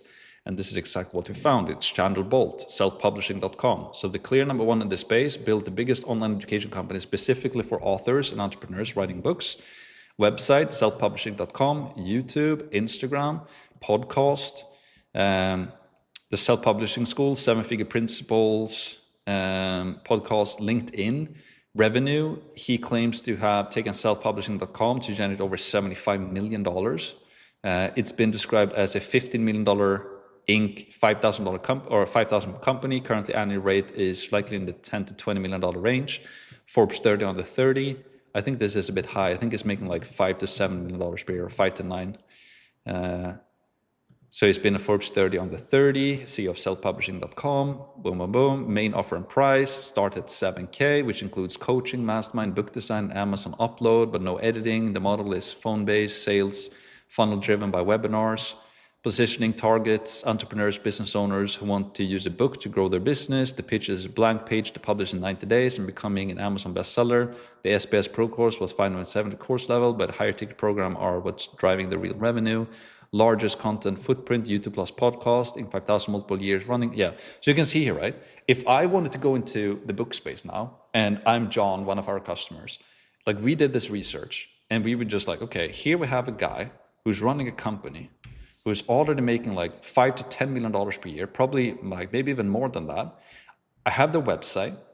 I can see exactly what they are selling, how it works. I can even go and find, what did we more get here? We got his YouTube channel. I think they have the actual self-publishing is their like main YouTube channel. So here you can see his YouTube channel, 23,000 subscribers. I also know that like if I click on this, I will find his landing page. Can see his sales page. I can see how he's selling it. I can even book a call with the sales team. I can do my competitor research from that. Also, if I search for self-publishing, I think they have a self-publishing YouTube channel as well.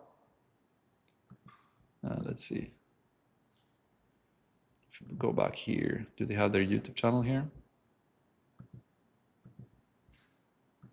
Yeah, here it is. So here, 100,000 subscribers. I can see like all of his videos. I can do popular. I can see like his most popular videos. We can start to copy his videos and make them better. I can go to his Instagram. He has 42,000 followers here. I can see his best reels. All right. I can go to Meta Ads Library, and I can see if I can find what ads they're running, which I know that they're doing because I've done this research already. Self-publishing, I think. Let's see what Facebook page they have. Selfpublishing.com. I think this is where they run it from. Here you go. Here's their Facebook page. I can see their ads they're running, right? I can like go through all of their ads. I can look through their ads. I can see what ads are working the best for them. I can click on all of their ads. I can see their landing pages. Boom, here's one landing page. Here's everything. I can see how they're selling it. Here's another landing page with the VSL. I can see how they're selling that. Here's not that one again, that one again. You get the point, right? Like, what else did we get? Like, this is how I do the research. Like, I was like, okay, I want to create a company in the book space. I asked Claude, I found the number one guy, and I can do all of the research here. And I just have to highlight this. Hopefully you understand how powerful this is. I can read exactly how they're angling their ads, right? I can read this. I can see exactly how they're selling it to their marketplace. And I know that they've made over $50 million already, and they're making like probably $5 to $10 million per year as is right now. They're an Inc. 5,000 company. I can see all of their content. Like, this is insane. This is what most people don't do. This is the most powerful thing you can do for your competitor research. They're giving you their business in a box. It doesn't matter what industry you're in. And I even got like competitor number 2, Scribe Media. It's a course company. It's a publishing service company. So like a lot of the time you don't need to find like, if you can find 3 competitors, great. But like I'm mostly interested in like the number one. Right? So if you just go through the workbook here, right? So hopefully you see how powerful this is. Instead of you trying to figure out what to sell, I don't have to figure out anything now. I know exactly what content to make. I know exactly what ads to run. I know exactly how to do my VSL video. I know exactly what to write on my sales page. I can book a call with their sales team. I can know exactly how they're pricing it, how their offer is, how they're structuring their offer. Like I can know everything. And I can do this in a week, I can have my full business plan completely done. And it's based on a company who's already crushing it. And they already have customers already buying stuff. And I can just copy their messaging, what they're doing, and try to make it better. Right? If I'm copying a $10 million per year company and I only get 10% right, I'm making $1 million per year to start with. Like, yes, powerful. Let's continue. Do this step, right? That's section 1. Step 2, research each competitor. Once Claude gives you the top 3, go through each one and complete the following research manually. You're looking for everything they have already proven to work, right? So you don't have to figure it out yourself. Visit their website and study how it's structured. Find their funnel. I just did that. In a couple of minutes, I found it, right? Is there a free lead magnet, a webinar, a VSL, a direct booking page? Find their sales page and watch their VSL. If they have one, what do they say? What pain points do they call out? What transformation do they promise? Go to the YouTube channel. What content is performing the best? What topics keep coming up? Go to their Instagram. What posts get the most engagement? What does the content strategy look like? Search for reviews, the program. What do students love? What do they complain about? Try book and call with their sales team if possible. What questions do they ask on the intake form? Like, how does the call flow? How much do they charge? What's the offer? Go to the Facebook ads library, right, that I just showed you, and search the name or brand. Are they running ads? What do the ads say? What are the hooks? Like, I'm so excited about this stuff because this will make a lot of people a lot of money, and I'm giving away this for free. Do this first, then you do this, check off all the boxes as you're doing it, and if you're doing that, I'm pretty speechless. Like, then you're pretty much good to go, right? All right, let's continue. Step 3, fill in your research. Complete this for each of your top 3 competitors. Their name, their website, YouTube channel, Instagram page, sales page URL. Are they running Facebook ads? Yes or no? Facebook ads library URL, name their name, offer a program, price for their offer, estimated annual revenue, what transformation do they promise, what do they say on the sales page, what are students saying in reviews, what do they love, what do they complain about? Like, do as much research as you humanly possibly can, right? You can even ask Claude, like, where do I find the reviews? Like, me and Dylan, who we're running course, we have this joke. We're like, if he's doing something, I was like, are you typing manually? He was like, what do you mean? Like, why are you typing? Like, you can speak into AI and the AI does it for you. You can do the research. You can do all of these things with like it's insane how much research you can make. It's absolutely nuts. And I've kind of outlined here 3 competitors for you that you can use. You only really, all it takes is one really good competitor. But if you can find 2, great. If you can find 3, amazing. But you only really need like one really good competitor to do the research on. You have to do this research. Not only is it fun, it's the base of everything else that we're going to do. All right? Copy what works. All right? Copy what works. Paste that in your head. Copy what works. All right? Apple strategy. We're not trying to be first. We're only trying to be the best. Because everything we're going to do on traffic coming up, everything we're going to do on promotions, everything we're going to do with ads, everything is built upon this. Just copy what works, right? Section 2, refine your niche. You've done your competitor research. Now it's time to get clear on exactly who you help, what you help them with, and how you talk about it, right? Use what you learned from your Apple strategy to inform your answers here, right? Who is your target market? Who's the specific person you're helping? Be as specific as possible. For example, entrepreneurs who want to launch a first online course, moms who want to lose weight, men over 40 want to get back in shape, first-time real estate, like whatever it is, right? What problem do they have, right? What is the core problem your target market is struggling with right now? I could go through this competitor now. I could scrape all of their information on the internet, their top videos, their sales pages, what they say in the VSLs. I could take all of that. I could give that to Claude, and Claude could answer this for me. Okay? Do you see? Right? You just need to learn how to use AI to do this research for you, right? So what problem do they have? What's the biggest pain point? What is their current situation? What is their desired situation? All of this, you're not going to figure out yourself. You're not just going to ask AI to tell this for you. You're going to base it on top of the competitors already proven that they can sell stuff to this target market. So we're taking it a step further. Most people just go to AI. Hey, I'm trying to sell to this group of market. What should I say? And then there's AI give you something random. You're like, oh, that sounds good. And then you do that and then it doesn't work. Now what we do is that we use AI, found the number one competitor. We take the competitor, what they're doing, we feed that into AI. We ask AI to then answer those questions for us. And then we build our business plan based on this. Okay.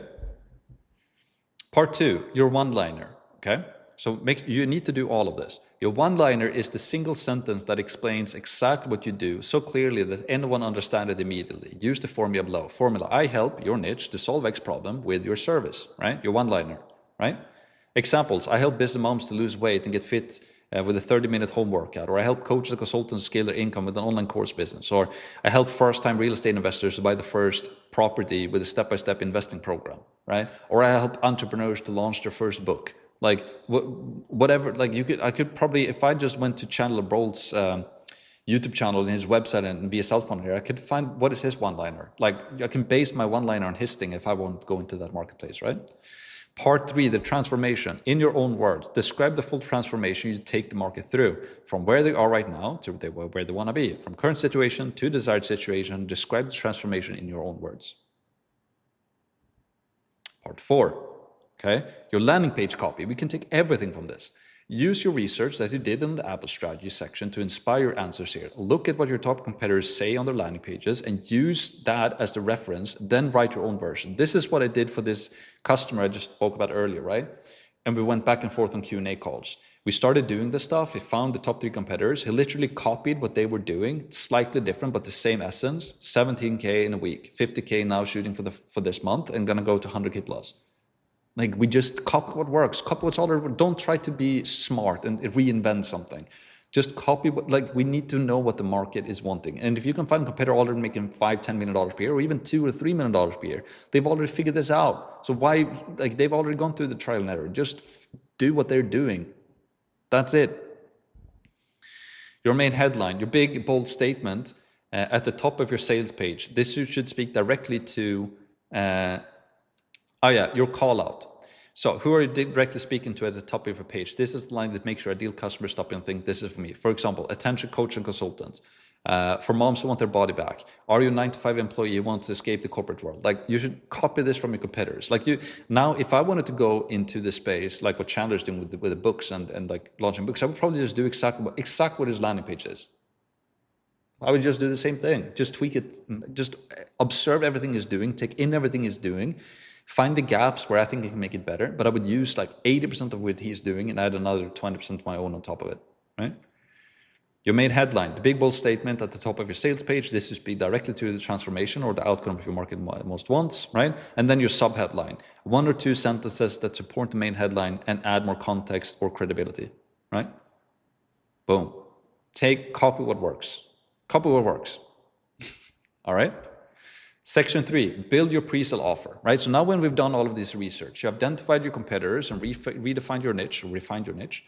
Now it's time to build an actual offer you're going to sell before your course exists. Fill out every section below. At the end, you'll use a Claude prompt to turn all of this into a 1-page document you can send to prospects.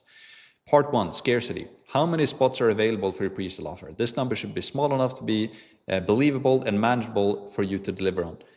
Number of pre-sale spots available, just decide it's going to be 5, 10, 15, or 20. Write it down.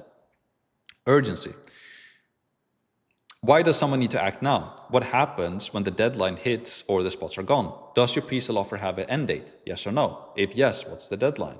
Does your offer close when all spots are filled? Yes or no? Describe your urgency in 1 sentence. For example, this pre-sale offer closes in 30 days or when all 10 spots are filled, whichever comes first, right? Part 3, pricing and discount. So what will be the full price when you actually launch this? When you actually launch this, what's the full price and what's the pre-sale price? What discount are you offering for buying before the course is built? Full launch price of the program. What is that? Pre-sale discount percentage, pre-sale price, saving per buy. For example, full launch price, 3K, 20% pre-sale discount, pre-sale price, 24K, saving $600. Part 4, bonuses. What extra value do pre-sale buyers get when that regular buyers won't get in the future, right? Bonuses reward early buyers and make the offer harder to say no to. Bonus 1, name the bonus, description, value. For example, one-on-one onboarding call with you, $500 value. Bonus 2, name a bonus, description, value. Bonus 3, optional, name a bonus, description, value, right? If you could give them like 2 one-on-one calls with you and you price each call of like $500, right? It's a pretty good bonus. You can say like, I'm not going to do one-on-one calls. When I launch this, I'm only going to do it for the first 10 people that join, and I value each call at $500 an hour each. And so you're getting $1,000 worth of value for that. Or maybe your time is worth even more, right? So this is how you can create a super cool bonus as well. Not only do they get a discount, but they also get a bonus for it, right? Part 5, risk reversal. A guarantee reduces risk for a buyer. This is optional for a pre-sale offer, but if you choose to use one, be very clear on the terms, right? Will your offer use a guarantee? Yes or no? If yes, what type? Will it be conditional or unconditional? Note, an unconditional guarantee is not recommended for a pre-sale offer. A conditional guarantee is safer choice if you choose to offer one, right? If conditional, what are the terms, right? To qualify a refund, the buyer must complete the full course, implement the material taught, attend a minimum of X Q&A calls or coaching calls, other condition, right? What does the refund cover? Full refund, partial refund, refund window, how many days? Is it 1 week? Is it 2 weeks? What is it? Part 6, testimonials. Pre-sale buyers are getting a significant discount in exchange for being first. Asking for testimonial is completely reasonable and highly recommended. Will you require testimonial from every pre-sale buyer? Yes or no? After the first module is completed, halfway through the program, at the end of the program, or other, right? And what type of format will you ask for? Written, video, or either? Like, I highly recommend a video testimonial. It's a way better. And you can do a video testimonial, just jump on a call with them, do an interview, or just have them record something like super organically on their phone. It's also super powerful. Part 7, delivery timeline. Be clear on when buyers will receive their content. Transparency about the timeline is what makes a pre-sale feel trustworthy rather than risky. So how many weeks after the pre-sale closes will the first module be ready? How many weeks? Will it be 1, 2, or 3 weeks, or maybe even 4 weeks?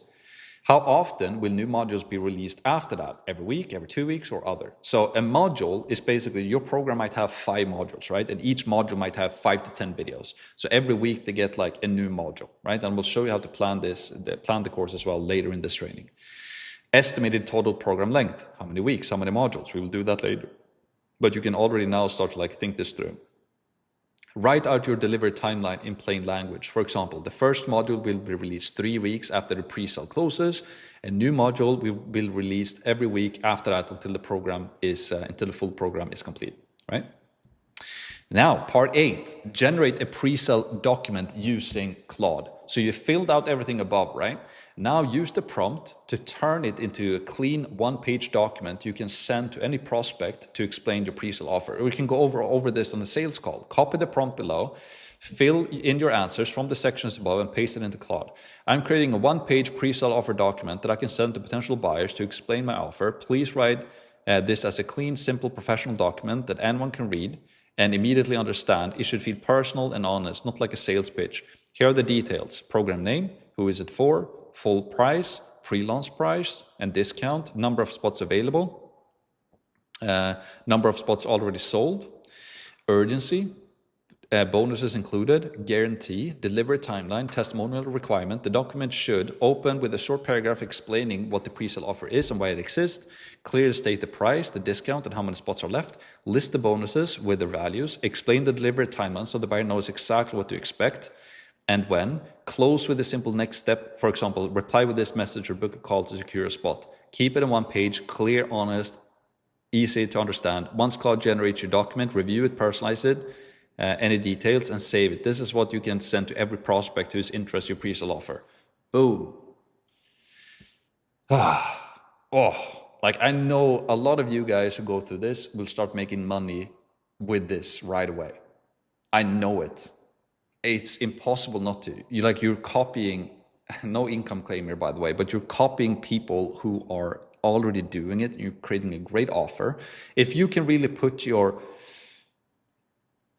like take this seriously and actually do this. And you do it with AI. There's never been easier to do this stuff. Imagine doing this without AI. Imagine going out and looking and finding and doing the research and doing all of this stuff. Using Claude together with Whisperflow and doing all of this research and using this whole workbook I'm giving you to you for free, plus this video training, is absolutely nuts. So that's it. That's it. You know what to do. You just copy this. You fill out everything you've already filled out here. And now you have your pre-sale offer ready to go on a one document for you. Boom, you're welcome. It's crazy powerful.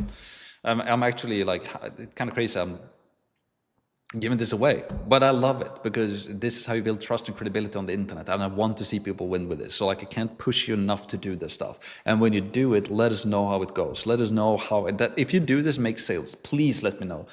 Comment on a YouTube video, send me an email, like whatever you can do to try, send me a DM on Instagram, whatever you can do, please let me know. When you do this and it works, please let me know. Please, I want to know it, all right? So that's it. We're now at the traffic stage and we're gonna do that next. So just to reiterate here now, if you open this up, the next thing we're going to do, we've done the tech, we've done the pre-sale, now we're going to talk about traffic and everything we're going to do now, the traffic, promotion, sales, course, operator, you already know it. It's all built upon the work we've just done in the pre-sale. And hopefully you see how powerful this section was. Like everything is basically served on your silver platter now. Now we can just copy the traffic, we can copy the promotion, we can learn the sales, we know what to build in the course, and also the operator training at the end is going to be absolutely epic as well. So now I'll see you in the next section about promotion. So awesome work completing the pre-sale part of the training. Now we're going to talk about traffic, because traffic is literally the most important thing when it comes to running an online education business. Now, if you're somebody who wants to start running, grow an online education business as a creator or as an operator, and you want to get there faster and easier with more help and support from me and my team, then you can book a free advisory call. And again, we've literally helped thousands of people by now to get into this industry, and we have a ton of results and a ton of testimonials that you've already seen. So if you're interested in this call, where we can help you more about traffic and everything else, you can go to course.com/start and book a call. Hope to see you there. Back to the training. Now let's dive into traffic. So, as always, make sure that you follow along in the workbook. We have some really cool things now to complete when it comes to the traffic part of the training. So, where attention lives right now on the internet, right? So, 7 hours per day. The average American right now spends 7 hours per day looking at screens, which is absolutely nuts. And attention has moved away from TV, radio, and onto phones, social media, and YouTube. So again, it's super important that we're aware of the creator economy, how big it is, and how it's growing, that we talked about in the beginning of this training. And now when we're going to talk about traffic, this is where all the attention goes. Everybody's like glued to their phones all day, every day. 7 hours per day on average looking at screens. It's absolutely nuts. So organic is where trust is built as well, right? Nobody goes on Instagram or YouTube to watch ads. It doesn't happen. They go for content, organic content. And organic content is the most powerful way to build trust and credibility with an audience before you ever ask them to buy anything, right? Like, a lot of people like ads, and ads are great. They work 100%. But I like to think about it like this, like from my own experience, like when do I ever go and learn something from an ad? Doesn't happen. Every single time an ad pops up, I always want to scroll past it.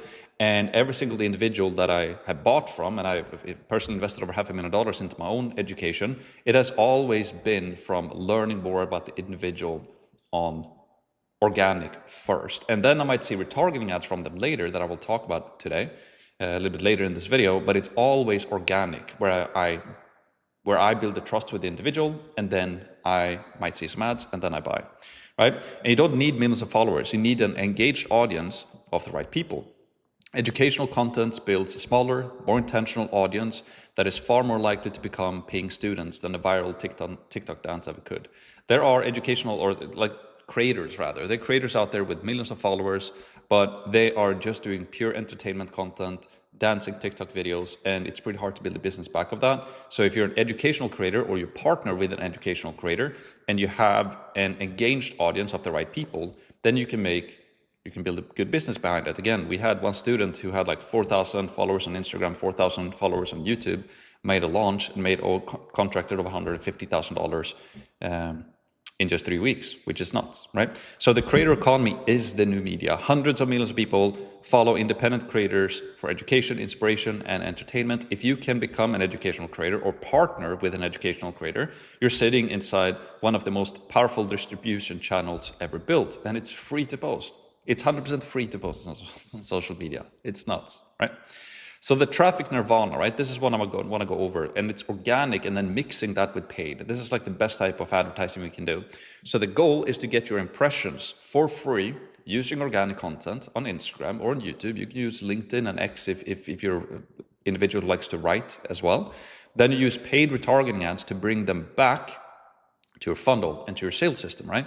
And this combination is what we call the traffic nirvana. It's the most powerful type of advertising we can do. We post on social media, we get organic impressions, people start to see organic content from us, they like our content, they comment, we can use many chat automations on Instagram, we can post YouTube videos, we build up an audience, and then we show ads to the people who've already seen us with our organic content. Right? It's a completely different dynamic. If you just see an ad from somebody, you have no idea who it is. It's a cold ad, as we call it.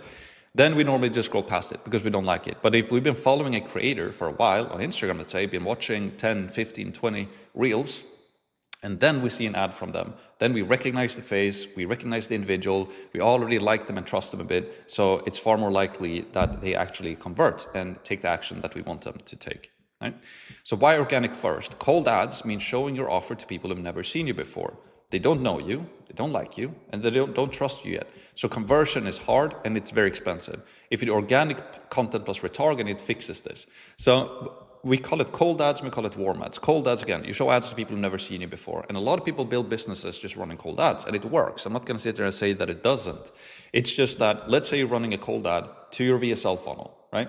And you might hit a pain point, you might have something that they want, they're interested, they go and book a call, and then they jump on a call, and they are just interested in the solution, but they've no trust in you yet. And it's extremely hard to close someone or get somebody to buy from you if you have no trust built beforehand. So trust is really the thing that we want to optimize for. If we can build trust first in mass and build a lot of trust with a lot of people, then it also becomes a lot easier to sell. And that's why using organic to build that trust and reach millions, and it's free to post, you don't have to spend a single dollar for it, and then use retargeting to bring them to where we want to bring them to, it's a super, super powerful combination. So why retargeting works. So retargeting ads only show to people who've already seen your organic content.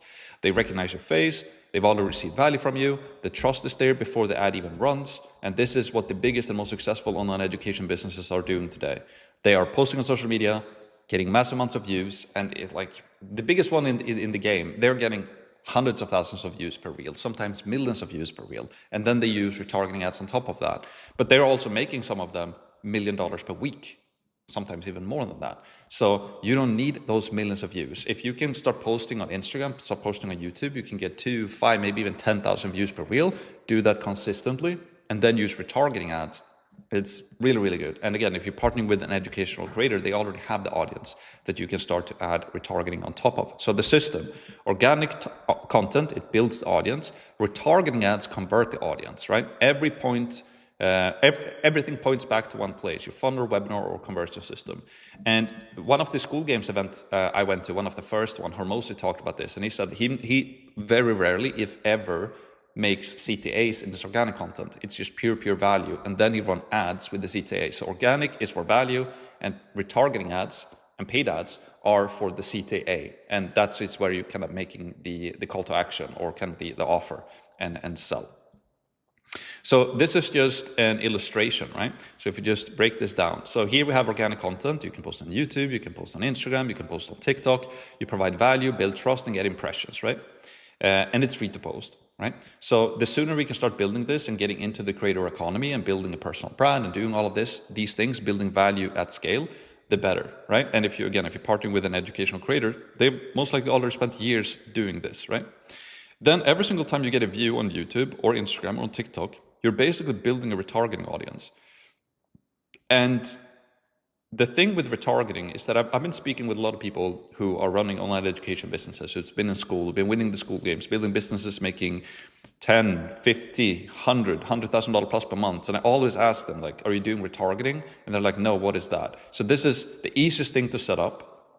And it's the most powerful type of paid advertising you can do, and most people don't do it. And if you partner with an educational creator, this is by far one of the highest leverage points you can do, right? You can just learn how to set up a retargeting audience and a campaign for your creator, and it's also the cheapest type of paid advertising you can do. So people who have seen your content, trust exists, they know you. So every single time we get a view here, as soon as they just spend a second on your Instagram page or leave a comment or like, they land in this audience, right? And trust plus familiarity increases higher conversions as well, right?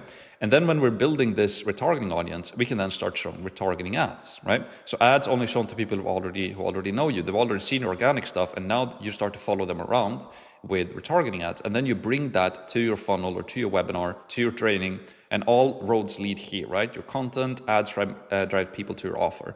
So obviously from your organic content, you can also link people directly to your free training as well, right? So more content builds a bigger audience, better targeting, more conversion. So from your organic content, we're obviously linking them to our funnel, and most people only do that. They have a link in bio, they have a ManyChat automation, they have a pinned comment on Instagram, they have a pinned comment on their YouTube channel, they have a link in their YouTube description that might mention the call to action at the end of the video, and that's what most people do. But to use this traffic nirvana, we also want to start building this retargeting audience and start showing ads to those. And here's the thing, this audience is already built, by the way. If you've been posting on social media for 6 months, 12 months, 2 years, whatever it is, this audience already exists in the background, right? So it's not like you have to set it up and from now the audience is going to build, it's already there, right? Which is pretty cool. And so this is what the traffic nirvana is. We use organic, link them to our conversion system, and then we also run retargeting ads on top of that to our conversion system as well. And those ads will work. It's the best types of ads you can run because they've already seen your organic stuff. Makes sense, right? So Instagram plus ManyChat. This is really cool. So how it works, post consistently on Instagram using Reels or stories or posts, and you can use a keyword trigger in ManyChat, and I will show you exactly how this works. So that anyone in the comments or who comments a specific word automatically receives a DM from you with a link to your funnel. And the comment drives the algorithm as well. And the DM drives the conversion. So the more people start to comment on your post as well, it drives engagement on your post, and that can also make your post to reach more people. And also the DM then, when they post this keyword on your reel, I will show you exactly what this looks like, that also becomes a conversion mechanism. And one of the individuals who does this the absolute best is Shelby Sapp. She is one of the best examples of the system working at scale. She uses Instagram Reels, ManyChat automation, and retargeting ads together to fill a weekly webinar with qualified leads. She makes over $1 million per week, which is insane. So let me show you what I mean. So this girl is basically teaching other women how to get into sales. And she is posting on Instagram. She is using Reels. She's using a ManyChat automation. And she drives signups to her webinar, and then she runs retargeting ads to her webinar. And that's the whole system she's using. She's building an email list as well that we're going to talk about later, but she makes $1 million per week. It's nuts. So let's just go to Shelby Sapp Instagram. All right. She has been building her Instagram like crazy. She has over 1.6 million followers now. But if we just go into a reel here, right? This is a reel. It says remote closing Baba, there you go, like, and then it says, hi, if we haven't met, my name is Shelby Sapp, blah, blah, blah, blah, blah. She explains who she is. And then it says here, DM her business profile on Instagram, or me class to join a free high ticket sales masterclass to learn how to start closing. Or if you're a coach and you're looking for sales reps, you can comment coach. And then she gets a bunch of comments, people here like class, and she has a lot more of those, obviously, but people start commenting class like this. And then what happens, if we check this one, for example, she basically sent them an automatic reply with ManyChat, and ManyChat is this tool right here. So it's a way to automate this process. When somebody comments a certain word, you send them a link, right? And if we just go here, because I've actually tested this out. So a lot of people start to comment like this, and she's posting Reels all the time, getting a ton of views. Like, let's see here, right? 500K, 132K, 160K. Like, she's just posting every single day, getting crazy amount of views. And every single one, or at least I would say 80% of them, have this thing, right? Here's another reel. Same thing, comment class, right? And then there's people here commenting class. She also has a comment here as well, right? And then if I just go to the message here, I've tested this out. So if I open up the messages from her, you can see here that I commented that. And then it says, hi girl. She's mainly selling to girls. It's an automation, right? Here's your invitation to my free high ticket sales masterclass, secure a spot. When I click here, it goes to her sign up page for her webinar.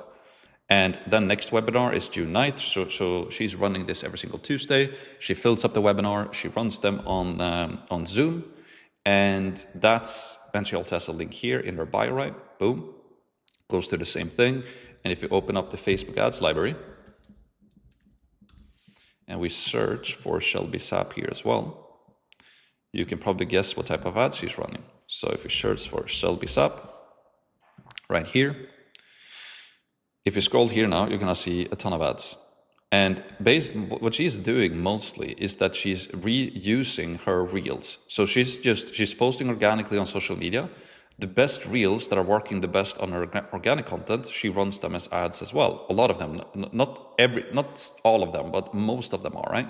So here it says like, become the woman the younger you would have pinned on her vision board. And then it's an ad here, right? And if I click on the ad, it goes to the webinar. If I click on this one, it goes to the webinar. If I click on this one, it goes to the webinar. If I click on this one, it goes to the webinar. If I click on this one, it goes to the webinar. Every single ad goes to the webinar. So she also has a YouTube channel, but she's just purely focusing on Instagram, and I think TikTok as well. And she's using TikTok or Instagram plus ManyChat. She builds her retargeting audience, run retargeting ads to her webinar, and then she's using ManyChat as well to convert them to her webinar, making $1 million per week, over $45 million per month. It's absolutely insane. And her system is Instagram plus a webinar and retargeting ads, right?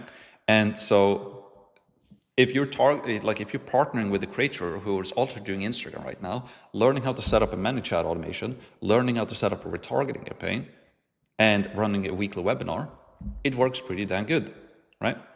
So that is the Instagram plus ManyChat. The next thing I want to talk about, which is also very powerful, that you can do on YouTube, right? So if you want to start your own YouTube channel as a creator, or if you're targeting with a creator who might have a YouTube channel only, or have a YouTube channel and Instagram. On Instagram, you can use the ManyChat tactic, right? And retargeting ads on YouTube, you can use this tactic, which is called the YouTube Flywheel VSL. It's super, super powerful. And the thing with YouTube is that YouTube is not a social media channel, right? It's the world's second largest search engine for videos. Over 2 billion logged in users visit YouTube every single month, right? Videos can rank on both YouTube and on Google search results and drive traffic for years after they're posted. The benefit of YouTube is that when you post a YouTube video, that can generate you traffic and leads and build your brand over years, right? If you do a specific search on Google, I don't remember the exact percentage rate here, but let's just go to Google here and search for how to start in sales, let's say. If I do this, right, we have the AI overview, we have organic search results, and then for every single search result as well, you get videos, right? You can see, if you view all here, this video is posted December, this is the newest one. So this is about 6 months ago. This is over a year ago, right? Let's see if we can find a really, really old one here as well. 2026, 2024. So you can see the shelf life, 2021 even. So the shelf life of a YouTube video is literally for years, while a short form content on Instagram is normally not that long, right? They can reappear if you have a follower, but the shelf life of a reel is normally pretty short. You post it, you get views, and then it pretty much dies out after, 5 days max, something like that. And then it can obviously reappear if you have followers, and then you can use them for ads as well. But that is truly the power of YouTube, is that they can appear on search on YouTube, but they can also appear on search on Google, because Google owns YouTube as well, right? And the shelf life is so long. Long form builds deep trust as well. So people come to YouTube to learn and spend time. A viewer who watches a 20-minute video with you has far more trust than someone who saw a 15-second reel on Instagram, for example. The shelf life of a YouTube video can literally be years. A reel is gone in days as well. And so I don't really see YouTube as a social media channel. it's a search engine, and people go there to learn. So that's why using YouTube in combination with Instagram is, like, in my opinion, like the best pair you can have. And it also builds a lot more trust on YouTube. If somebody watches 2-3 YouTube videos from you, and they might sit down an hour learning from you, and that builds a lot of trust. So the flywheel then that we use is that you post multiple different YouTube videos, and then every single video links back to one central video, your VSL or your free training. So you can have a free training on YouTube, like a main video. And that one video does the conversion work. It builds trust, demonstrates expertise, and generates booked calls. So this video that you're watching right now, this is YouTube Flywheel VSL, right? Every single other video that I post on my channel, I link back to, I basically recommend people to go and watch this video next. It's like my main training that I have on YouTube. Then I also run retargeting ads on YouTube. And then also every single feeder video that I link to this video, I'm also obviously promoting our funnel to be able to work with us as well. And we have some lead magnets and PDFs, and we have some different ebooks that we're giving away as well, right, to generate leads. So the channel session time, this is also why we're doing this this strategy, is because when a viewer watch one of your videos and then continue watching more videos on your channel, YouTube registers that as a high session time and pushes your content to more people. The flywheel feeds itself. So the reason why it's so powerful to create a lot of videos and link to your YouTube Flywheel VSL video, and I will have a graphic here for you now soon so you can visually see what I'm talking about. The power of doing this is that instead of they just watch one video and then click off and go to your website, you link them from one YouTube video to another YouTube video so that you increase the channel watch time. And that's a metric that YouTube is looking at, because YouTube is making money from advertising. People are on the platform, they're spending time on the platform, and they're making money from ads. So the longer you as the YouTube creator can keep people on YouTube and on your channel, people will, or YouTube will see that as a great metric, right? Or great feedback. Like, hey, people come to Mac's channel, they watch one video, then they watch another video, and then they spend a bunch of time watching a third video. So when people come to Mac's channel, they watch a lot of his content. That's a great sign. When people are on Mac's channel, they spend a lot of time on YouTube, and then YouTube makes more money, right? So it's not only about chat or like video watch time, how long they're watching your individual video, but it's also channel watch time. If they can start consuming more and more of your content on your channel, that's also a great sign, and you can increase your chances of getting seen more, right? So this training is the example, right? Every video on the course YouTube channel or on Max Pearson YouTube channel would be a better way to put it. It links back to this free training. This is the flywheel in action, right? So that is why I'm spending all this time making this video now, because it will help my channel to increase the channel watch time as well and build trust. Right?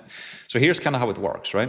You have multiple YouTube videos, right? How to get more clients. Like it's the simple funnel that converts, 3 mistakes killing your business, how we scale to 7 figures, the secret to consistent sales.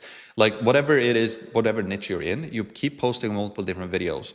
And most people just use those videos and then they link directly to their free training right here, right? So they just have a link in bio, link in description and pinned comment, and then you just link them directly to your free training.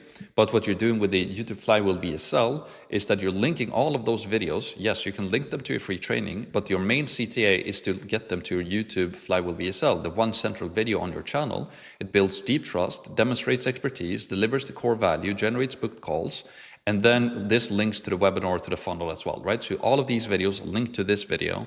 And then all of these videos as well are obviously building your audience. So you can do the retargeting as we talked about before as well. And then all of this links to the free training or to your VSL, right? Or to your webinar, right? So when they land on your webinar or your free training, now they've consumed a bunch of videos here. They've watched your free training here. They're super warmed up. They have a lot of trust. They like you a lot because they're interested in what you teach and you've helped them for free. So now when they get to your free training, it's a completely different quality of lead versus somebody who just clicks on a cold ad, right?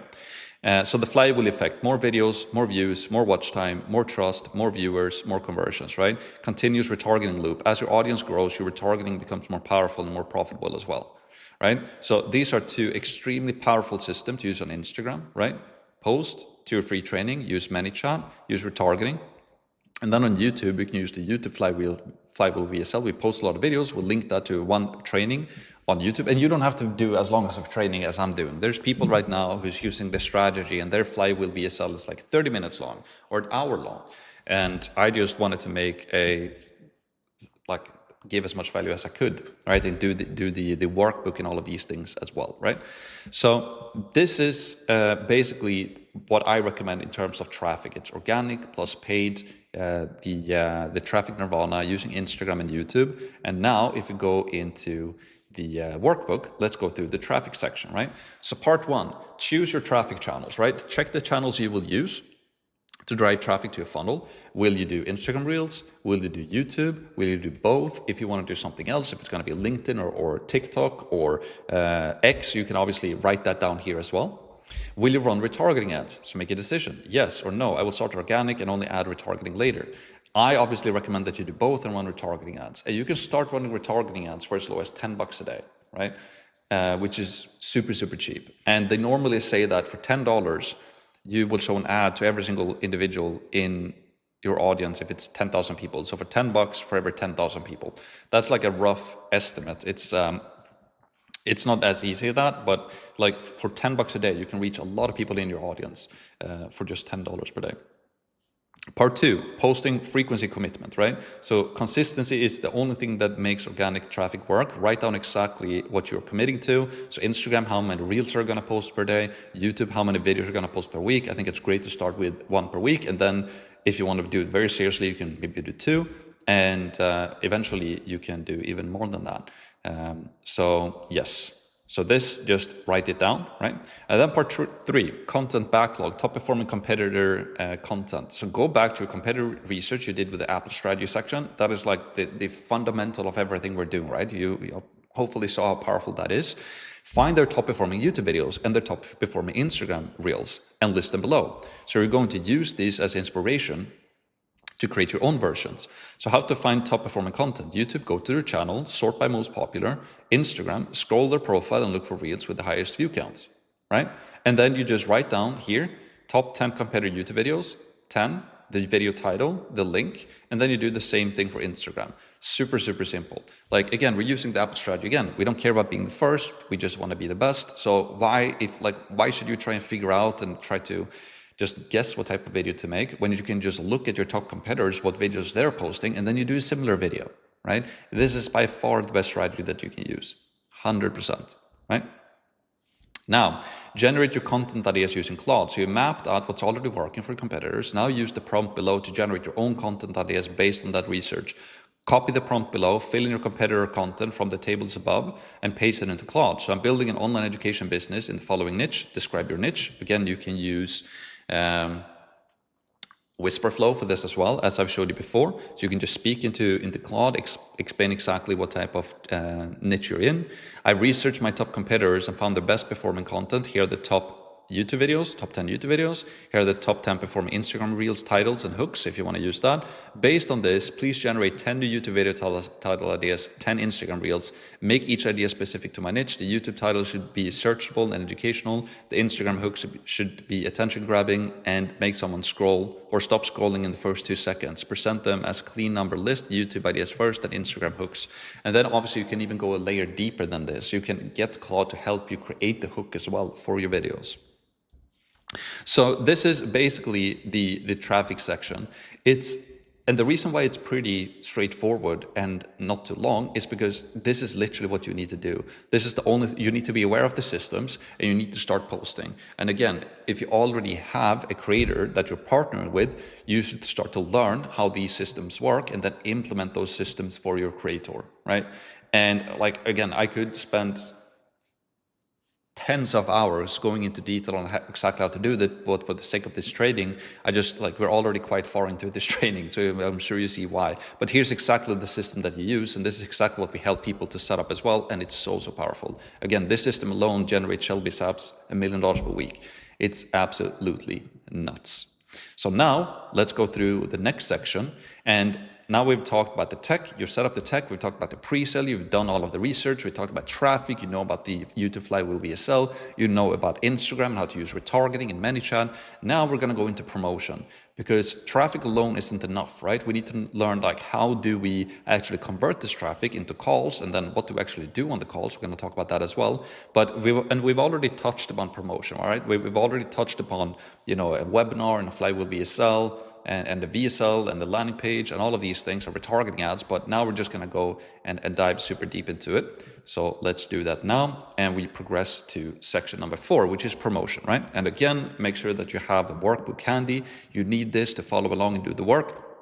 That is how you're actually making this real, obviously, right? So traffic into calls.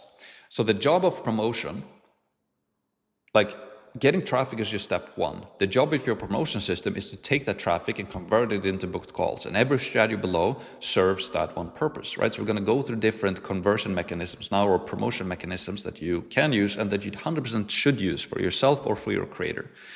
So multiple touch points win, right? So most people will not book a call the first time they see you online, right? A strong promotion system puts you in front of the same person across multiple channels, email, ads, social, webinar, until they're ready to act. I call it stirring the pot, right? You want to stir the pot. You want to send emails consistently. You want to post on Instagram consistently. You want to post YouTube videos consistently. You want to run retargeting ads consistently. And every single impression they get of you, they get more familiar with you. They start to learn more from you. They start to like you and trust you more. And all of that, those multiple touch points is what ultimately gets them to find like one day something happens and they just book a call and buy. Like a quick story. I was watching this guy on YouTube. I found him on YouTube. I was watching a video. I was like, oh, this guy is interesting. I was intrigued by him and what he was talking about. And then I always watched him for like a week or so when I was going to the gym. And I always open up a YouTube video from him when I was on my bike, just doing the warm-up for 15 minutes or 20 minutes. And I was watching his videos. And then like the 5th, 6th or the 7th day, something happened. Something in my brain was like, okay, I need to know from this guy. I immediately booked a call, paid him like, I think $28,000 to join his mastermind. That's what happened. I had no intention to buy initially. It was just like, interesting guy, started watching more videos. After 7 days, something just clicked in my head. I was like, I need to learn from this guy. There was something that he said or something that I was like, oh, I connected with. And I was like, okay, I just need to learn from this guy. I paid him $28K, joined his mastermind, flew out to meet him and all that. Like, it's insane how these things convert. It's absolutely nuts. That would have never happened with the cold ad. Never. That was a YouTube videos that I was watching. So the goal is always the call. Whether someone comes through an email, a retargeting ad, a webinar, or a ManyChat DM, every points to one outcome. It's to book a call with your sales team, right? Because we're selling a course for higher ticket. We're selling it for 2, 3, 4, 5, 10K, 20K, 30K. If you're selling masterminds, like everything points to generate sales calls, right? So now let's go through some of these. Email marketing, right? So email marketing is by far the most underrated channel, right? The most people overlook email. That is a mistake. For every $1 spent on email marketing, the industry average return is $42. That is the highest ROI of any digital marketing channel available. So think about that. When you build an email list, right? I'm going to talk about how you do that as well. And obviously you have your funnel already, and you can use a workbook as I use, or a playbook that I use for my YouTube videos, like a lead magnet as well, to build an email list. The reason why people do this is because you're taking people from a channel that you don't own, like YouTube, and you're building your own email list that has the highest ROI of any type of marketing channel out there. It's nuts. So you own the list, right? Your email list is the one audience that you actually own. Instagram can change its algorithm. YouTube can demonetize your channel or take away your, like some people even get their Instagram accounts removed or YouTube channels removed. But your email list, nobody can take from you. So you want to build this traffic on social media and generate an email list. And now you can start emailing this list as well, which is very, very powerful. And you want to start building this list from day one. Like every person who opts into your funnel, downloads your lead magnet, or signs up for your webinar, they go into your list. And every email you send is a direct line to a warm audience who already knows who you are. It's super, super powerful. So use it consistently. A regular email list, or a regular email to your list, sharing value, telling your story, promoting a webinar or funnel is one of the highest leverage activities you can do in your business. And now if you start posting, or when you start posting on YouTube 1, 2, maybe even 3 times per week, and you use a lead magnet, you promote a webinar, you run retargeting ads, and people sign up, you build your email list, guess what? You can just continue to promote your YouTube videos with your email list as well. So every single time you release a YouTube video, you email it to your list, and now you get views instantly. Like it's super, super powerful, right?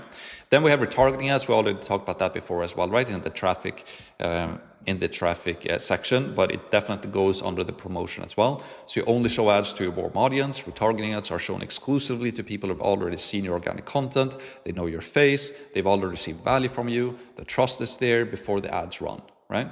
Point everything to the funnel. So your targeting ads have one job: bring people back to your VSL page or to your webinar registration. That's it. keep the message simple and the destination clear. And again, if you're somebody who just jumped into this training now and you haven't watched all of the previous sections, this won't make as much sense for you. That's why you need to go through everything step by step in this video, because we covered already retargeting ads in the traffic section. So why this beats cold ads? Cold ads goes to people who've never heard of you, they've never seen you before, and the cost per conversion is higher and the trust is literally zero. Retargeting ads flips the equation entirely. You get lower costs, higher conversion, because the relationship already exists. They're already seeing an ad from somebody that they know, right? Sometimes when I, like some of the people that I follow, and I scroll on social media, sometimes a reel pops up and I was like, interesting. And I'll start watching the reel. And then I'm like, is this an ad? And then I check it and it is an ad. But my first impression of that piece of content on Instagram, let's say, was that it was just another organic content piece from this individual, because that's how I normally see it. But then mixed in, you start to see ads where there's a CTA or a promotion, and the feeling that I get when I see an ad from somebody I'm watching organic content from is completely different, because I already know the individual, I already trust the individual. So I'm much more likely to watch the ad and also click on the ad and convert on the ad, because I've seen the organic stuff first. And if I see an ad from somebody I have no idea who it is, I'm like, oh, I haven't seen this, they're pitching, oh, it's an ad, and I scroll past it, right? Then we also have the VSL funnel that we've set up, right? This is also a promotion or conversion system. This is literally like your 24/7 salesperson.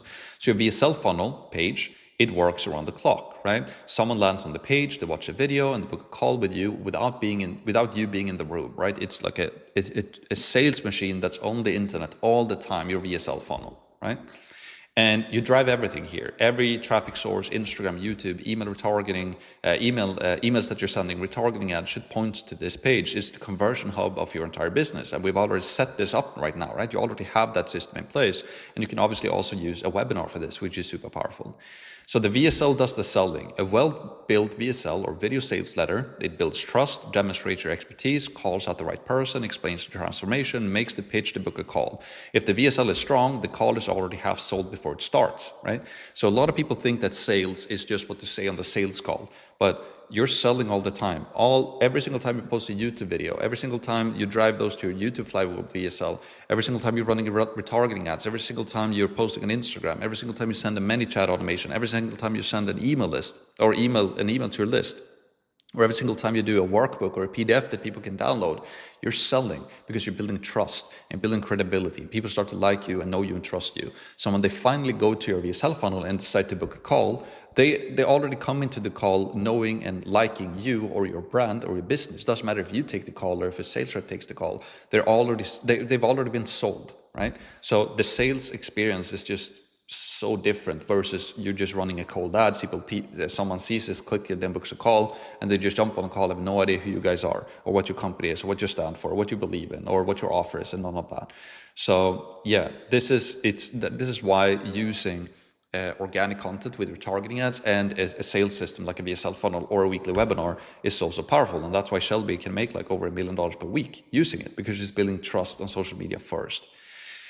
So webinars, convert at scale. A weekly webinar lets you speak to dozens or hundreds or thousands of warm leads at once, right? You deliver a training, you build trust in real time, and close the session with a call to action to book a call. So when you're running those weekly webinars, as Shelby is doing as well, as I'm doing as well, you get people from your traffic channels, from your retargeting ads, you do an in-person training live.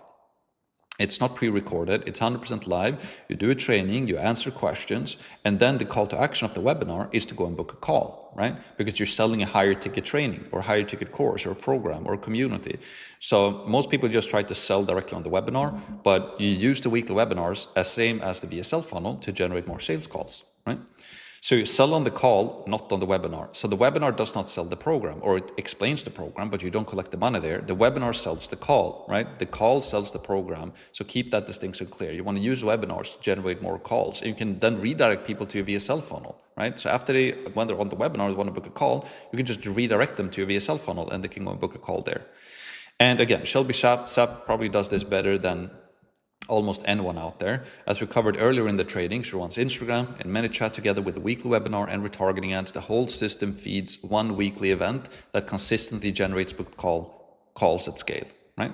And then we have the ManyChat and free community. We already talked about this, right? ManyChat as a conversion trigger, as covered in the traffic section already. Keywords or keyword triggers on Instagram, send automated DMs with your funnel link or webinar registration. Every comment becomes a potential lead delivered straight to your funnel as well. And then you can also use free communities or free course. You can post it on YouTube. You can host it on School, for example, as well. So hosting a free community on a platform like School or offering a free introductory course as a lead magnet is a super powerful way to build trust and generate calls. People join for free, receive real value, and convert into paying students over time.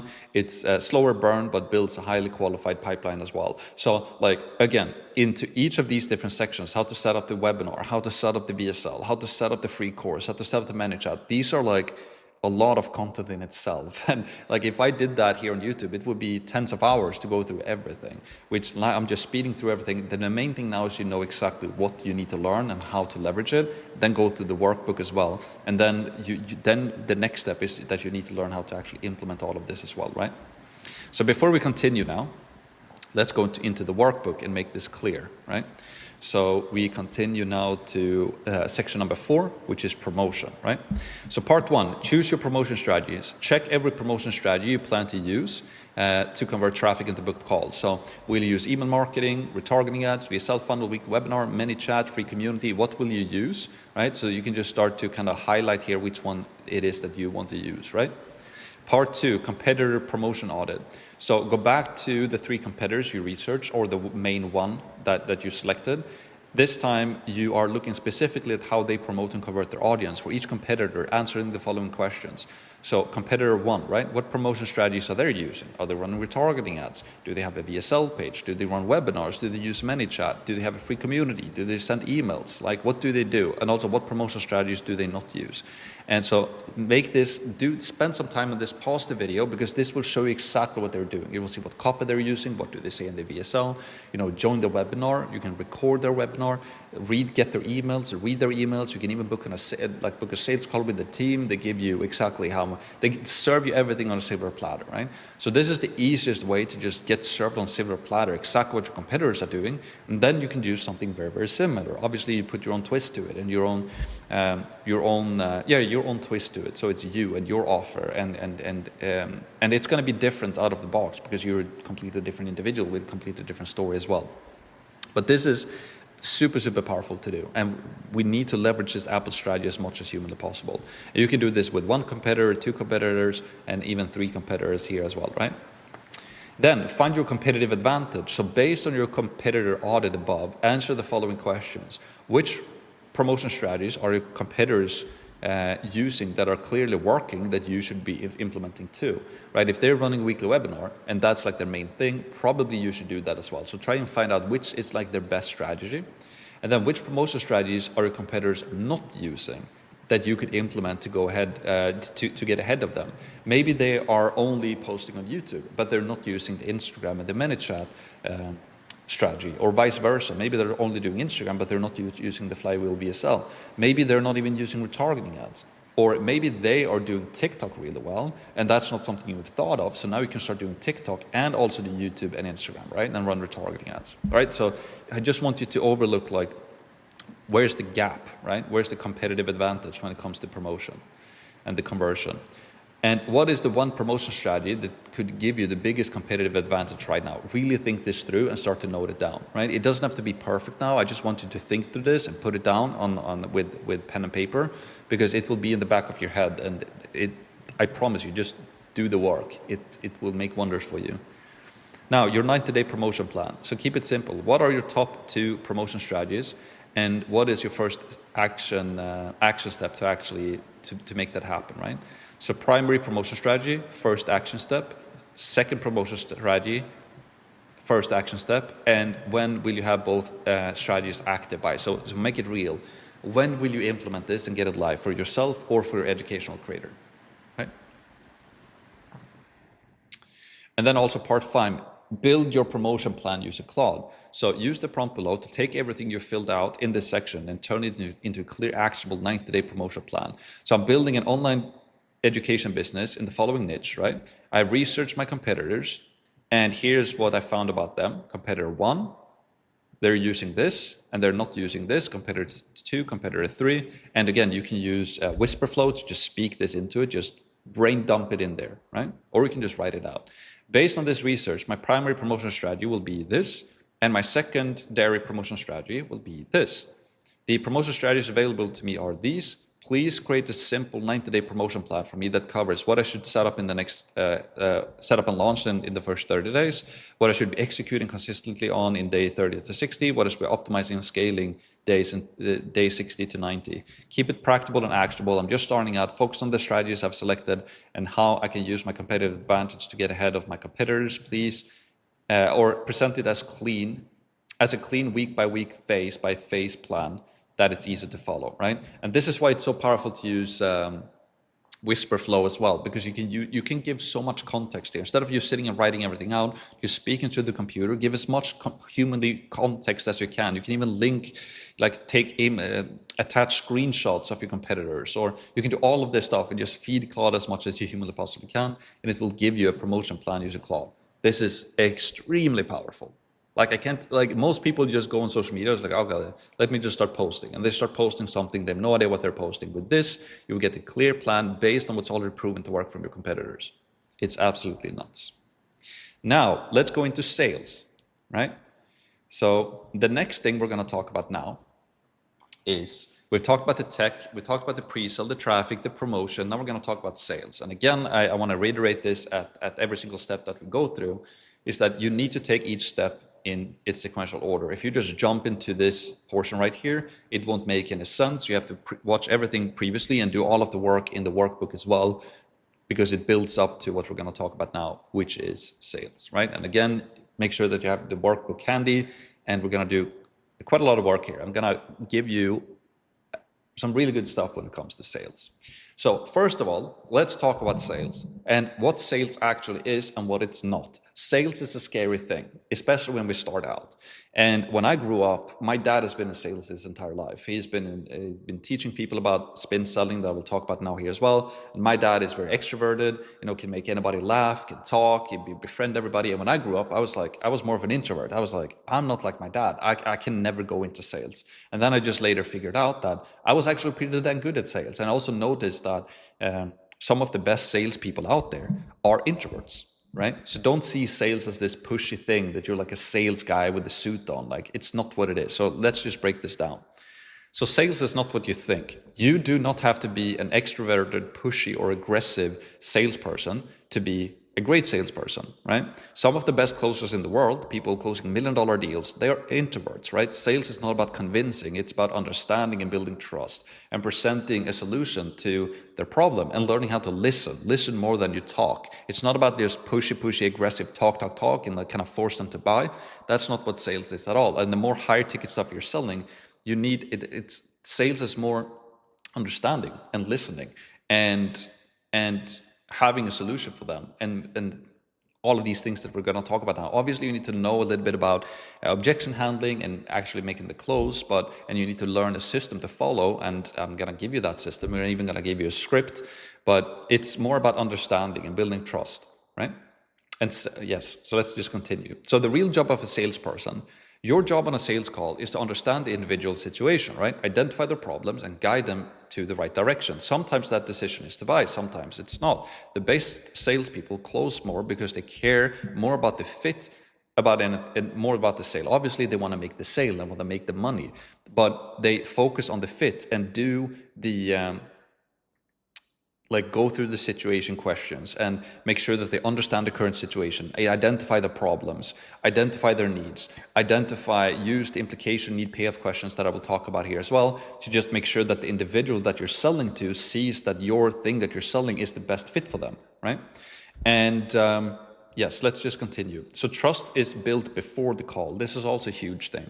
By the time someone books a call with you, they've already watched your content, seen your retargeting ads, visited your resell page, or attended the webinar. They know you, they already like you, they already trust you, and the call is not the cold conversation, it's a warm one. Like if you're running cold ads, and if you're talking with a lot of people who have no idea about your business, about your brand, or what you do, sales is going to be way, way harder. And then you will probably need to be a way better salesperson to be able to go through this entire journey with the individual to make the sale, right? But I also know for a fact there's one individual on the internet right now who has a huge brand, and he has a lot of salespeople. And some of these salespeople, when they quit working for him and they start working for somebody else that I also knew or know, they said that those salespeople are actually not that good salespeople. They're actually not that good. They're just used to basically reading a script and following exactly what to say word for word, and then they make money. And then they make that money because the sale is already made before somebody even jumps on the call. The trust is already built. When somebody jumps on the call with that business, they're already sold. They're pretty much ready to give their credit card because they've been sold on organic content, and email list, and social media, and YouTube and Instagram and all of that. So the actual sales call is so much easier. And then when this sales individual quits that job, and they might have closed super high closing ratios, super high show up rates, all of these things, and then they start working for somebody else who don't have that same brand, don't have that trust built, and then they start trying to sell that, and then they don't perform at all, right? So sales is happening more. It's more than just the sales call. Sales is happening all the time, and the better you can do content and build that trust before the call, the easier time you'll have with sales as well, which is why it's also so powerful for you operators to partner with somebody who already has this trust, because you don't need to be the best salesperson in the world. So sales happens everywhere, right? Your content is sales, your VSL is sales, your webinar is sales, your targeting ads are sales. Everything you've built up to this point has been warming up the prospect. So when they get on a call, they're not asking like, who are you? They're asking like, how do I get started? Or they want to learn a little bit more about the details, what the cost is, what the payment plans are. Or they want to make sure that it's just like, it's actually what they're looking for help with, right? Now, we're going to talk about the SPIN selling framework. So SPIN, this is the framework I'm using, and I've been using forever, and our team are using as well. So SPIN is a proven sales framework, and it was created by Neil Reckham, and he wrote this book called Spin Selling. And it's built around asking the right questions in the right order to guide the prospect to their own decision, right? SPIN stands for situation, problem, implication, and need payoff. So let's break it down, right? So S, situation questions. So these questions open the call. You're gathering context about where the prospect is right now. You want to keep this phase pretty short as well. 2-minute situation questions, it bored the prospect. Get what you need and then move on. And so example of situation questions is like, for example, what have you been trying so far? What have not been working out? What are you currently doing? Etc. I'm just like, what is your main traffic channel? Like, you're just asking questions about the current situation. And the reason why I want to keep this short is because the prospect you're speaking to is not really getting any value from the situation questions, right? It's you are basically getting the most amount of value because you're just gathering their current situation, gathering information about what they currently are. Some people call this the discovery phase as well. You're discovering where they are right now, right? And it's not the most fun for the prospect because they already know this. They're just basically giving you information about who they are. So normally beginner sales reps, they spend too much time in asking situation questions and not enough implication need payoff questions that we'll talk about soon. And the best closer, the closers who close the most, according to my own experience and also in the book, what they talk about in the book, is that the more advanced or more the better salespeople, they don't ask as many situation questions. They ask more need payoff and implication questions. Then the P, that stands for problem questions. So these identify the most or what the prospect is struggling with.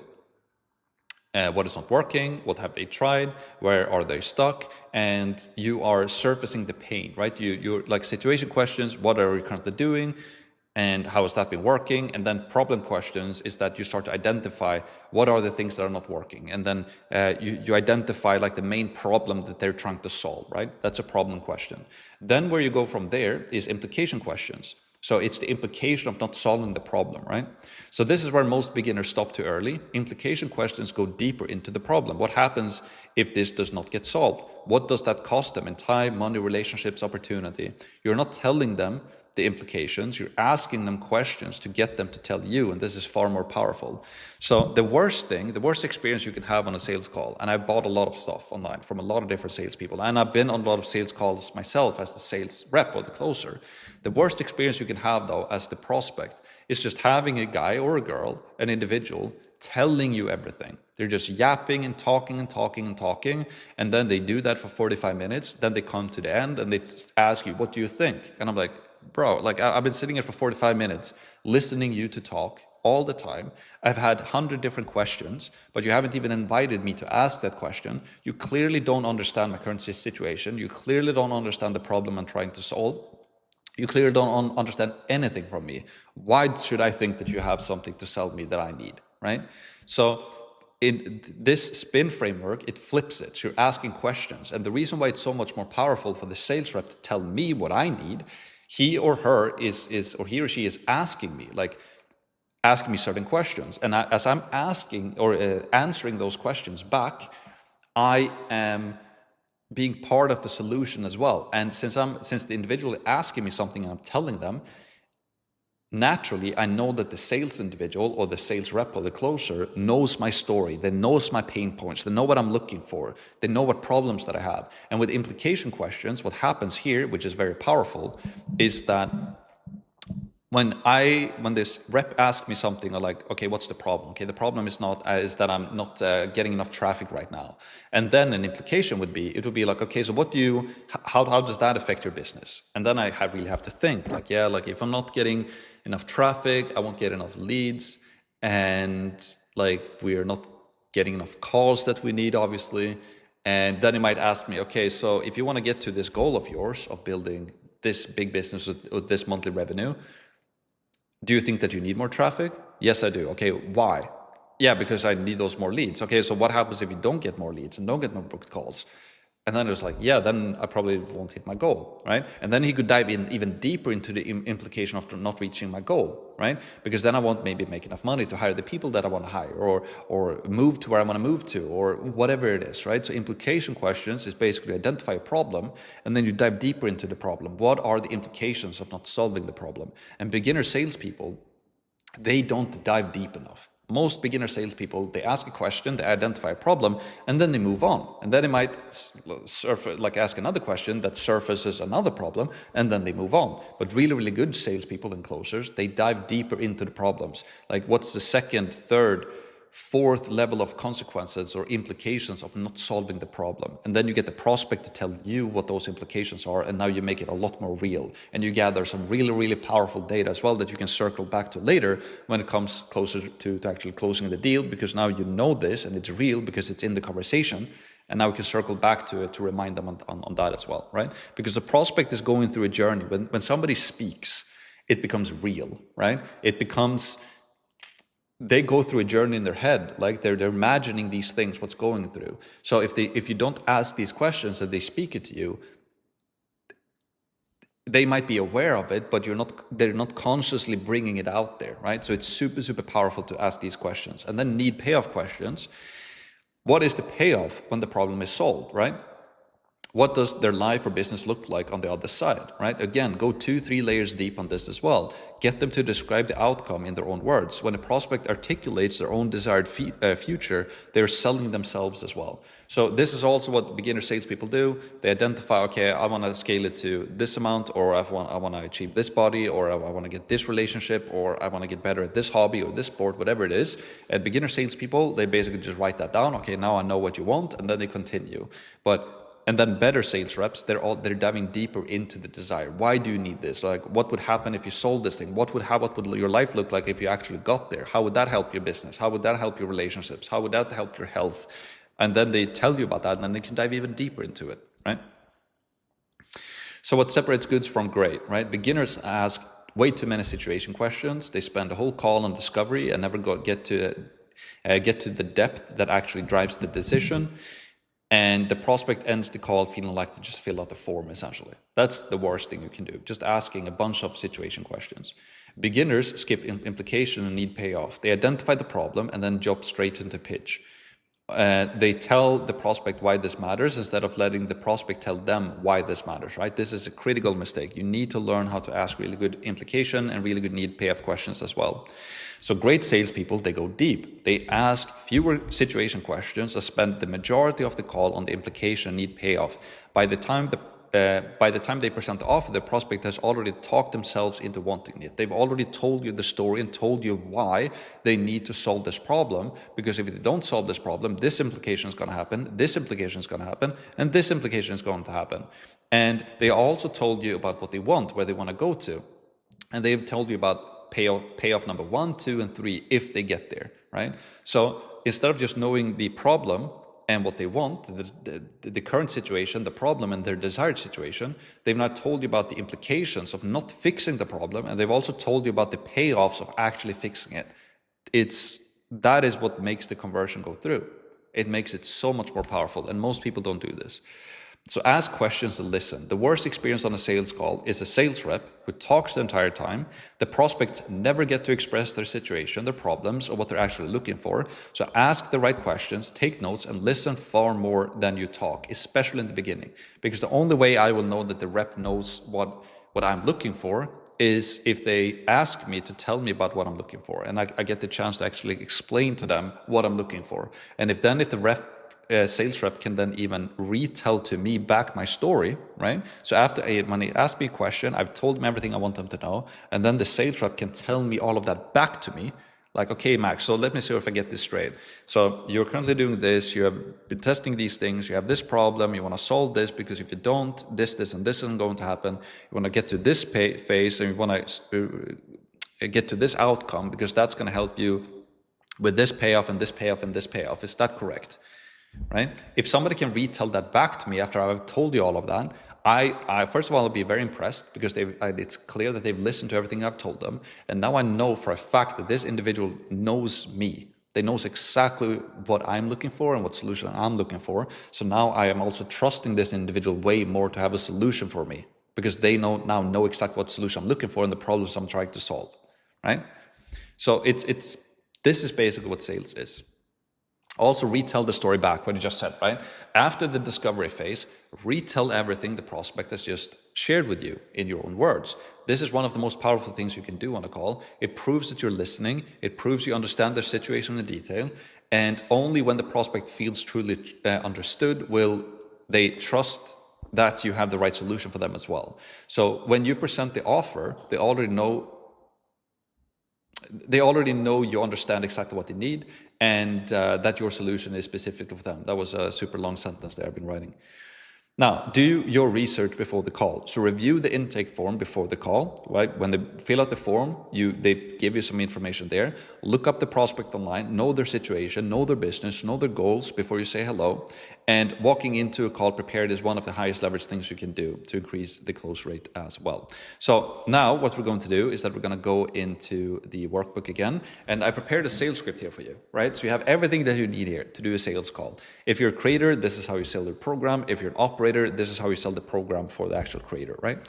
So do all of the following in the 5 minutes before the call starts. So you find a quiet room with no interruptions. You have a pen and notepad. It's extremely important to have a pen and notepad, because this is how what you note down as you're asking the questions, what they're telling you, so that you then can retell the story back to them.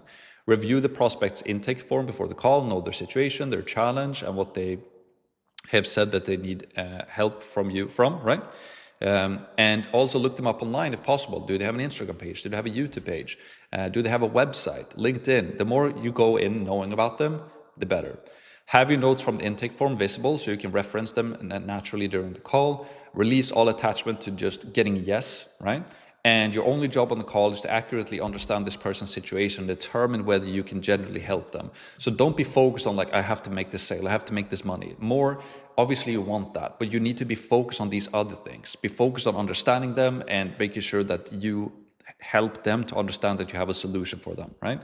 And let go of any emotional baggage from the day or previous calls. Be calm, present, and focused. You might have 3 calls already, and the last call you had didn't go well. Maybe the individual was a bit rude, or maybe they showed up late, or maybe they had a hard time understanding what you were saying, or what you were doing, or what you were presenting. So every single time you do a new call, you kind of have to reset and see this is a completely new individual. and you just have to reset yourself, which can be tough sometimes, but it's just something we have to do. And then you basically join the call exactly the call that's scheduled, right? So obviously you don't dial them, but you get the point. You start the Zoom call at the minute that the call is ready to start, right? And you should really be on the Zoom call like 5 minutes before if possible. Then part 1, small talk. So keep this short, 1 to 2 minutes maximum. The goal is to make them feel comfortable before we get into the structure of the call. So you can just ask them like, hey, Nam, how's your day going? Where are you calling from? Awesome. Well, let's just get right into it. So first couple of minutes, just some small talk, right? Oh, John, how's it going? I normally like, okay, where are you from? Okay, cool. Yeah, I'm from Canada. Okay, I'm from Sweden originally. I currently live here, blah, blah, blah. Maybe you see that they have an award on the wall in the background. Just something like, just open up the call. No, like just friendly opener, right? Then the next thing you go to is that you set the agenda. This is very, very important. So you take the lead immediately, right? And tell them exactly how the call is going to go. And this builds confidence and removes uncertainty from the prospect. So what you want to do when you set the agenda is that you just want to set some rules for how the call would go. So you will tell them that here's how the call will go. And it's very good for the prospect as well, because now they know what to expect. We're going to do this, then we're going to do this, and then we're going to do that. So normally how I do it is just like, okay, John. So normally how I do those calls is that, first of all, I just want to ask you some questions to understand what you're currently doing and what you're looking for. Then after that, I would love to explain what we do, and I've prepared a custom pitch deck for you where I will walk you through exactly what we do. And then after that, we can go into and talk more about pricing and if it makes sense for you, if you want to work with us, we can go through all of that details and then take it from there. Does that sound good to you? And then they say, okay, right? And I only continue the call once they've told me okay.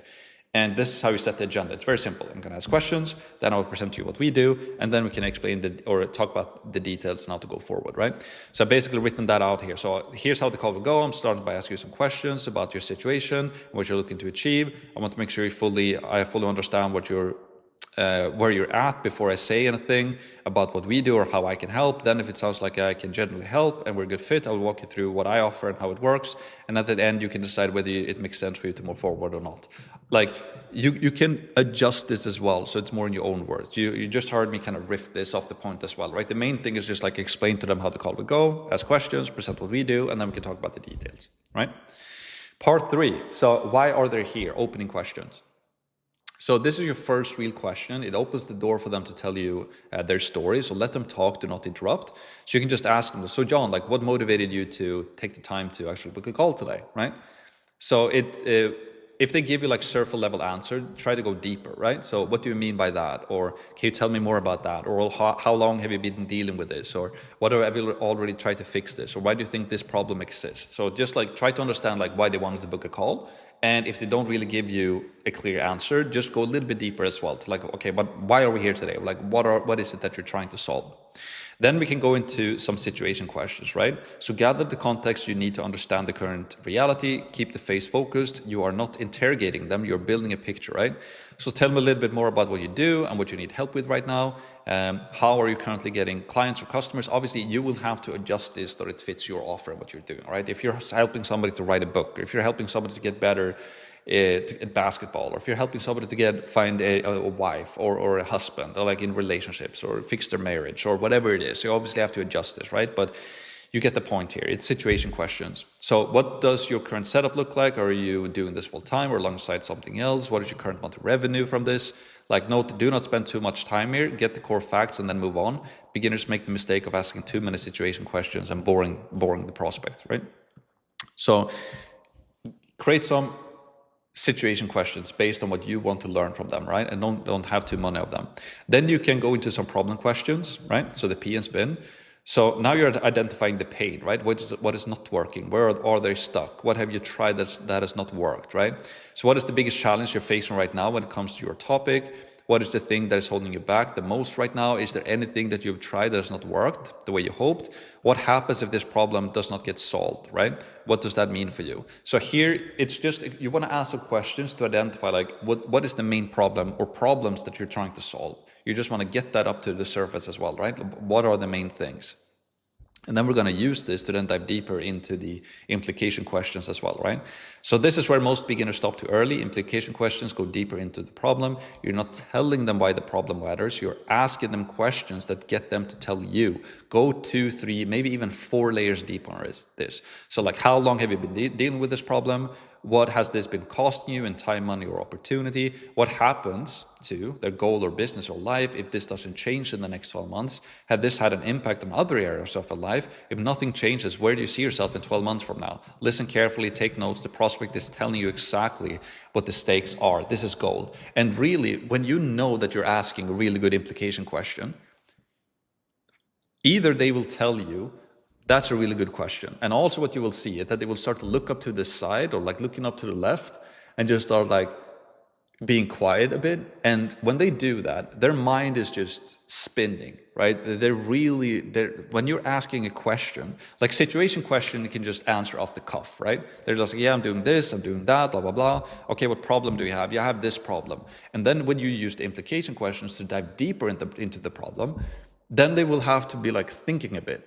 That is where the gold is. That is truly where the magic is. When you get them to think, to really like think through what the answer is. And not only is it good for you as the sales rep that you're getting a good answer, but the individual now is starting to go through a journey in their head.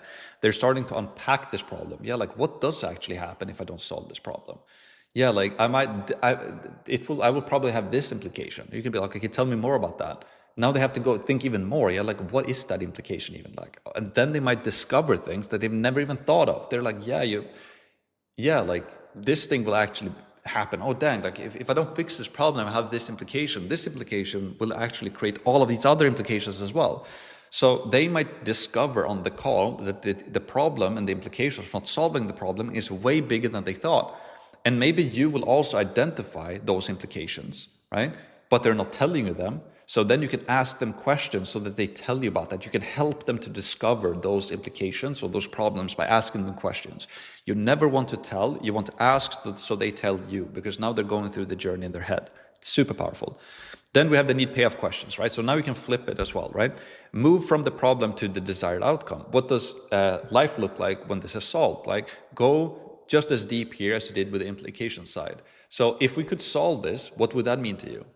What does your life or business look like on the other side of this? If you achieved your goal, what would happen, or what would that open up for you?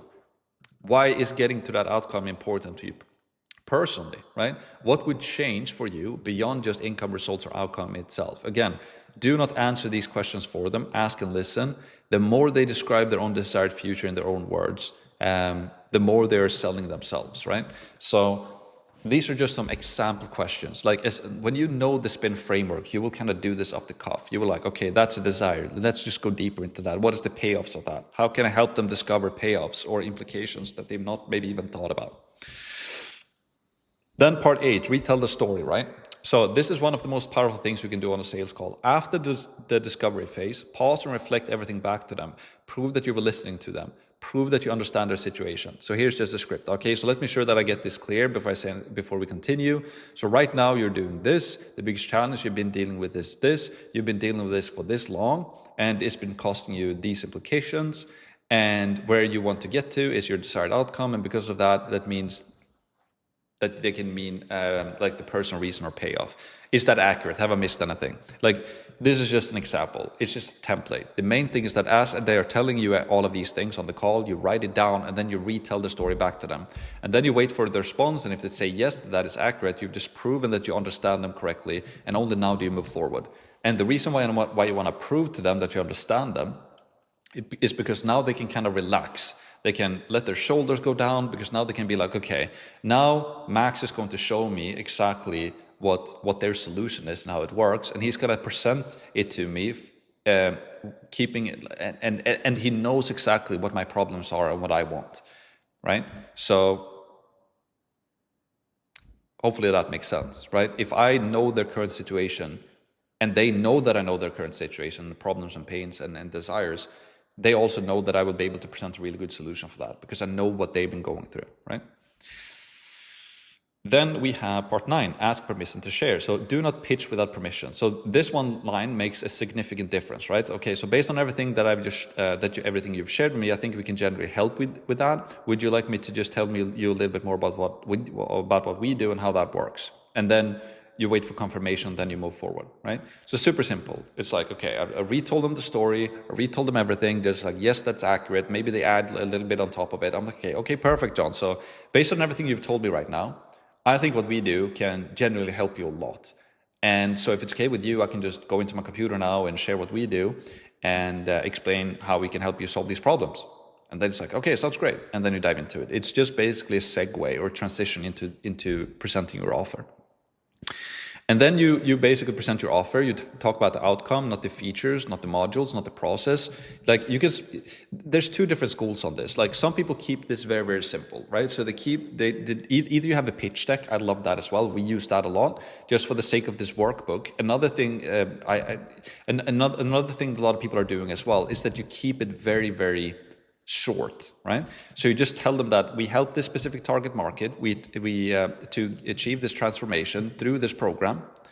And the way it works is that you explain the structure of how you help and how it works. And then the result for most people I work with is that they achieve this. And then you stop, you let them ask questions and then answer only what they ask and then stop again and let them lead the conversation from here until they ask you about the price. So this is a type of sales that is working really, really well, right? Instead of you creating the same pitch for every individual that you have, you keep it very short and very high level. So you explain like, we help those people to achieve this outcome. We have this program. Here's kind of what we do. And normally the people that I work with achieve this outcome normally in this time frame. And then you stop. And then they will be like, okay, but how does this work? How does it work with this? And then you explain that. And then they ask, okay, but how does this work? Yeah, this is how we do that. And how does this work? Yeah, well, here's how we do that. So you get them to now they're asking you questions. And now you're basically building the pitch for them on what you do based on exactly what they are interested in. So this is a very, very powerful way to do it. And then eventually they will ask, okay, but so how much does this cost? And then you go into the next stage. This is one way to do it. That's very powerful. Another way to do it is to have a pitch deck where you're like walking them through a pitch deck. But for the sake of this video, not to keep it tens of hours long, this is a really, really good way to present the offer, right? So you explain them high level what you do and how it works, and then they will ask you questions, and then you answer those questions. And then eventually they will ask you about the price. So state the price, only share the price when they ask for it. So then you just say the investment of the full program is this, and then you stop. You don't fill the silence. You don't wait for them to respond. The silence after stating the price is one of the most important moments of the call. So do not cave. Because if somebody asks me, okay, so how much is it? And then I say, yeah, so the investment of this program is $5,000. And then they will have 100 things going through their head. They will think about their financials. 5K, is this worth it? Okay, I have this problem. Like, if I invest 5K to solve this problem and I get just solve this thing, will that be worth it? They will be going through a million things in their head and will sit there and think, right? And you just have to let them think. That's what you need to do. And sometimes you can sit there for like a minute or two, sometimes even longer. And they're just sitting there and thinking, and it can be very uncomfortable, right? And you've stated the price what it is, and now they're thinking, and now you're waiting for them to respond, right? And then part 12 is objection handling, right? So here are some of the most common objections on how to respond. So I need to think about it. And you can say, of course, I want this to be the right decision for you. Can I ask, what specifically do you still need to think about? Because I'm here right now, and if there's something we haven't covered, I would rather discuss it now when we're both on the call. And then we'd say the main thing I want to think about is actually this thing. And then you circle back to that, you talk about it, and you try to solve it on the call. Or I need to speak with my partner or spouse. I totally understand. When will you be speaking with them? Get a specific date and time and get a clear follow-up for them as well, right? Or maybe you can solve that on the call as well, right? Maybe their spouse or partner is actually close by. Maybe just bring them into the call, right? I can't afford it. I hear you. Can I ask, is this the right... is it that this isn't the right fit, or is it that you want to make this work, but the investment feels like a stretch right now, right? If they want to make it work, okay, so how can we make it work for you? Maybe you can help them with a payment plan, right? You just want to get to the root of the problem, because what happens a lot on sales calls is that people throw up smoke screens, and they're telling you something because they don't actually want to tell you what the actual problem is. They just want to get off the call, they know the price now, and it might be because of something. The smoke screen can be 1,000 things. Maybe you said something 10 minutes into the call and that bugged them a bit. It's like, oh, this is actually not what I'm looking for. And then they're kind of interested, but then when it comes to like actually paying for it, that thing that you mentioned 10 minutes into the call, it's kind of bugging them, and they've kind of made up their mind now that like, this is probably not for me because he told me that they're doing it this way, and I've tested that before and that didn't work. So I don't know, this is probably not the right solution for me. So they throw up a smoke screen that, yeah, I'll go and think about it or whatever it is. So the best thing you can do on the sales call is just try to like, what is that thing that is bugging them? Why do they throw up a smoke screen for you? And then you can be like, okay, John, like, just be completely honest. Like, from everything we've talked about on this call, does it make sense to you? Like, did you like everything we talked about, or is there anything we talked about that you don't like, you don't feel like you need? And then he might be like, yeah, like, honestly, the thing we talked about like 10 minutes into the call, this thing, like, I've tried that before, and I actually don't think it's for me because that thing hasn't really worked for me before. And then that's great. So now you know that, then you can dive back to it. And a lot of the time it might be a misunderstanding, or you might have another solution for it. And then they're like, oh, okay, well, that clears up a lot of stuff. And then they might buy, or now there might be a lot more interested again, etc., right? I've tried programs like this before, didn't get results. That's fair. I appreciate you being honest about that. Can I ask specifically what didn't work? Because I want to make sure that whatever held you back before isn't something that we would run into here. You listen, you address the specific concern, and then you ask, what would need to be true for this to be completely worth it for you? It'll be like a no-brainer for you. Or, you know, it's not the right time. When will it be the right time? And what would need to change between now and then for it to feel right? Get them to articulate the right time, what that actually looks like, and after they realize that there is no perfect time, right? And then the real decision, right? Use this if the prospect is still on the fence, and you have addressed all their questions. So you can say like, John, the real decision you're making here isn't really about whether you're going to work with me or not. The real decision is whether you're going to be ready to achieve the outcome that they've described, or whether you want to keep dealing with the problems and implications that they've described earlier in the call as well, right? That's the actual choice in front of you, and either answer is fine. I just want to make sure that you're making it clearly, right? And then you stop, and then you let them sit with it. And obviously you can then save the script and have it in front of you on the call as well. And the goal is not to read it word for word, it's to internalize it and structure it, and so the conversation feels natural while you stay on track as well. Right? The really good thing with this final thing is that you're just trying to get a clear yes or no from them. The worst thing we can get on a sales call is a maybe, and I don't know. And if they still need to think about it, you want to book a call from the meeting. So if they're not ready to decide right now, that's fine, but at least make sure to book a call, another call. So, okay, so I have some time for tomorrow, Tuesday at 2 p.m. I can carve out some time. I'm actually going to do another thing, but I'll actually skip that for you. If you're actually interested and you want to do this thing and you want to think through it until tomorrow, let me set up another call for you tomorrow. Can you just confirm to me that you are able to do that? Yes, I can do that. Now they're verbally telling you on the call that they can make the follow-up, all of these things, right? So if they want to think about it, at the very least, book a follow-up meeting on the meeting, not afterwards. Don't send an email. You book the call on the call. And also, if you're getting a no, that's great, because now you know, right? You can get them to a clear yes or clear no. Just having a maybe, I don't know, I'll have to think about it, blah, blah, blah. That's the worst thing. So this is a great answer to do, or question to ask, just to get like, if you don't want to do this, it's fine. But then I know, because then I don't need to spend a lot of time following up with you right now.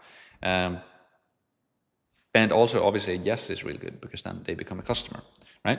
But we want a clear yes or clear no. And if not, that's not possible, book a meeting as close like tomorrow if possible, right?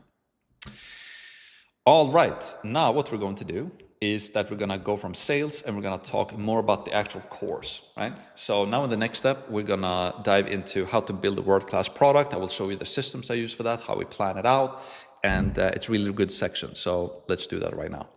So now we're going to talk about how to build a course, right? And building a course can be pretty complex. We need to figure out how to plan it, how to build the slides, how to record it, how to edit it, and then take this thing that you know or your educational creator knows and then synthesize it into something simple that your customers can go through step by step, click by click.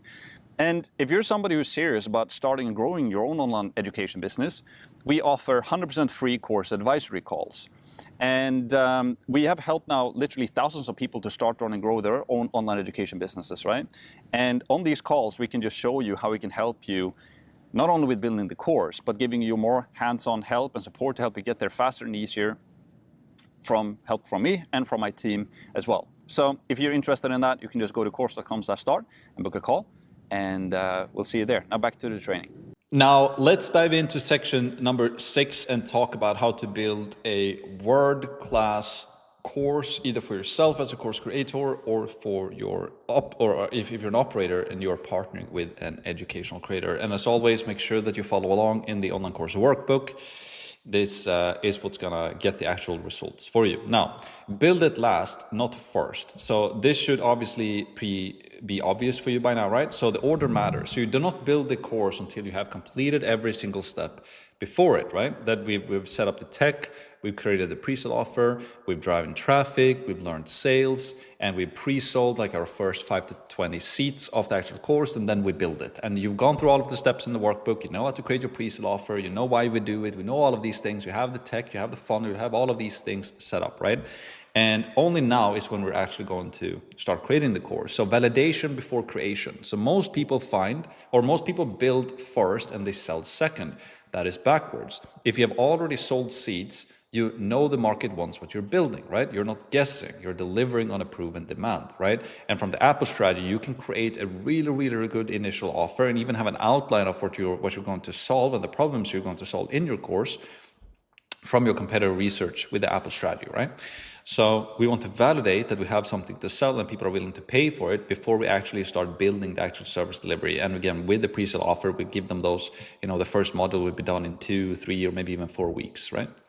So the course is the reward. Getting to this step means the hard part is done, right? You have proof of concept, you have paying students, and now you build a product that delivers on the promise that you already made, right? And also what I want to mention on this before we continue is another reason why it's so powerful to do this is because when you have your first pre-sale individuals that goes through your pre-sale offer, you will basically build the course with them, right? You will do your one-on-one calls with them. If that was a bonus for the people who bought the pre-sale offer, you will get a testimonial from them. You will talk with them very intimately, very closely with them, and they will tell you exactly what they want to have sold in the course.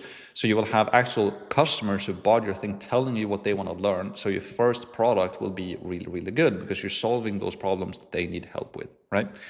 And you're also doing the one-on-one alongside with this, which also gives you a lot of feedback as well. So what makes a great course? A clear beginning and a clear end. A world-class course is not a collection of videos. It's not. It's a transformation with a starting point and a finish line. When a student completes every video in order, they have completed the transformation. That is the standard. And obviously here on YouTube right now, right, you can take this course as inspiration. This course though, on YouTube that I'm doing right now, it's kind of a condensed course. Like every single point that I'm talking about, I could go even deeper into. And we do that inside of our paid program, right? When I talk about ManyChat, when I talk about ads and retargeting, when I talk about YouTube and the flywheel, when I talk about the offer, I show you literally click by click, step by step how to do everything. If I did that here on YouTube, it would be, I don't know, a very, very long video, and I wouldn't be able to condense, this video is already pretty dang long, right? Because I have a lot of things that I want to cover. But a world-class course is literally step by step, click by click. It has a clear beginning and a clear end. And believe me, I've been through a lot of bad courses. I bought courses for $500,000. It's even more than that now. And a lot of them has been very bad. It's just been videos with no clear plan. They have had really good marketing and really good sales, but the product has not been good. And then I've been through some courses that are really, really good as well. And every single course that are of high quality is that there's some planning behind it. There's some steps to go through, and it's step by step, click by click, and it's a clear transformation. A course is not just information, it's a transformation. You help them to go through the transformation, which you want, because then that's how you get better testimonials and case studies, and that's how you can generate over close to 1,000 5-star Trustpilot reviews that I've generated as well. It's because the product is good.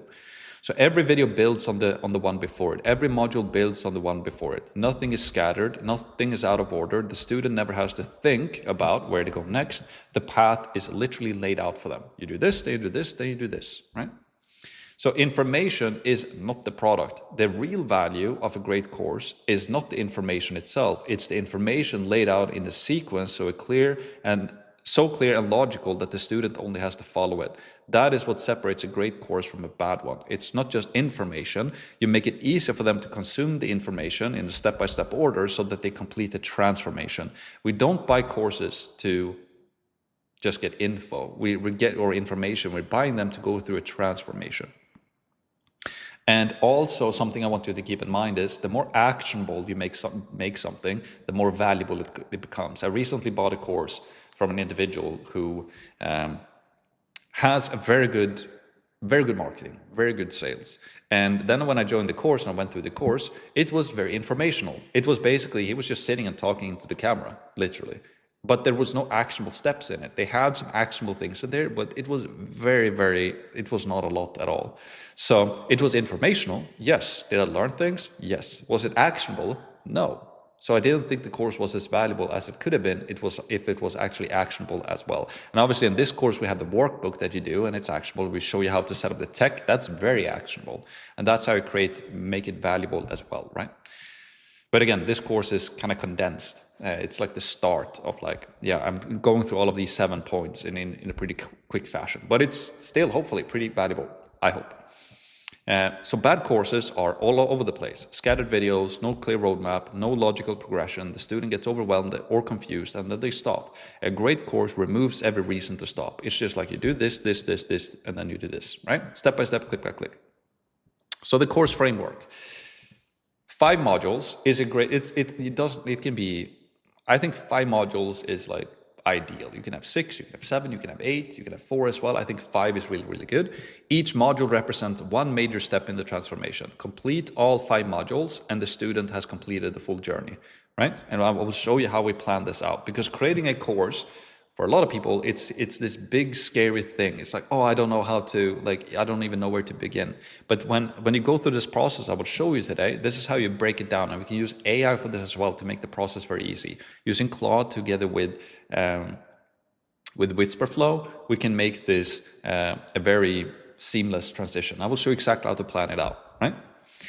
10 videos per module, 5 to 10 videos. So each module breaks down into approximately 10 videos, 5 to 10 videos. Each video is one specific step. Watch video 1, complete that step. Watch video 2, complete that step, and everything builds on everything else. So each module, is like 5 main things that they need to go through, right? For example, if somebody needs to learn to play golf, first of all, they probably need to learn the fundamentals. Here's how you hold your grip. Here's how you hold the club. Here's how wide you stand with your feet. Here's here's how you stand. Here's the stance that you use. Here's how you keep your head. Here's your upswing. Here's your tempo. All the fundamentals, right? And then module 2 might be like the gear. So to start with golf, you need some clubs. You need a bag. You need a what do you call that? A golf glove. You need maybe a pair of golf shoes, right? And then module number 3 might be on your first practice session. So it's different modules, right? And then each module has videos breaking down. The first module on golf fundamentals, that's going through the stance and the grip and the et cetera, right? And then the gear, it breaks down the shoes that you recommend, the glove you recommend, you need the clubs you need to get started, the bag, all of these things, right? So each module is the overall steps, and then in each module you have videos, and then in each video you also have steps how to, if the first module is the grip, right? Then you need to have steps on here's how you hold the grip, etc., right? So steps inside every video. Each video also has its own step-by-step structure. The big picture breaks into modules, modules breaks into videos, videos breaks into steps, and every layer is chunked down until nothing feels overwhelming. This is how we plan out the course, right? This is how we take something very abstract and something that feels very overwhelming, and we just chunk it down, we break it down to step-by-step instructions. I will show exactly how to do this.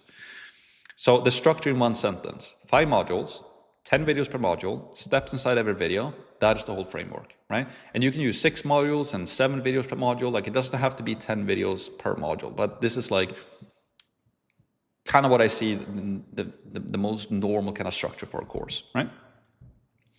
So more than just videos. It's like a course. When you're selling a course, it's not just a course. You also have a community aspect to it, right? So a great course is not just content. It lives inside a community where students can ask questions, they can share progress, and they can support each other. And a community keeps students engaged and accountable in a way that the videos alone can never do, right? So you have a community aspect to it. You have Q&A calls, right? Regular group coaching calls where students can get live answers to their specific questions. This is where the transformation accelerates. It's one of the biggest differentiators between a good course and a great one, right? So you have a community, you have Q&A calls, you can have workbooks, you can have exercises, right? So watching video is passive, right? Just watching a bunch of information. You just sit there and take it in. So completing an exercise, though, that's active. Workbooks and exercises turn information into action and action into results, right? So every module should have something the student completes, not just watches a bunch of videos, right? So that's why I started with the most actionable stuff in this course that you're going through right now, this free training, is the tech. And why did I start with the tech? Because it's fun. Like, I get you to do things, and that's how I get you invested into it as well. You're going to see progression. And also, as we're going through more of this theory, as we're going through these other steps on like traffic and promotion and sales and course and all of these things, right? We also have the workbook that you can work alongside with as well. We make it actionable, and that's how we make it more valuable, and you get people to complete it, to complete the transformation and get the result from it as well. Now, so what are the tools we need to start to plan and build a course? So Trello is the tool that I use to map out the full course structure before you record a single video. So you map out your 5 modules, you map out your video titles, and then you map up the steps inside of each video. And you see the whole picture before you actually build any of it. And I use Trello.com for that. It's free to use. I will show you how to set that up. Then Keynote. So we build our actual slides. Like the slides you're watching right now on my screen, it's built on Keynote. If you use a PC, you can use PowerPoint, right? Or you can even use Google Slides. It doesn't matter. I have a MacBook, so I use Keynote. And every video in the course is a screen recording from a clean slide deck. And this means the content is professional, easy to follow, and also simple to update.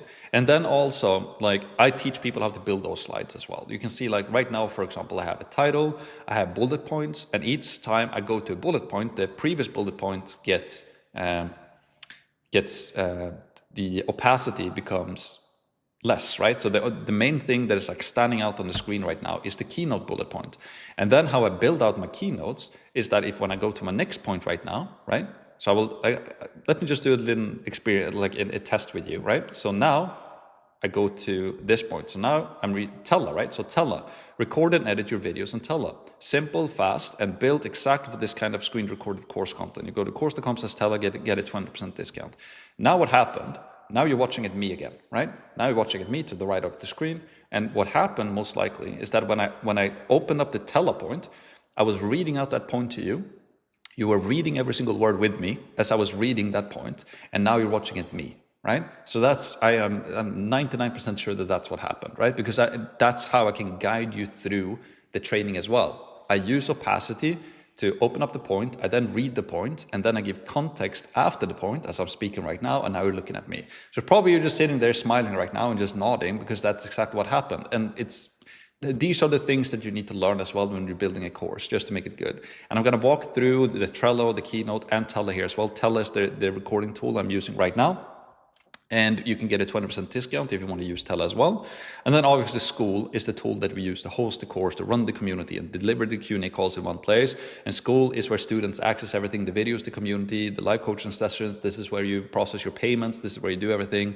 And you've also already started a free trial with School. We talked about that earlier in the training. We covered the tech. School is hands down the best. I've tested all platforms, Kajabi, WOP, Teachable, Circle, all of these different ones, right? Mighty Networks, etc. School is by hands down the best, and it starts as low as $9 per month, which is honestly a joke. It's so cheap. So yeah, let's just go through all of these ones. First of all, also what I should have put here, actually, now when I think about it, is Claude, using AI. So let's just, before we start going through, let's just open them up, right? So first of all, we have Trello. It looks like this. You can go to Trello.com, you can sign up, it's 100% free. And basically what Trello is, it's just a tool when you can create lists. So I can do like week 1 here, then I can do week 2, I can do week 3, I can do week 4, I can do week 5. So these are basically the different modules, right? And then inside of week 1, I can have like video 1 is going to be the welcome video. Week 2 is going to be called something else, right? And then inside of each card here, this is basically the video. So here we have the different modules of the course. Here we have the different videos of the course. And inside of each video, I can also here start to map out, like in the first welcome video, I want to cover this, right? So I want to cover this point, point 1. And then I want to do, let's see here, why does it do that? Point 1, point 2, etc. Right? And I'm going to show you how to go through this as well. And we can, like, it's very powerful to leverage Claude and leverage AI and leverage Whisperflow to start to get the first kind of layout of the course as well. And we can use, by just speaking into Claude, using Whisperflow, we can start to get the structure created very quickly. And I will show you how to do that now. Right? And then after we've done all of this, then we can go into Keynote, right? So Keynote is obviously what I use right here. You can use Google Slides, you can use PowerPoint, and like in our full course as well for our customers, we give them the templates, we give them more instructions. Like I have a full training on exactly how to build keynotes and how to build slides and the best practices. Like I go super deep into it, but we use that. And then for Tella is the tool that I use to record the video. So we just open up Tella.com, or actually, yeah, if you go to Tella.com, right, you go to pricing, you can see that it's 13. So if you go to monthly here, it's $26 a month, $39 a month, or enterprise. But if you go to course.com/Tella, right, so remember this, 26 and 39. If you go to course.com/Tella and you go to pricing, now you get it for $21 instead of 26, or premium for $31 instead of 39. So you get a 20% discount. Tella is amazing. It's basically a recording software where I do my screen recordings with this video. It's the tool that you can edit in it. Everything is browser-based. You don't need to download anything. Everything is happening in your browser. You can use like this whole layout of this video, right, where you have the screen to the left, and then you have the video to the right, and then you can make a transition to make it full screen, like all of these things, and then you can minimize it back again. All of these things are done with Tella, and it's so simple. And it renders it for you. You can export the videos from here. It's a really good tool. And then you can download the videos to your computer. You can upload it to School, and then School has its own video hosting, so you don't have to pay for separate video hosting, which can be very expensive, by the way. We were using like Vistia. Vistia is a tool you can use for video hosting. Vimeo is another tool you can use for video hosting. And they're basically charging you based on the bandwidth that you're using, how many people are watching your course videos. And we came up to a point where they wanted us to pay like $12,000 or $15,000 per year just to host our course videos. I was like, that's insane. And you get that for free for $9 a month with School. You have included video hosting, which is absolutely nuts. Like most people don't understand how expensive it is to just like host your videos for a course on some of these places. And with School, you get it for $9 per month. It's absolutely insane. So Tella, here you can start a free trial with this as well, I'm pretty sure. Like you get 20% off. Yeah, it's for the first 3 months. I thought it was actually forever. But you get free first 3 months, and I'm pretty sure as well that you get a free trial with it also. Start for free right here. Yes. And then we obviously have School. So you've already signed up with School. And then what we do, right, when we plan this out, as I will show you now in the workbook, then once we planned it out, everything in Trello, after that we go ahead and we build the slides, then we record the slides using Tella, and then we upload everything to School. And another thing I want to mention here when it comes to recording, this recording here, right, the way that I record my videos is that I literally just did what I just showed you before, right? I write out the bullet points, I read the bullet point, and then I give context to the bullet point. Then I go to the next bullet point. I read the bullet point word for word, and then I give context to the bullet point. Then I read this bullet point, then I give context to the bullet point. And if I need to show anything or like screen share, I just do that. You don't need a teleprompter. You don't need to script your course. You don't need to do anything. And it doesn't have to be perfect, right? This is basically me in one sitting, one recording, just showing you in screen recording and giving you the value, just talking openly about it. And if you're creating your own course, you should do the same thing. You know your expertise. I will show you how to map everything out, how to make it step by step, how to make a clear structure for the course. You just walk them through. And it's not about how you say it. right? The main thing is what you say and the point that you're giving, right? And you don't have to do that perfectly. You don't need to script. Like, a lot of people get tripped up with that. Like, it needs to be this perfect edited thing. No, it doesn't. You just have to bring out the point and then show them the actionable steps. So now, after I've gone through all of these things, right? I've given you the overview of what we're doing when we're building a course. Then I'm screen sharing, and then I go into our workbook, right? So now we're at the course step number 6, right? And now I'm just going to do a screen share of walking you through how we do this, right? So just keep that in mind. Like, creating a course doesn't have to be harder than that. Now let's go through the workbook. So you've done your competitor research, you refined your niche and pre-sold your first seats. Now it's time to map out the skeleton of your course before you build a single slide or record a single video. The framework is simple: 5 weeks, 5 to 10 videos per week, 5 keynotes per video, or key points per video. Every video builds on the one before it. Every week builds on the week before it. By the end of week 5, the student has completed the full transformation. So here you can just map out, like, what is the overall transformation, right? Where the student starts, where they finish. Let's say they are a complete beginner at golf. They want to get to 36 in handicap, or they have 36 in handicap and they want to go to 20 in handicap, or they're currently the handicap is currently 30 and they want to go to a single handicap, which is like 9 handicap or 8 handicap, or they're currently a 9 handicap and they want to go to scratch golfer. Like, what is the transformation that you're offering? Just write it out here, right? And then we want to name your weeks. So each week is one major step toward a transformation. Write the title for each week below. So week 1, introduce them to the journey. So, like, what's the title of week 1? What's the title of week 2? What's the title of week 3? What's the title of week 4? What's the title of week 5? And guess what? Here is a great place to use Claude in combination with Whisperflow, right? So I would just build out a course off the cuff here, right? So I'll just, and it doesn't have to be perfect. Let me just show you how I do this now. So I just open up Whisperflow and just speak into Claude. And now I need to, okay, let's see here. So let's see if we can just, I want to change the mic here. So I want to use this mic. All right. And then the tech here is working. So I need your help to map out and name the 5 modules for my golf online course. So I will help beginners, complete beginners who have never played golf before, and I will help them to get to 36 in handicap.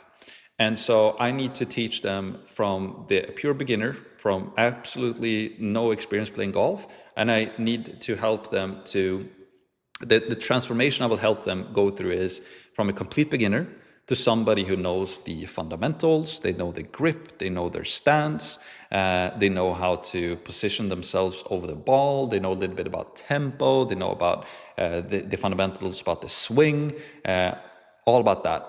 So that will probably be week 1, which is fundamentals. Week 2, I'm thinking can be about the gear. So like the golf glove, what clubs they need, the bag they need, the shoes they need. Maybe they need to buy some golf balls. Maybe they need to buy some, I don't know what they call that in English. Like in Swedish, we call them golf pegs. I don't know if you call it that in English. And so that will probably be module number 2. Module number 3 will probably be like the practice session. So something about like different practice stuff they can do, like on the golf range, some exercises for that, around the green and putting, and some exercises around that, maybe on the pitching range and shipping and pitching and some bunker shots. So that will probably be module number 3. Module number 4 would probably be some more about theoretical about golf, like the rules about golf and how you act on the course and what happens if you get into the water or if you have to penalty shots or out of bounds, how to kind of act on the course, like the rules of golf. And then week number 5 will probably be like your first kind of how to, your first golf round, like kind of what to think about, all of these things. So first thing I need you to do is just to help me map out the names of the 5 modules in my course. And each module will then have like 5 to 10 videos in each module. But now I just need help to like just name my 5 modules in a week by week fashion. Right? So I just end that and then I put it here. I press enter on Claude, and then we will see what Claude can help us map out the naming of the actual modules, the fundamentals, your gear, practice that actually works, the rules and etiquette, and your first round. And then I can just tweak it here. So I like the name, the fundamentals, it's just 2 words, your gear is just 2 words, practice that actually works. I think the name of that module is a little bit long. The rules and etiquette, I guess that's good. 3 words is fine. Your first round is fine as well. I just want to like module 3 to probably have like 2 or 3 words. Right? So then I can go through this. So here are the modules: practice and grounds, range and green, train to play, the practice zone, drills and reps, practice grounds. Yeah, I think practice grounds is good. Okay, so we have fundamentals, your gear, practice grounds, the rules and etiquette, your first round. So now I can just take these, I can copy them, I can go into Trello, and I can start to word this, right? So week 1, fundamentals. Week 2, your gear. Week 3, practice grounds. Week 4, right? So now we're mapping out the transformation, right? Week 5, your first round. And I would probably just make this even shorter, the rules. I think that's good. Clean, all right, good stuff. And then if you go back into the, so that's step 2, right? So you can just talk into Claude, brainstorm what you want your modules to be named, and that's the process. And then you write that down here, and you also update it in Trello. Now, step 3, build it out in Trello. So once you have your week titles, take everything in Trello, or take everything into Trello. In Trello, create 1 column per week. That's what we just did. Inside of each column, 1 card is a video, right? And inside of each card, which is a video, you list 5 key points that video will cover. So here's exactly how to do that, or what each Trello card should look like. So you have week 1, your week of the, or the name of that week title. Then you have your video title, right? So inside of video number 1, you're covering 5 different points. Right? And then in video 2, you're covering 5 different points. And then in video 3, you're covering 5 different points. And then you continue this format for all of your videos inside of week 1. And then we do that to week 5, right? So now I'm going to give you some more instructions on how to do this. So now I want to build out, let's say, for the sake of this video, just 5 videos here, right? So now I can use Claude again. All right. So now what I want to do is for week 1 on the fundamentals, I want to have 5 videos. And I want to have like a welcome video where I welcome them to the actual program. I then want to go through the fundamentals. Probably we should talk about the stance, the grip, the swing. I also want to cover, maybe you can ask me some questions as well, like what do you think we should keep in the fundamental section? I want to have a really good welcome video into the program, and then have like 5 videos or 4 videos after that where I cover like the most important kind of fundamentals before they go into module number 2. So if maybe you can help me brainstorm a little bit what you think we should keep in this week, and we can start to map it out together, right? And now, like I play golf, but I don't know, I'm doing this off the cuff. Like if you already know what your course should be about, right? Then it will probably help a lot. So here we have like welcome, we have the setup, the grip, the swing, ball positioning and alignment. I think, do you want to include tempo and rhythm? Like for now, right? I can go back and forth with this. But for now, I could just have this one called welcome. Number 2, I can call this one the setup. I would probably call this one the stance. And then I do video 3 is going to be called the grip. And then video 4 is going to be called the swing. And then video 5, let's say, is called ball positioning and alignment, right? You get the point. I'm just doing this off the cuff. All right. And then inside of each video, I can go into each video here. And what I would do is just like do this for for the entire course, right? So now we start to map out the videos for each course. You can do that as well. Then I can do this. So now what I want to do is to map out the 5 points that I'm going to cover in the first video in the welcome to the program. So here I want to have a point where I talk about important things to remember. I want to talk about how to get help and support. I want to talk about my story as well. I want to talk about the overall transformation, and I also want to talk about the road ahead that what they will learn in the course essentially. So I just need 5 bullet points that I need to talk about in the welcome video of the program, so that I then can build out slides from these points. Put that in here as well.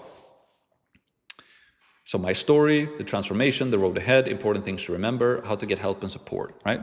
So let's say I'm super happy with this. I can just take this, I can put that into the first video. So now I can start to map out for every single video. I know that I want to mention, or I want to go over these 5 things. And I can do that for the second video, third, fourth, fifth video. So this is how and then from this, right? This is how you plan out your 5 modules, your 5 to 10 videos per module, and also the 5 bullet points, 3 to 5 bullet points per video that you want to cover inside of each video as well. So this is how you map out the course. You take this very abstract, this very hard thing, you synthesize it, or you basically chunk it down into something that is very step-by-step, very click-by-click. And then when I go into actually building my slides, I have the whole program outlined here, and I can just go into the first one. Okay, in this video, first of all, I'm going to cover my story. Then I'm going to talk about the transformation, where they are now and where they will be at the end, and the road ahead, a quick overview of the 5 modules and what they will learn in the course. I will talk about some important things to remember, maybe about like mindset, patience, consistency, and what success looks like. And then talk about how to get help and support, how they can leverage the community, how they can leverage the Q&A calls, how they can leverage the one-on-one calls, all of this thing, right? And then can do the same thing for the stance, the grip, the swing, and the ball positioning. And then when so this is also really good to do, right? If you're an operator, you can show this to your creator. Here's what I'm thinking we should do, right? You can help them to do the whole plan out with them.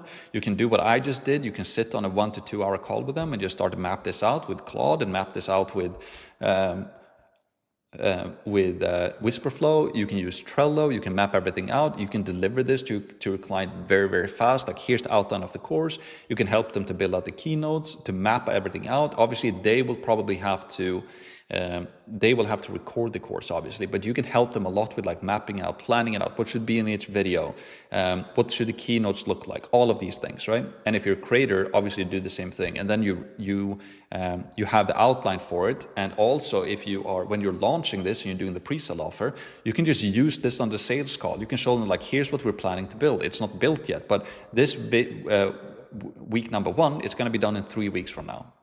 And then you can also get feedback from them, like, hey, I actually want this video, or I don't really care about that, but I really want to make sure we mention this. So this is how you can also get feedback from your customers to build the course with them after they've actually bought the pre-sale offer, right? Yes, so obviously I could spend hours on this, showing you exactly like more in depth about Trello, more in depth about keynotes, about building the slides, best practices, what to keep in mind, like show you exactly how to like record with Tella, how to edit with Tella, how to upload it to school, how you should structure school. All of these things we cover inside of course, right? But this, again, you can literally take this and run with it, and this is the exact structure that we use, right? So yeah, that is basically how we use it. Right?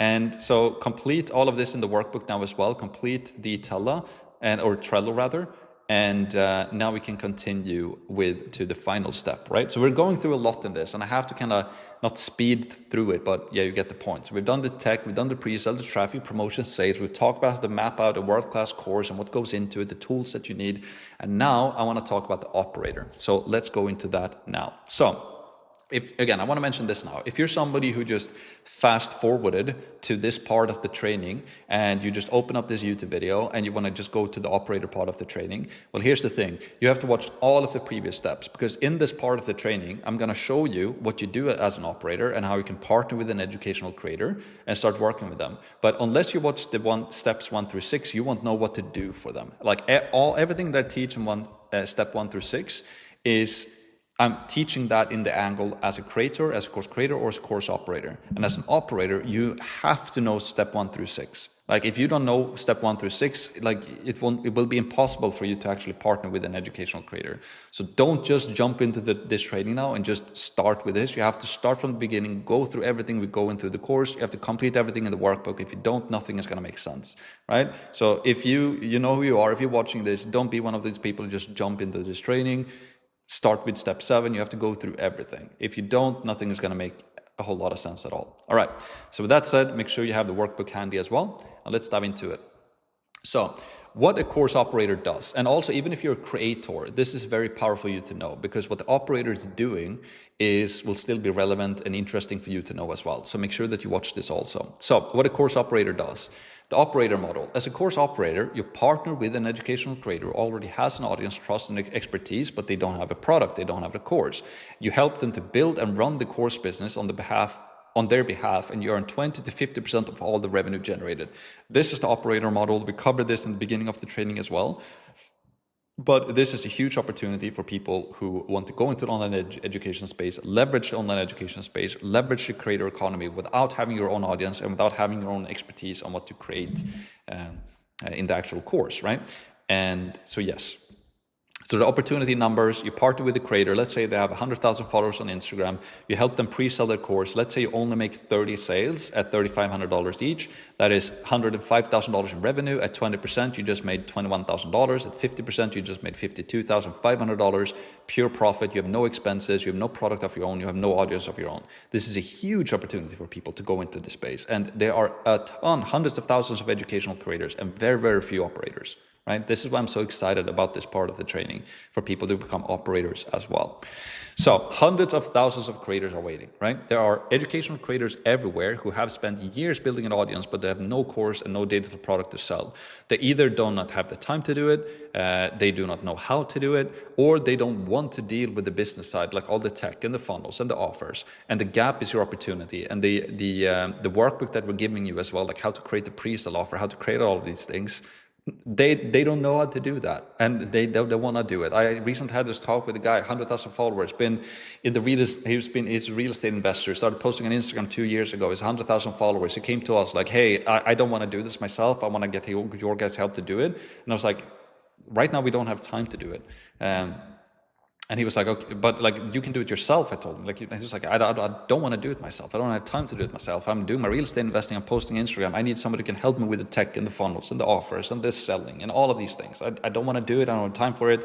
I'm willing to give away like 30-40% of my business if I can partner with somebody. Like, this is where the opportunity lies. It's huge. And there's hundreds of thousands of them, right? So everything you've learned applies. As an operator, you use every single step covered in this training: the tech setup, the pre-sale, the traffic, the promotion, the sales script, and the course framework. You are the operator delivering all of this on their behalf, right? Of your creator partner, or on the behalf of your creator partner, right? So how do you actually find a creator to partner with, right? And I will go through how to do this in the workbook as well. Like, search on social media. This is great. Go to Instagram, go to YouTube, and look for educational creators in any niche that you're interested in or passionate about, right? Look for fitness, health, relationship, business, hobbies. Every niche has educational creators with large engaged audience and no course product to sell. And all of these educational creators, they know about the power of online education. All of them do. They see all of their competitors are doing it, and they want to do it, but they just don't know how or have time to do it. So a great way to find a creator to partner with: search on social media. Use your network first. This is very powerful. Do you know a creator personally, right? If yes, reach out to those. If you don't, do you have a friend who knows an educational creator? If so, ask for an introduction. If none of your friends and family knows an educational creator, do you have a friend who knows a friend who knows an educational creator, right? The fastest and easiest path to partnership is through a shared connection. A mutual introduction builds trust immediately and gets the conversation started far faster than a cold message on social media ever could. This is like the best way to do it. You probably know an educational creator. If not, you most definitely know someone who knows an educational creator. And if that's not even the case, you 100% have a friend's friend who knows an educational creator. So start looking for this. It's super, super powerful. And I'll give you some really, really cool assets here as well that you can use to find and partner with the creator as well. Any niche works, pretty much. You're not locked into any specific industry. The model works in any niche where an educational creator has built an audience. Pick something you're genuinely interested in and start there, right?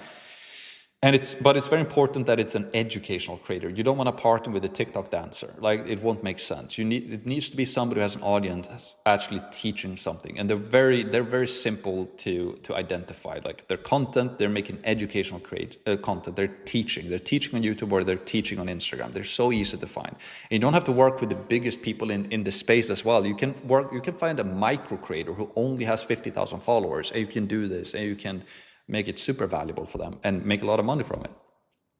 So here's how to reach out. Here's something I want you to know. Every creator, they check their messages. All educational creators are checking their Instagram DMs, their primary inbox, their general inbox, and their request inbox. Your message will be seen. The question is whether you follow up enough of them to respond. Like, you might not think that educational creators or creators on Instagram are not checking their inboxes. They're checking them all the time. Believe me, I know a lot of them. They're obsessed with checking them. They don't know who's going to message them. Maybe they get a message from another big creator or from somebody who are interested in doing something together or create content together, whatever it is. They're always checking their inboxes. So if you send them, they will see that you've sent them a message. The question is, though, will you follow up enough for them to actually notice you, so you don't, because they get a lot of messages, so it disappears. If you follow up, you're constantly being on top of it, and you don't have to feel like you're spamming them. And I'll give you a real life example on this. So follow up relentlessly. Do not send one message and then just wait for weeks. And you're like, oh, it didn't work, I sent the message. You send a personal message every 3 or 4 days with a minimum of over 3 months. Right? One of our members followed up for 3 full months before getting a response, and that became a real partnership. Timing matters. They may be busy right now. Keep going. And I have a personal story from this as well I'm going to talk about. This guy was following up with me for 72 days, I think it was. And I think I opened his messages, but I didn't respond because the timing wasn't good. Like, I was working on this thing, I was building this thing, I was working on building something else, or traveling to the US, like all of this chaos going on. And then one day I completed all my tasks and I was like, okay, let's see who's messaged me. I started going through, I found this guy. He's like, oh, he's been messaging me for like 72 days, following up relentlessly. I was like, oh, respect to him, first of all. And then he sent me a Loom video. I watched the Loom video. I was like, oh, this is actually interesting. And then we started to have a call. I haven't bought anything from him yet, but I'm actually very interested in what he has to offer. And that is just because he followed up relentlessly. If he sent me one message and didn't follow up, I would never seen it. Wouldn't have happened. So also make it personal, right? Generic outreach gets ignored. Send a personal message. A personal Loom video is great as well. Like a personal video to them. Loom is a great tool for that. Show that you've done your research on their content, their audience, and the opportunity you're bringing to them. All it takes is landing one great creator to work with. That one partnership can literally change everything, right? And then once you do get in contact with them, again, we're gonna give you the actionable steps inside of the workbook. You want to do a partnership call with them in 2 different calls, right? So partnership call number 1, the first call, when you get in contact with this educational creator and they're somewhat interested, the first call, it's not a sales call, it's a conversation. You want to see if you like each other, first of all, if the creator is genuinely interested, and you want to see if there's a potential fit. You don't want to pitch here, there's no pressure here, just an open, honest conversation about the opportunity. If they seem interested, you book a second call. So the first call, you just want to make sure, is this guy or girl actually a nice individual? Would I actually be, but if you're going to partner with them, you will also want to make sure that, is this actually an individual that I want to work with, right? So the first call is just a conversation. You can talk about like their audience, you show them that you don't need to have anything prepared in terms of like a keynote or slides or a sales pitch or anything. It's just a conversation. Obviously, you want to do your research before and to prove to them that like you've been following them, you've been watching their content, you believe in what they do, and you can talk to them about the opportunity, about online education, all of these things, right? But the first call is just like an open conversation. And then partnership call number 2 If the call number 1 went really good and you book another call, this is where you lay out exactly what you would do for them, right? The work you would do for them. Walk them through the full picture. Like I will set up the tech for you. I'll build a funnel. I will help you to run traffic, help you to do ManyChat, to do retargeting ads, manage the promotion, help you with the offer, handling the sales team, building the launching and the course, help you map out the course and plan out the course. And this is where the partnerships start to get more serious. Again, it's not a sales call. You're not going in here just like suited up and trying to pitch them and hard close them. It's still just a conversation. It's a partnership call to explore this. And then naturally this conversation, if it becomes more interesting and they believe in you and what you have, and you can show them what you're going to bring to them, what you're going to offer to them, they will get more interested. And that's where you then can go into actually, writing the contract and all of these things. So think partnership, not sales. You're not trying to close a deal here. Like it's not a sales call to sell the product. You're trying to start a relationship. The best operator partnerships are built on genuine trust and mutual benefit. Approach it that way from the very first message, from the beginning, right? And also, this is a very powerful tip I can give you. And this is what a friend of mine who's doing this did really, really well. Just meet in person if you can. If you live close to the creator or you can travel to them, do it, right? Sit down in person accelerates trust so much faster than any number of sales calls or messages could ever do. So if there is an opportunity to meet face to face, take it, right? I had this one guy who told me the story when he got started. He was just like, this individual he wanted to partner with lived in another state. He had to spend like $1,000, and when he got started, that was a lot of money. Like $1,000 is a lot of money. He had to spend like $1,000, fly there back and forth, the Airbnb/hotel or whatever. But he did it, and that landed him a client that has built a very, very successful online education business now, and he is the operator, and he's earning a lot of money from that. So, but that partnership would have never happened, and he showed like, I'm actually serious enough to fly out to you and show you and walk you through all of these things that we can do together. And if you're doing a partnership, if you're going to work together on launching this thing, meeting in person, shaking hands, eating food together, spending 1 to 2 days together is like the most powerful thing you can do. The most powerful thing you can do. If I was an educational creator, somebody reached out to me, I was like, I get a real good feeling about this individual, and they're even willing to take the step of traveling to me and coming to me, sitting down with me and showing me this opportunity and how it works and how we can potentially work together, I would be extremely impressed. Very, very impressed. So that is also very, very good advice I can give you. Cool, so let's go into the workbook now. Let's see, where do we have it? Right here. So, operator, right? So, part 1, define your operator goals. This is what I want you to do first. Before you start reaching out to creators, get clear on what you're trying to build and what you need to make it work. Like, what is your monthly income goal as an operator? Is it 10K per month? Is it 20? Is it 50? Is it 100? Like, what is your income goal as an operator, right? And use the formula below to figure out exactly what you need to make your income goal a reality. Like, your target monthly income, right? Course price that you will help the creator sell, how much will that be? Revenue share percentage that you will ask for. Your revenue per sale, so course price times your percentage. Number of sales needed per month to hit your goal. So that is the target income divided by your revenue goal, right? Example, if the income goal is $20,000 per month, the course price is $3,000, you have a 30% revenue share, you get $900 per sale, you need 23 sales per month to hit your goal. Make it real. Write it down, print this out, write it down by hand with a pen and paper. Super, super powerful. Also, what setup fee will you charge, right? So setup fee is a one-time fee that you charge the creator to cover the work of building their tech, their funnel and systems. You can charge like 1 to 5K. If you get real experience, you can charge even more than this. But when you start the partnership with them, you charge a setup fee. And for that setup fee, you just get paid to like set up all of these stuff that needs to get done, and they will get a bunch done delivered. They will have their whole CRM system, their whole high level, their whole funnel, their automations. You can maybe even include there that will help you to map out the structure of the course, all of these things, right? So you can make this, like what they get for the setup fee, they will get a ton of value for that, a crazy amount of value for that. And you also make the partnership real. So just like if you're just going to do everything for free, they haven't paid you anything, they might not take it as seriously, or they just expect you're going to do all of this stuff work for free. It just makes it real. You should it's a value exchange. You should 100% charge for a setup fee here.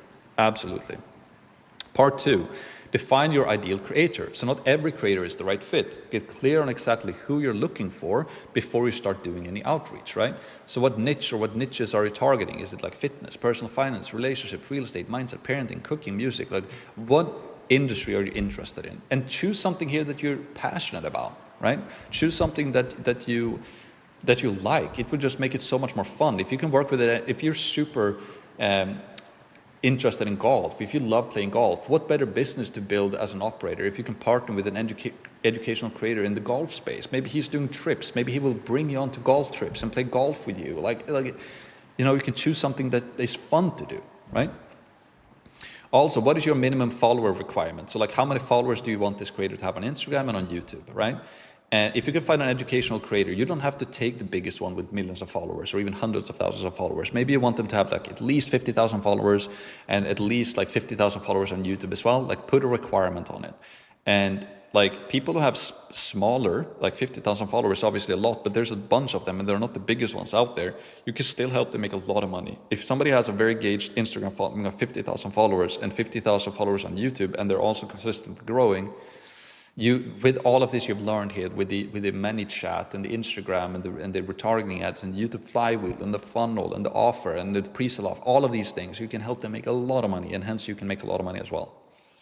What other criteria matter to you? Like, for example, they post educational content consistently. Like, check here if that is something that if that matters to you. Obviously, they post educational content consistently. They have strong engagement. They do not already have a course or program. They're responsive in the DMs. They are based in a country where you can easily work together. What else? What other criteria matters to you? Also, what will you do for the creator? Check everything that you will do, right? So check off like, will you set up the tech, the high-level account? You build a VSL funnel. You will set up their email list and automation, build and manage their retargeting ads, set up ManyChat on Instagram, run the weekly webinar, build and structure their course, hire and manage their sales team, manage their CRM and sales pipeline. Will you help them to build out the YouTube flywheel? Like, what will you do? Just plan out as much as possible. Just make it real. What will you do for them, right?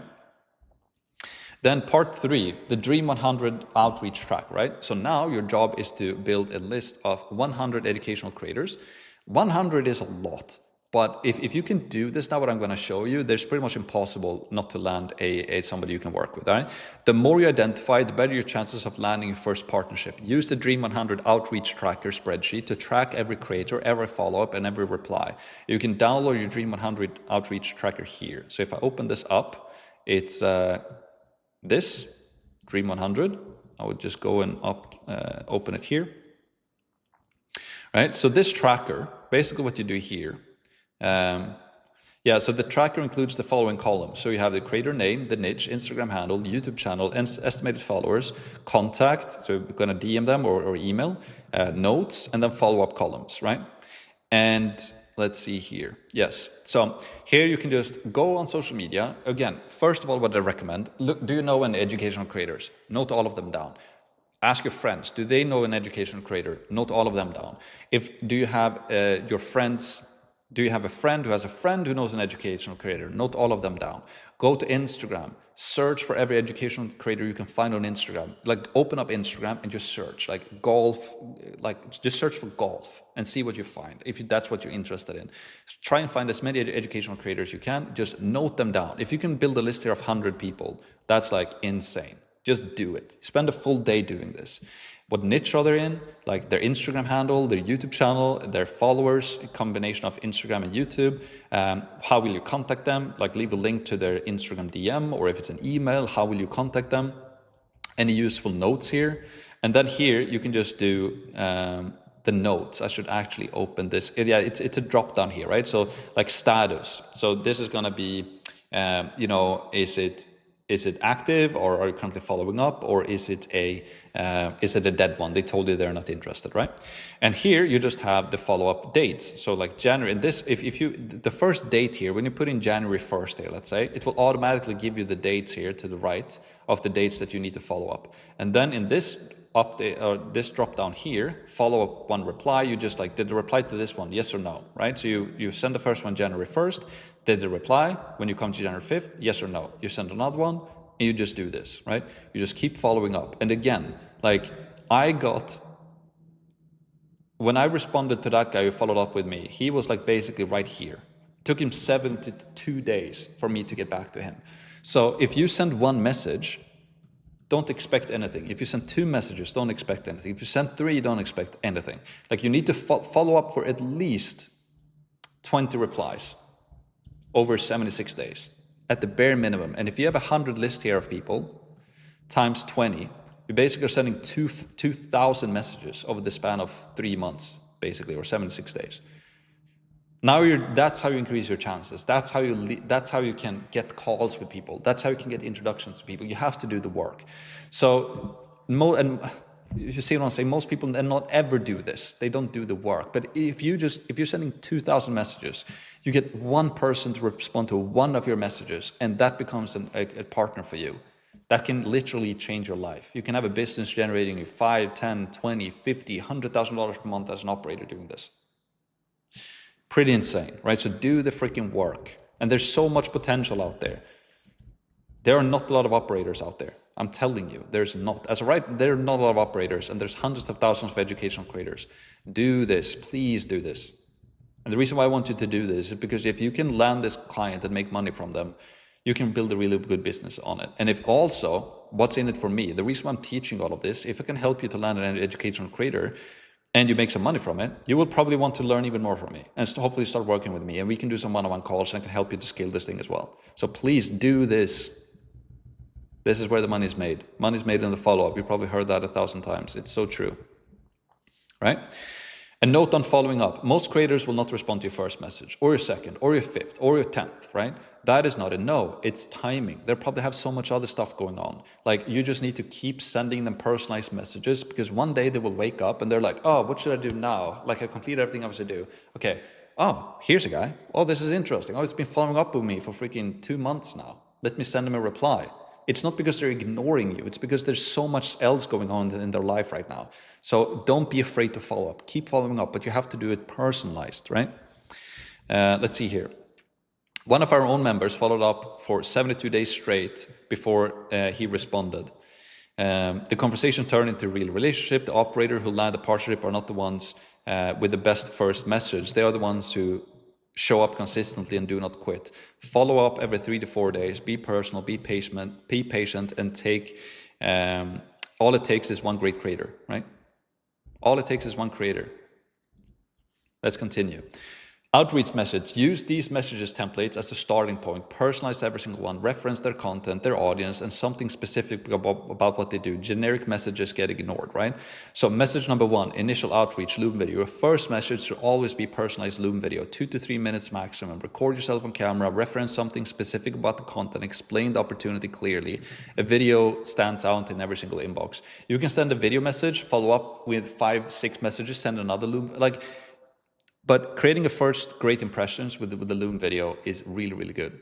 So here's just a script outline for your Looms. Open up with a genuine compliment about something specific in the content. Introduce yourself in 1 sentence. Explain that you help educational creators launch and scale their first online course business. Tell them you believe their audience is a perfect fit for this. Say you would love to have a quick conversation to see if it could be a good fit. Keep it under 3 minutes, like 3 to 5 minutes. Just be yourself. Just don't make it perfect. You could hi name, I've seen you following on this platform on Instagram a while and I love what you do.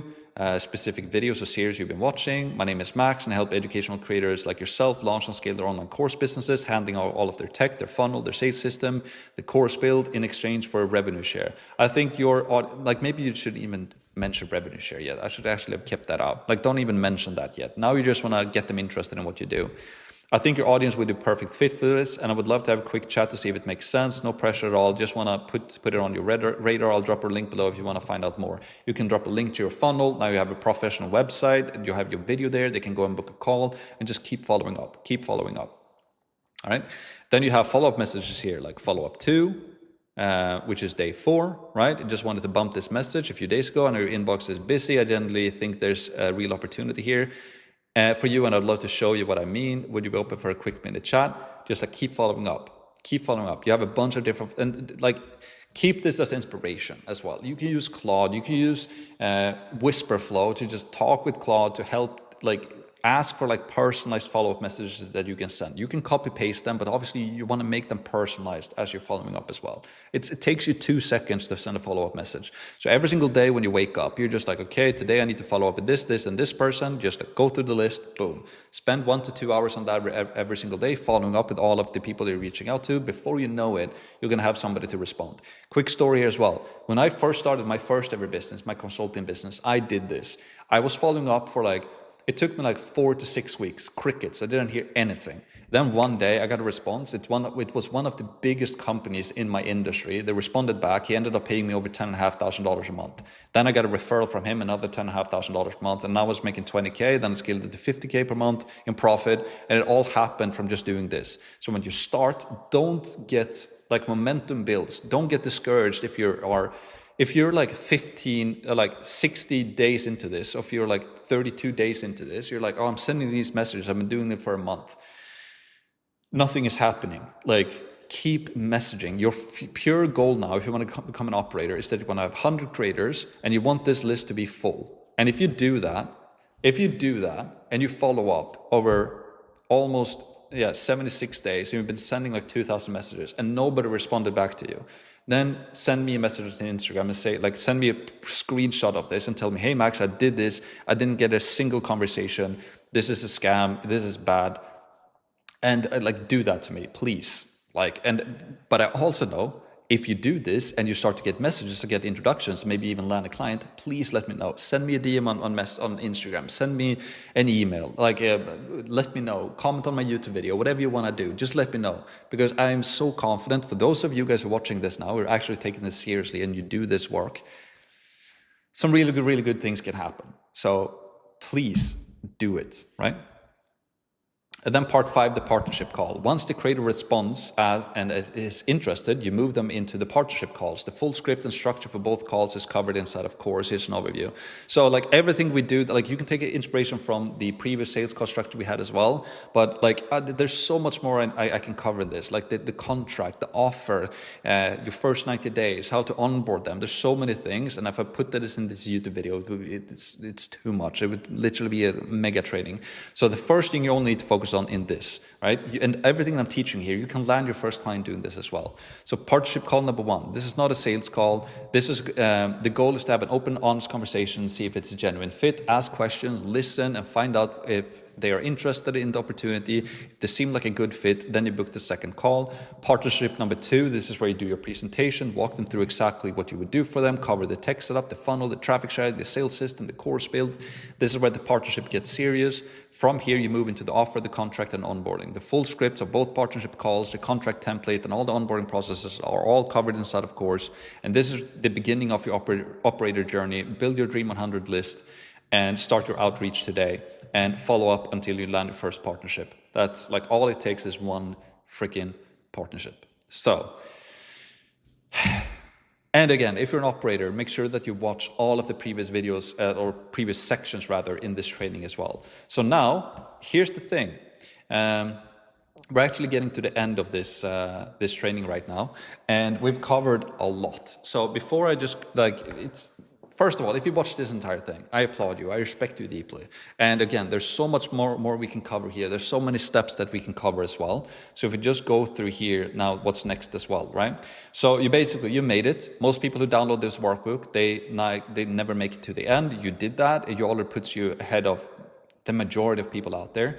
You now have a framework for finding your niche, researching your competitors, building a pre-sale offer, driving traffic, promoting your offer, closing deals, building a world-class course. And if you choose the operator path, you know how to reach out and partner with educational creators to build a scalable income without a product or audience of your own. This is the exact same system that helped us generate over $4.2 million in our first 2 years. The same system how we built a $230,000 per month online course and $100,000 in 30 days and $100,000 check from Marmosi. And it's the same system that has earned us over close to 1,000 5-star Trustpilot reviews and hundreds of student results from people who have used it to build real businesses in online education industry as well. So this workbook is just the beginning, right? So what comes next? Everything in this workbook is an introduction to what we teach inside of course or our full training program, community and support system. Inside of course, you get everything step by step, click by click training across every module, private community of course creators and operators building alongside you, live Q&A calls. You get director support from me and our expert coaches, you get our full sales script, contract templates, outreach systems, operator onboarding process, everything you need to go from where you are to fully running an online education business as a creator or as an operator. So this free training and this workbook, it gives you the map, course gives you the vehicle, the fuel, and someone in the passenger seat helping you to navigate, right? You can click here to book a free one-on-one advisory call as well. We walk you through of how everything is working. So if you enjoyed going through this training and this workbook, you're absolutely going to love what we have inside of course. This is just like an overview of what we do, right? In the training, we have even more step-by-step, click-by-click instructions. So book your free advisory call with our team. It will help you identify your path. If you should become a creator or an operator, we'll map out exactly how to get started. If you're ready to build your scalable income in the fastest growing industry on the planet, this is literally your moment. On this free 60-minute call with an advisor on the course team will help you to identify which path you should take, which one is the right for you, creator or operator, map out your first 90 days inside of our course system, answer any questions you have as well about how this actually works in practice. Regardless of whether you decide to work with us or not, you will walk away with a clear path for your next steps. We do this because the biggest thing holding most people back is not the lack of information, it's lack of clarity, and like it's step-by-step instructions, and sometimes one conversation is all it takes to get that clarity. And we're offering those calls for free. So you will leave with a better understanding of where you are, what comes next, and how to start building some real momentum. No pressure, no obligation, just clarity on your next step. Again, you can go here and click to book a call. And that's just a final word here from me as well. You did not come this far just to stay capped. You are not here to burn yourself out or trading hours for dollars. You're here to build something bigger, a business that works for you, an income that is no longer tied to your time, and an impact that continues to grow through every student that you serve, right? Let the online education playbook be your first step. So that is it for this training. Thank you so much for going through all of this training. We have covered a lot. And yeah, I guess that's it. The final slide I have in here as well is course.com/start. So yeah, I'm almost feeling my throat now. I've been speaking a lot now, recording all of this thing. But thank you so much for watching. It's been a pleasure to have you here. Hopefully you learned a thing or two. Do the work now. Watch the video inside of this training. Complete the workbook. And if you are just like, you know that you want to become a creator or an operator, you want our help, you want one-on-one help, you maybe even want to come here to Miami, spend time with me here in Miami to work one-on-one, or go through our program, join our community, work with our coaches, all of that, go to course.com/start. Again, I applaud you for coming this far, and I hope to talk with you soon. Let's go.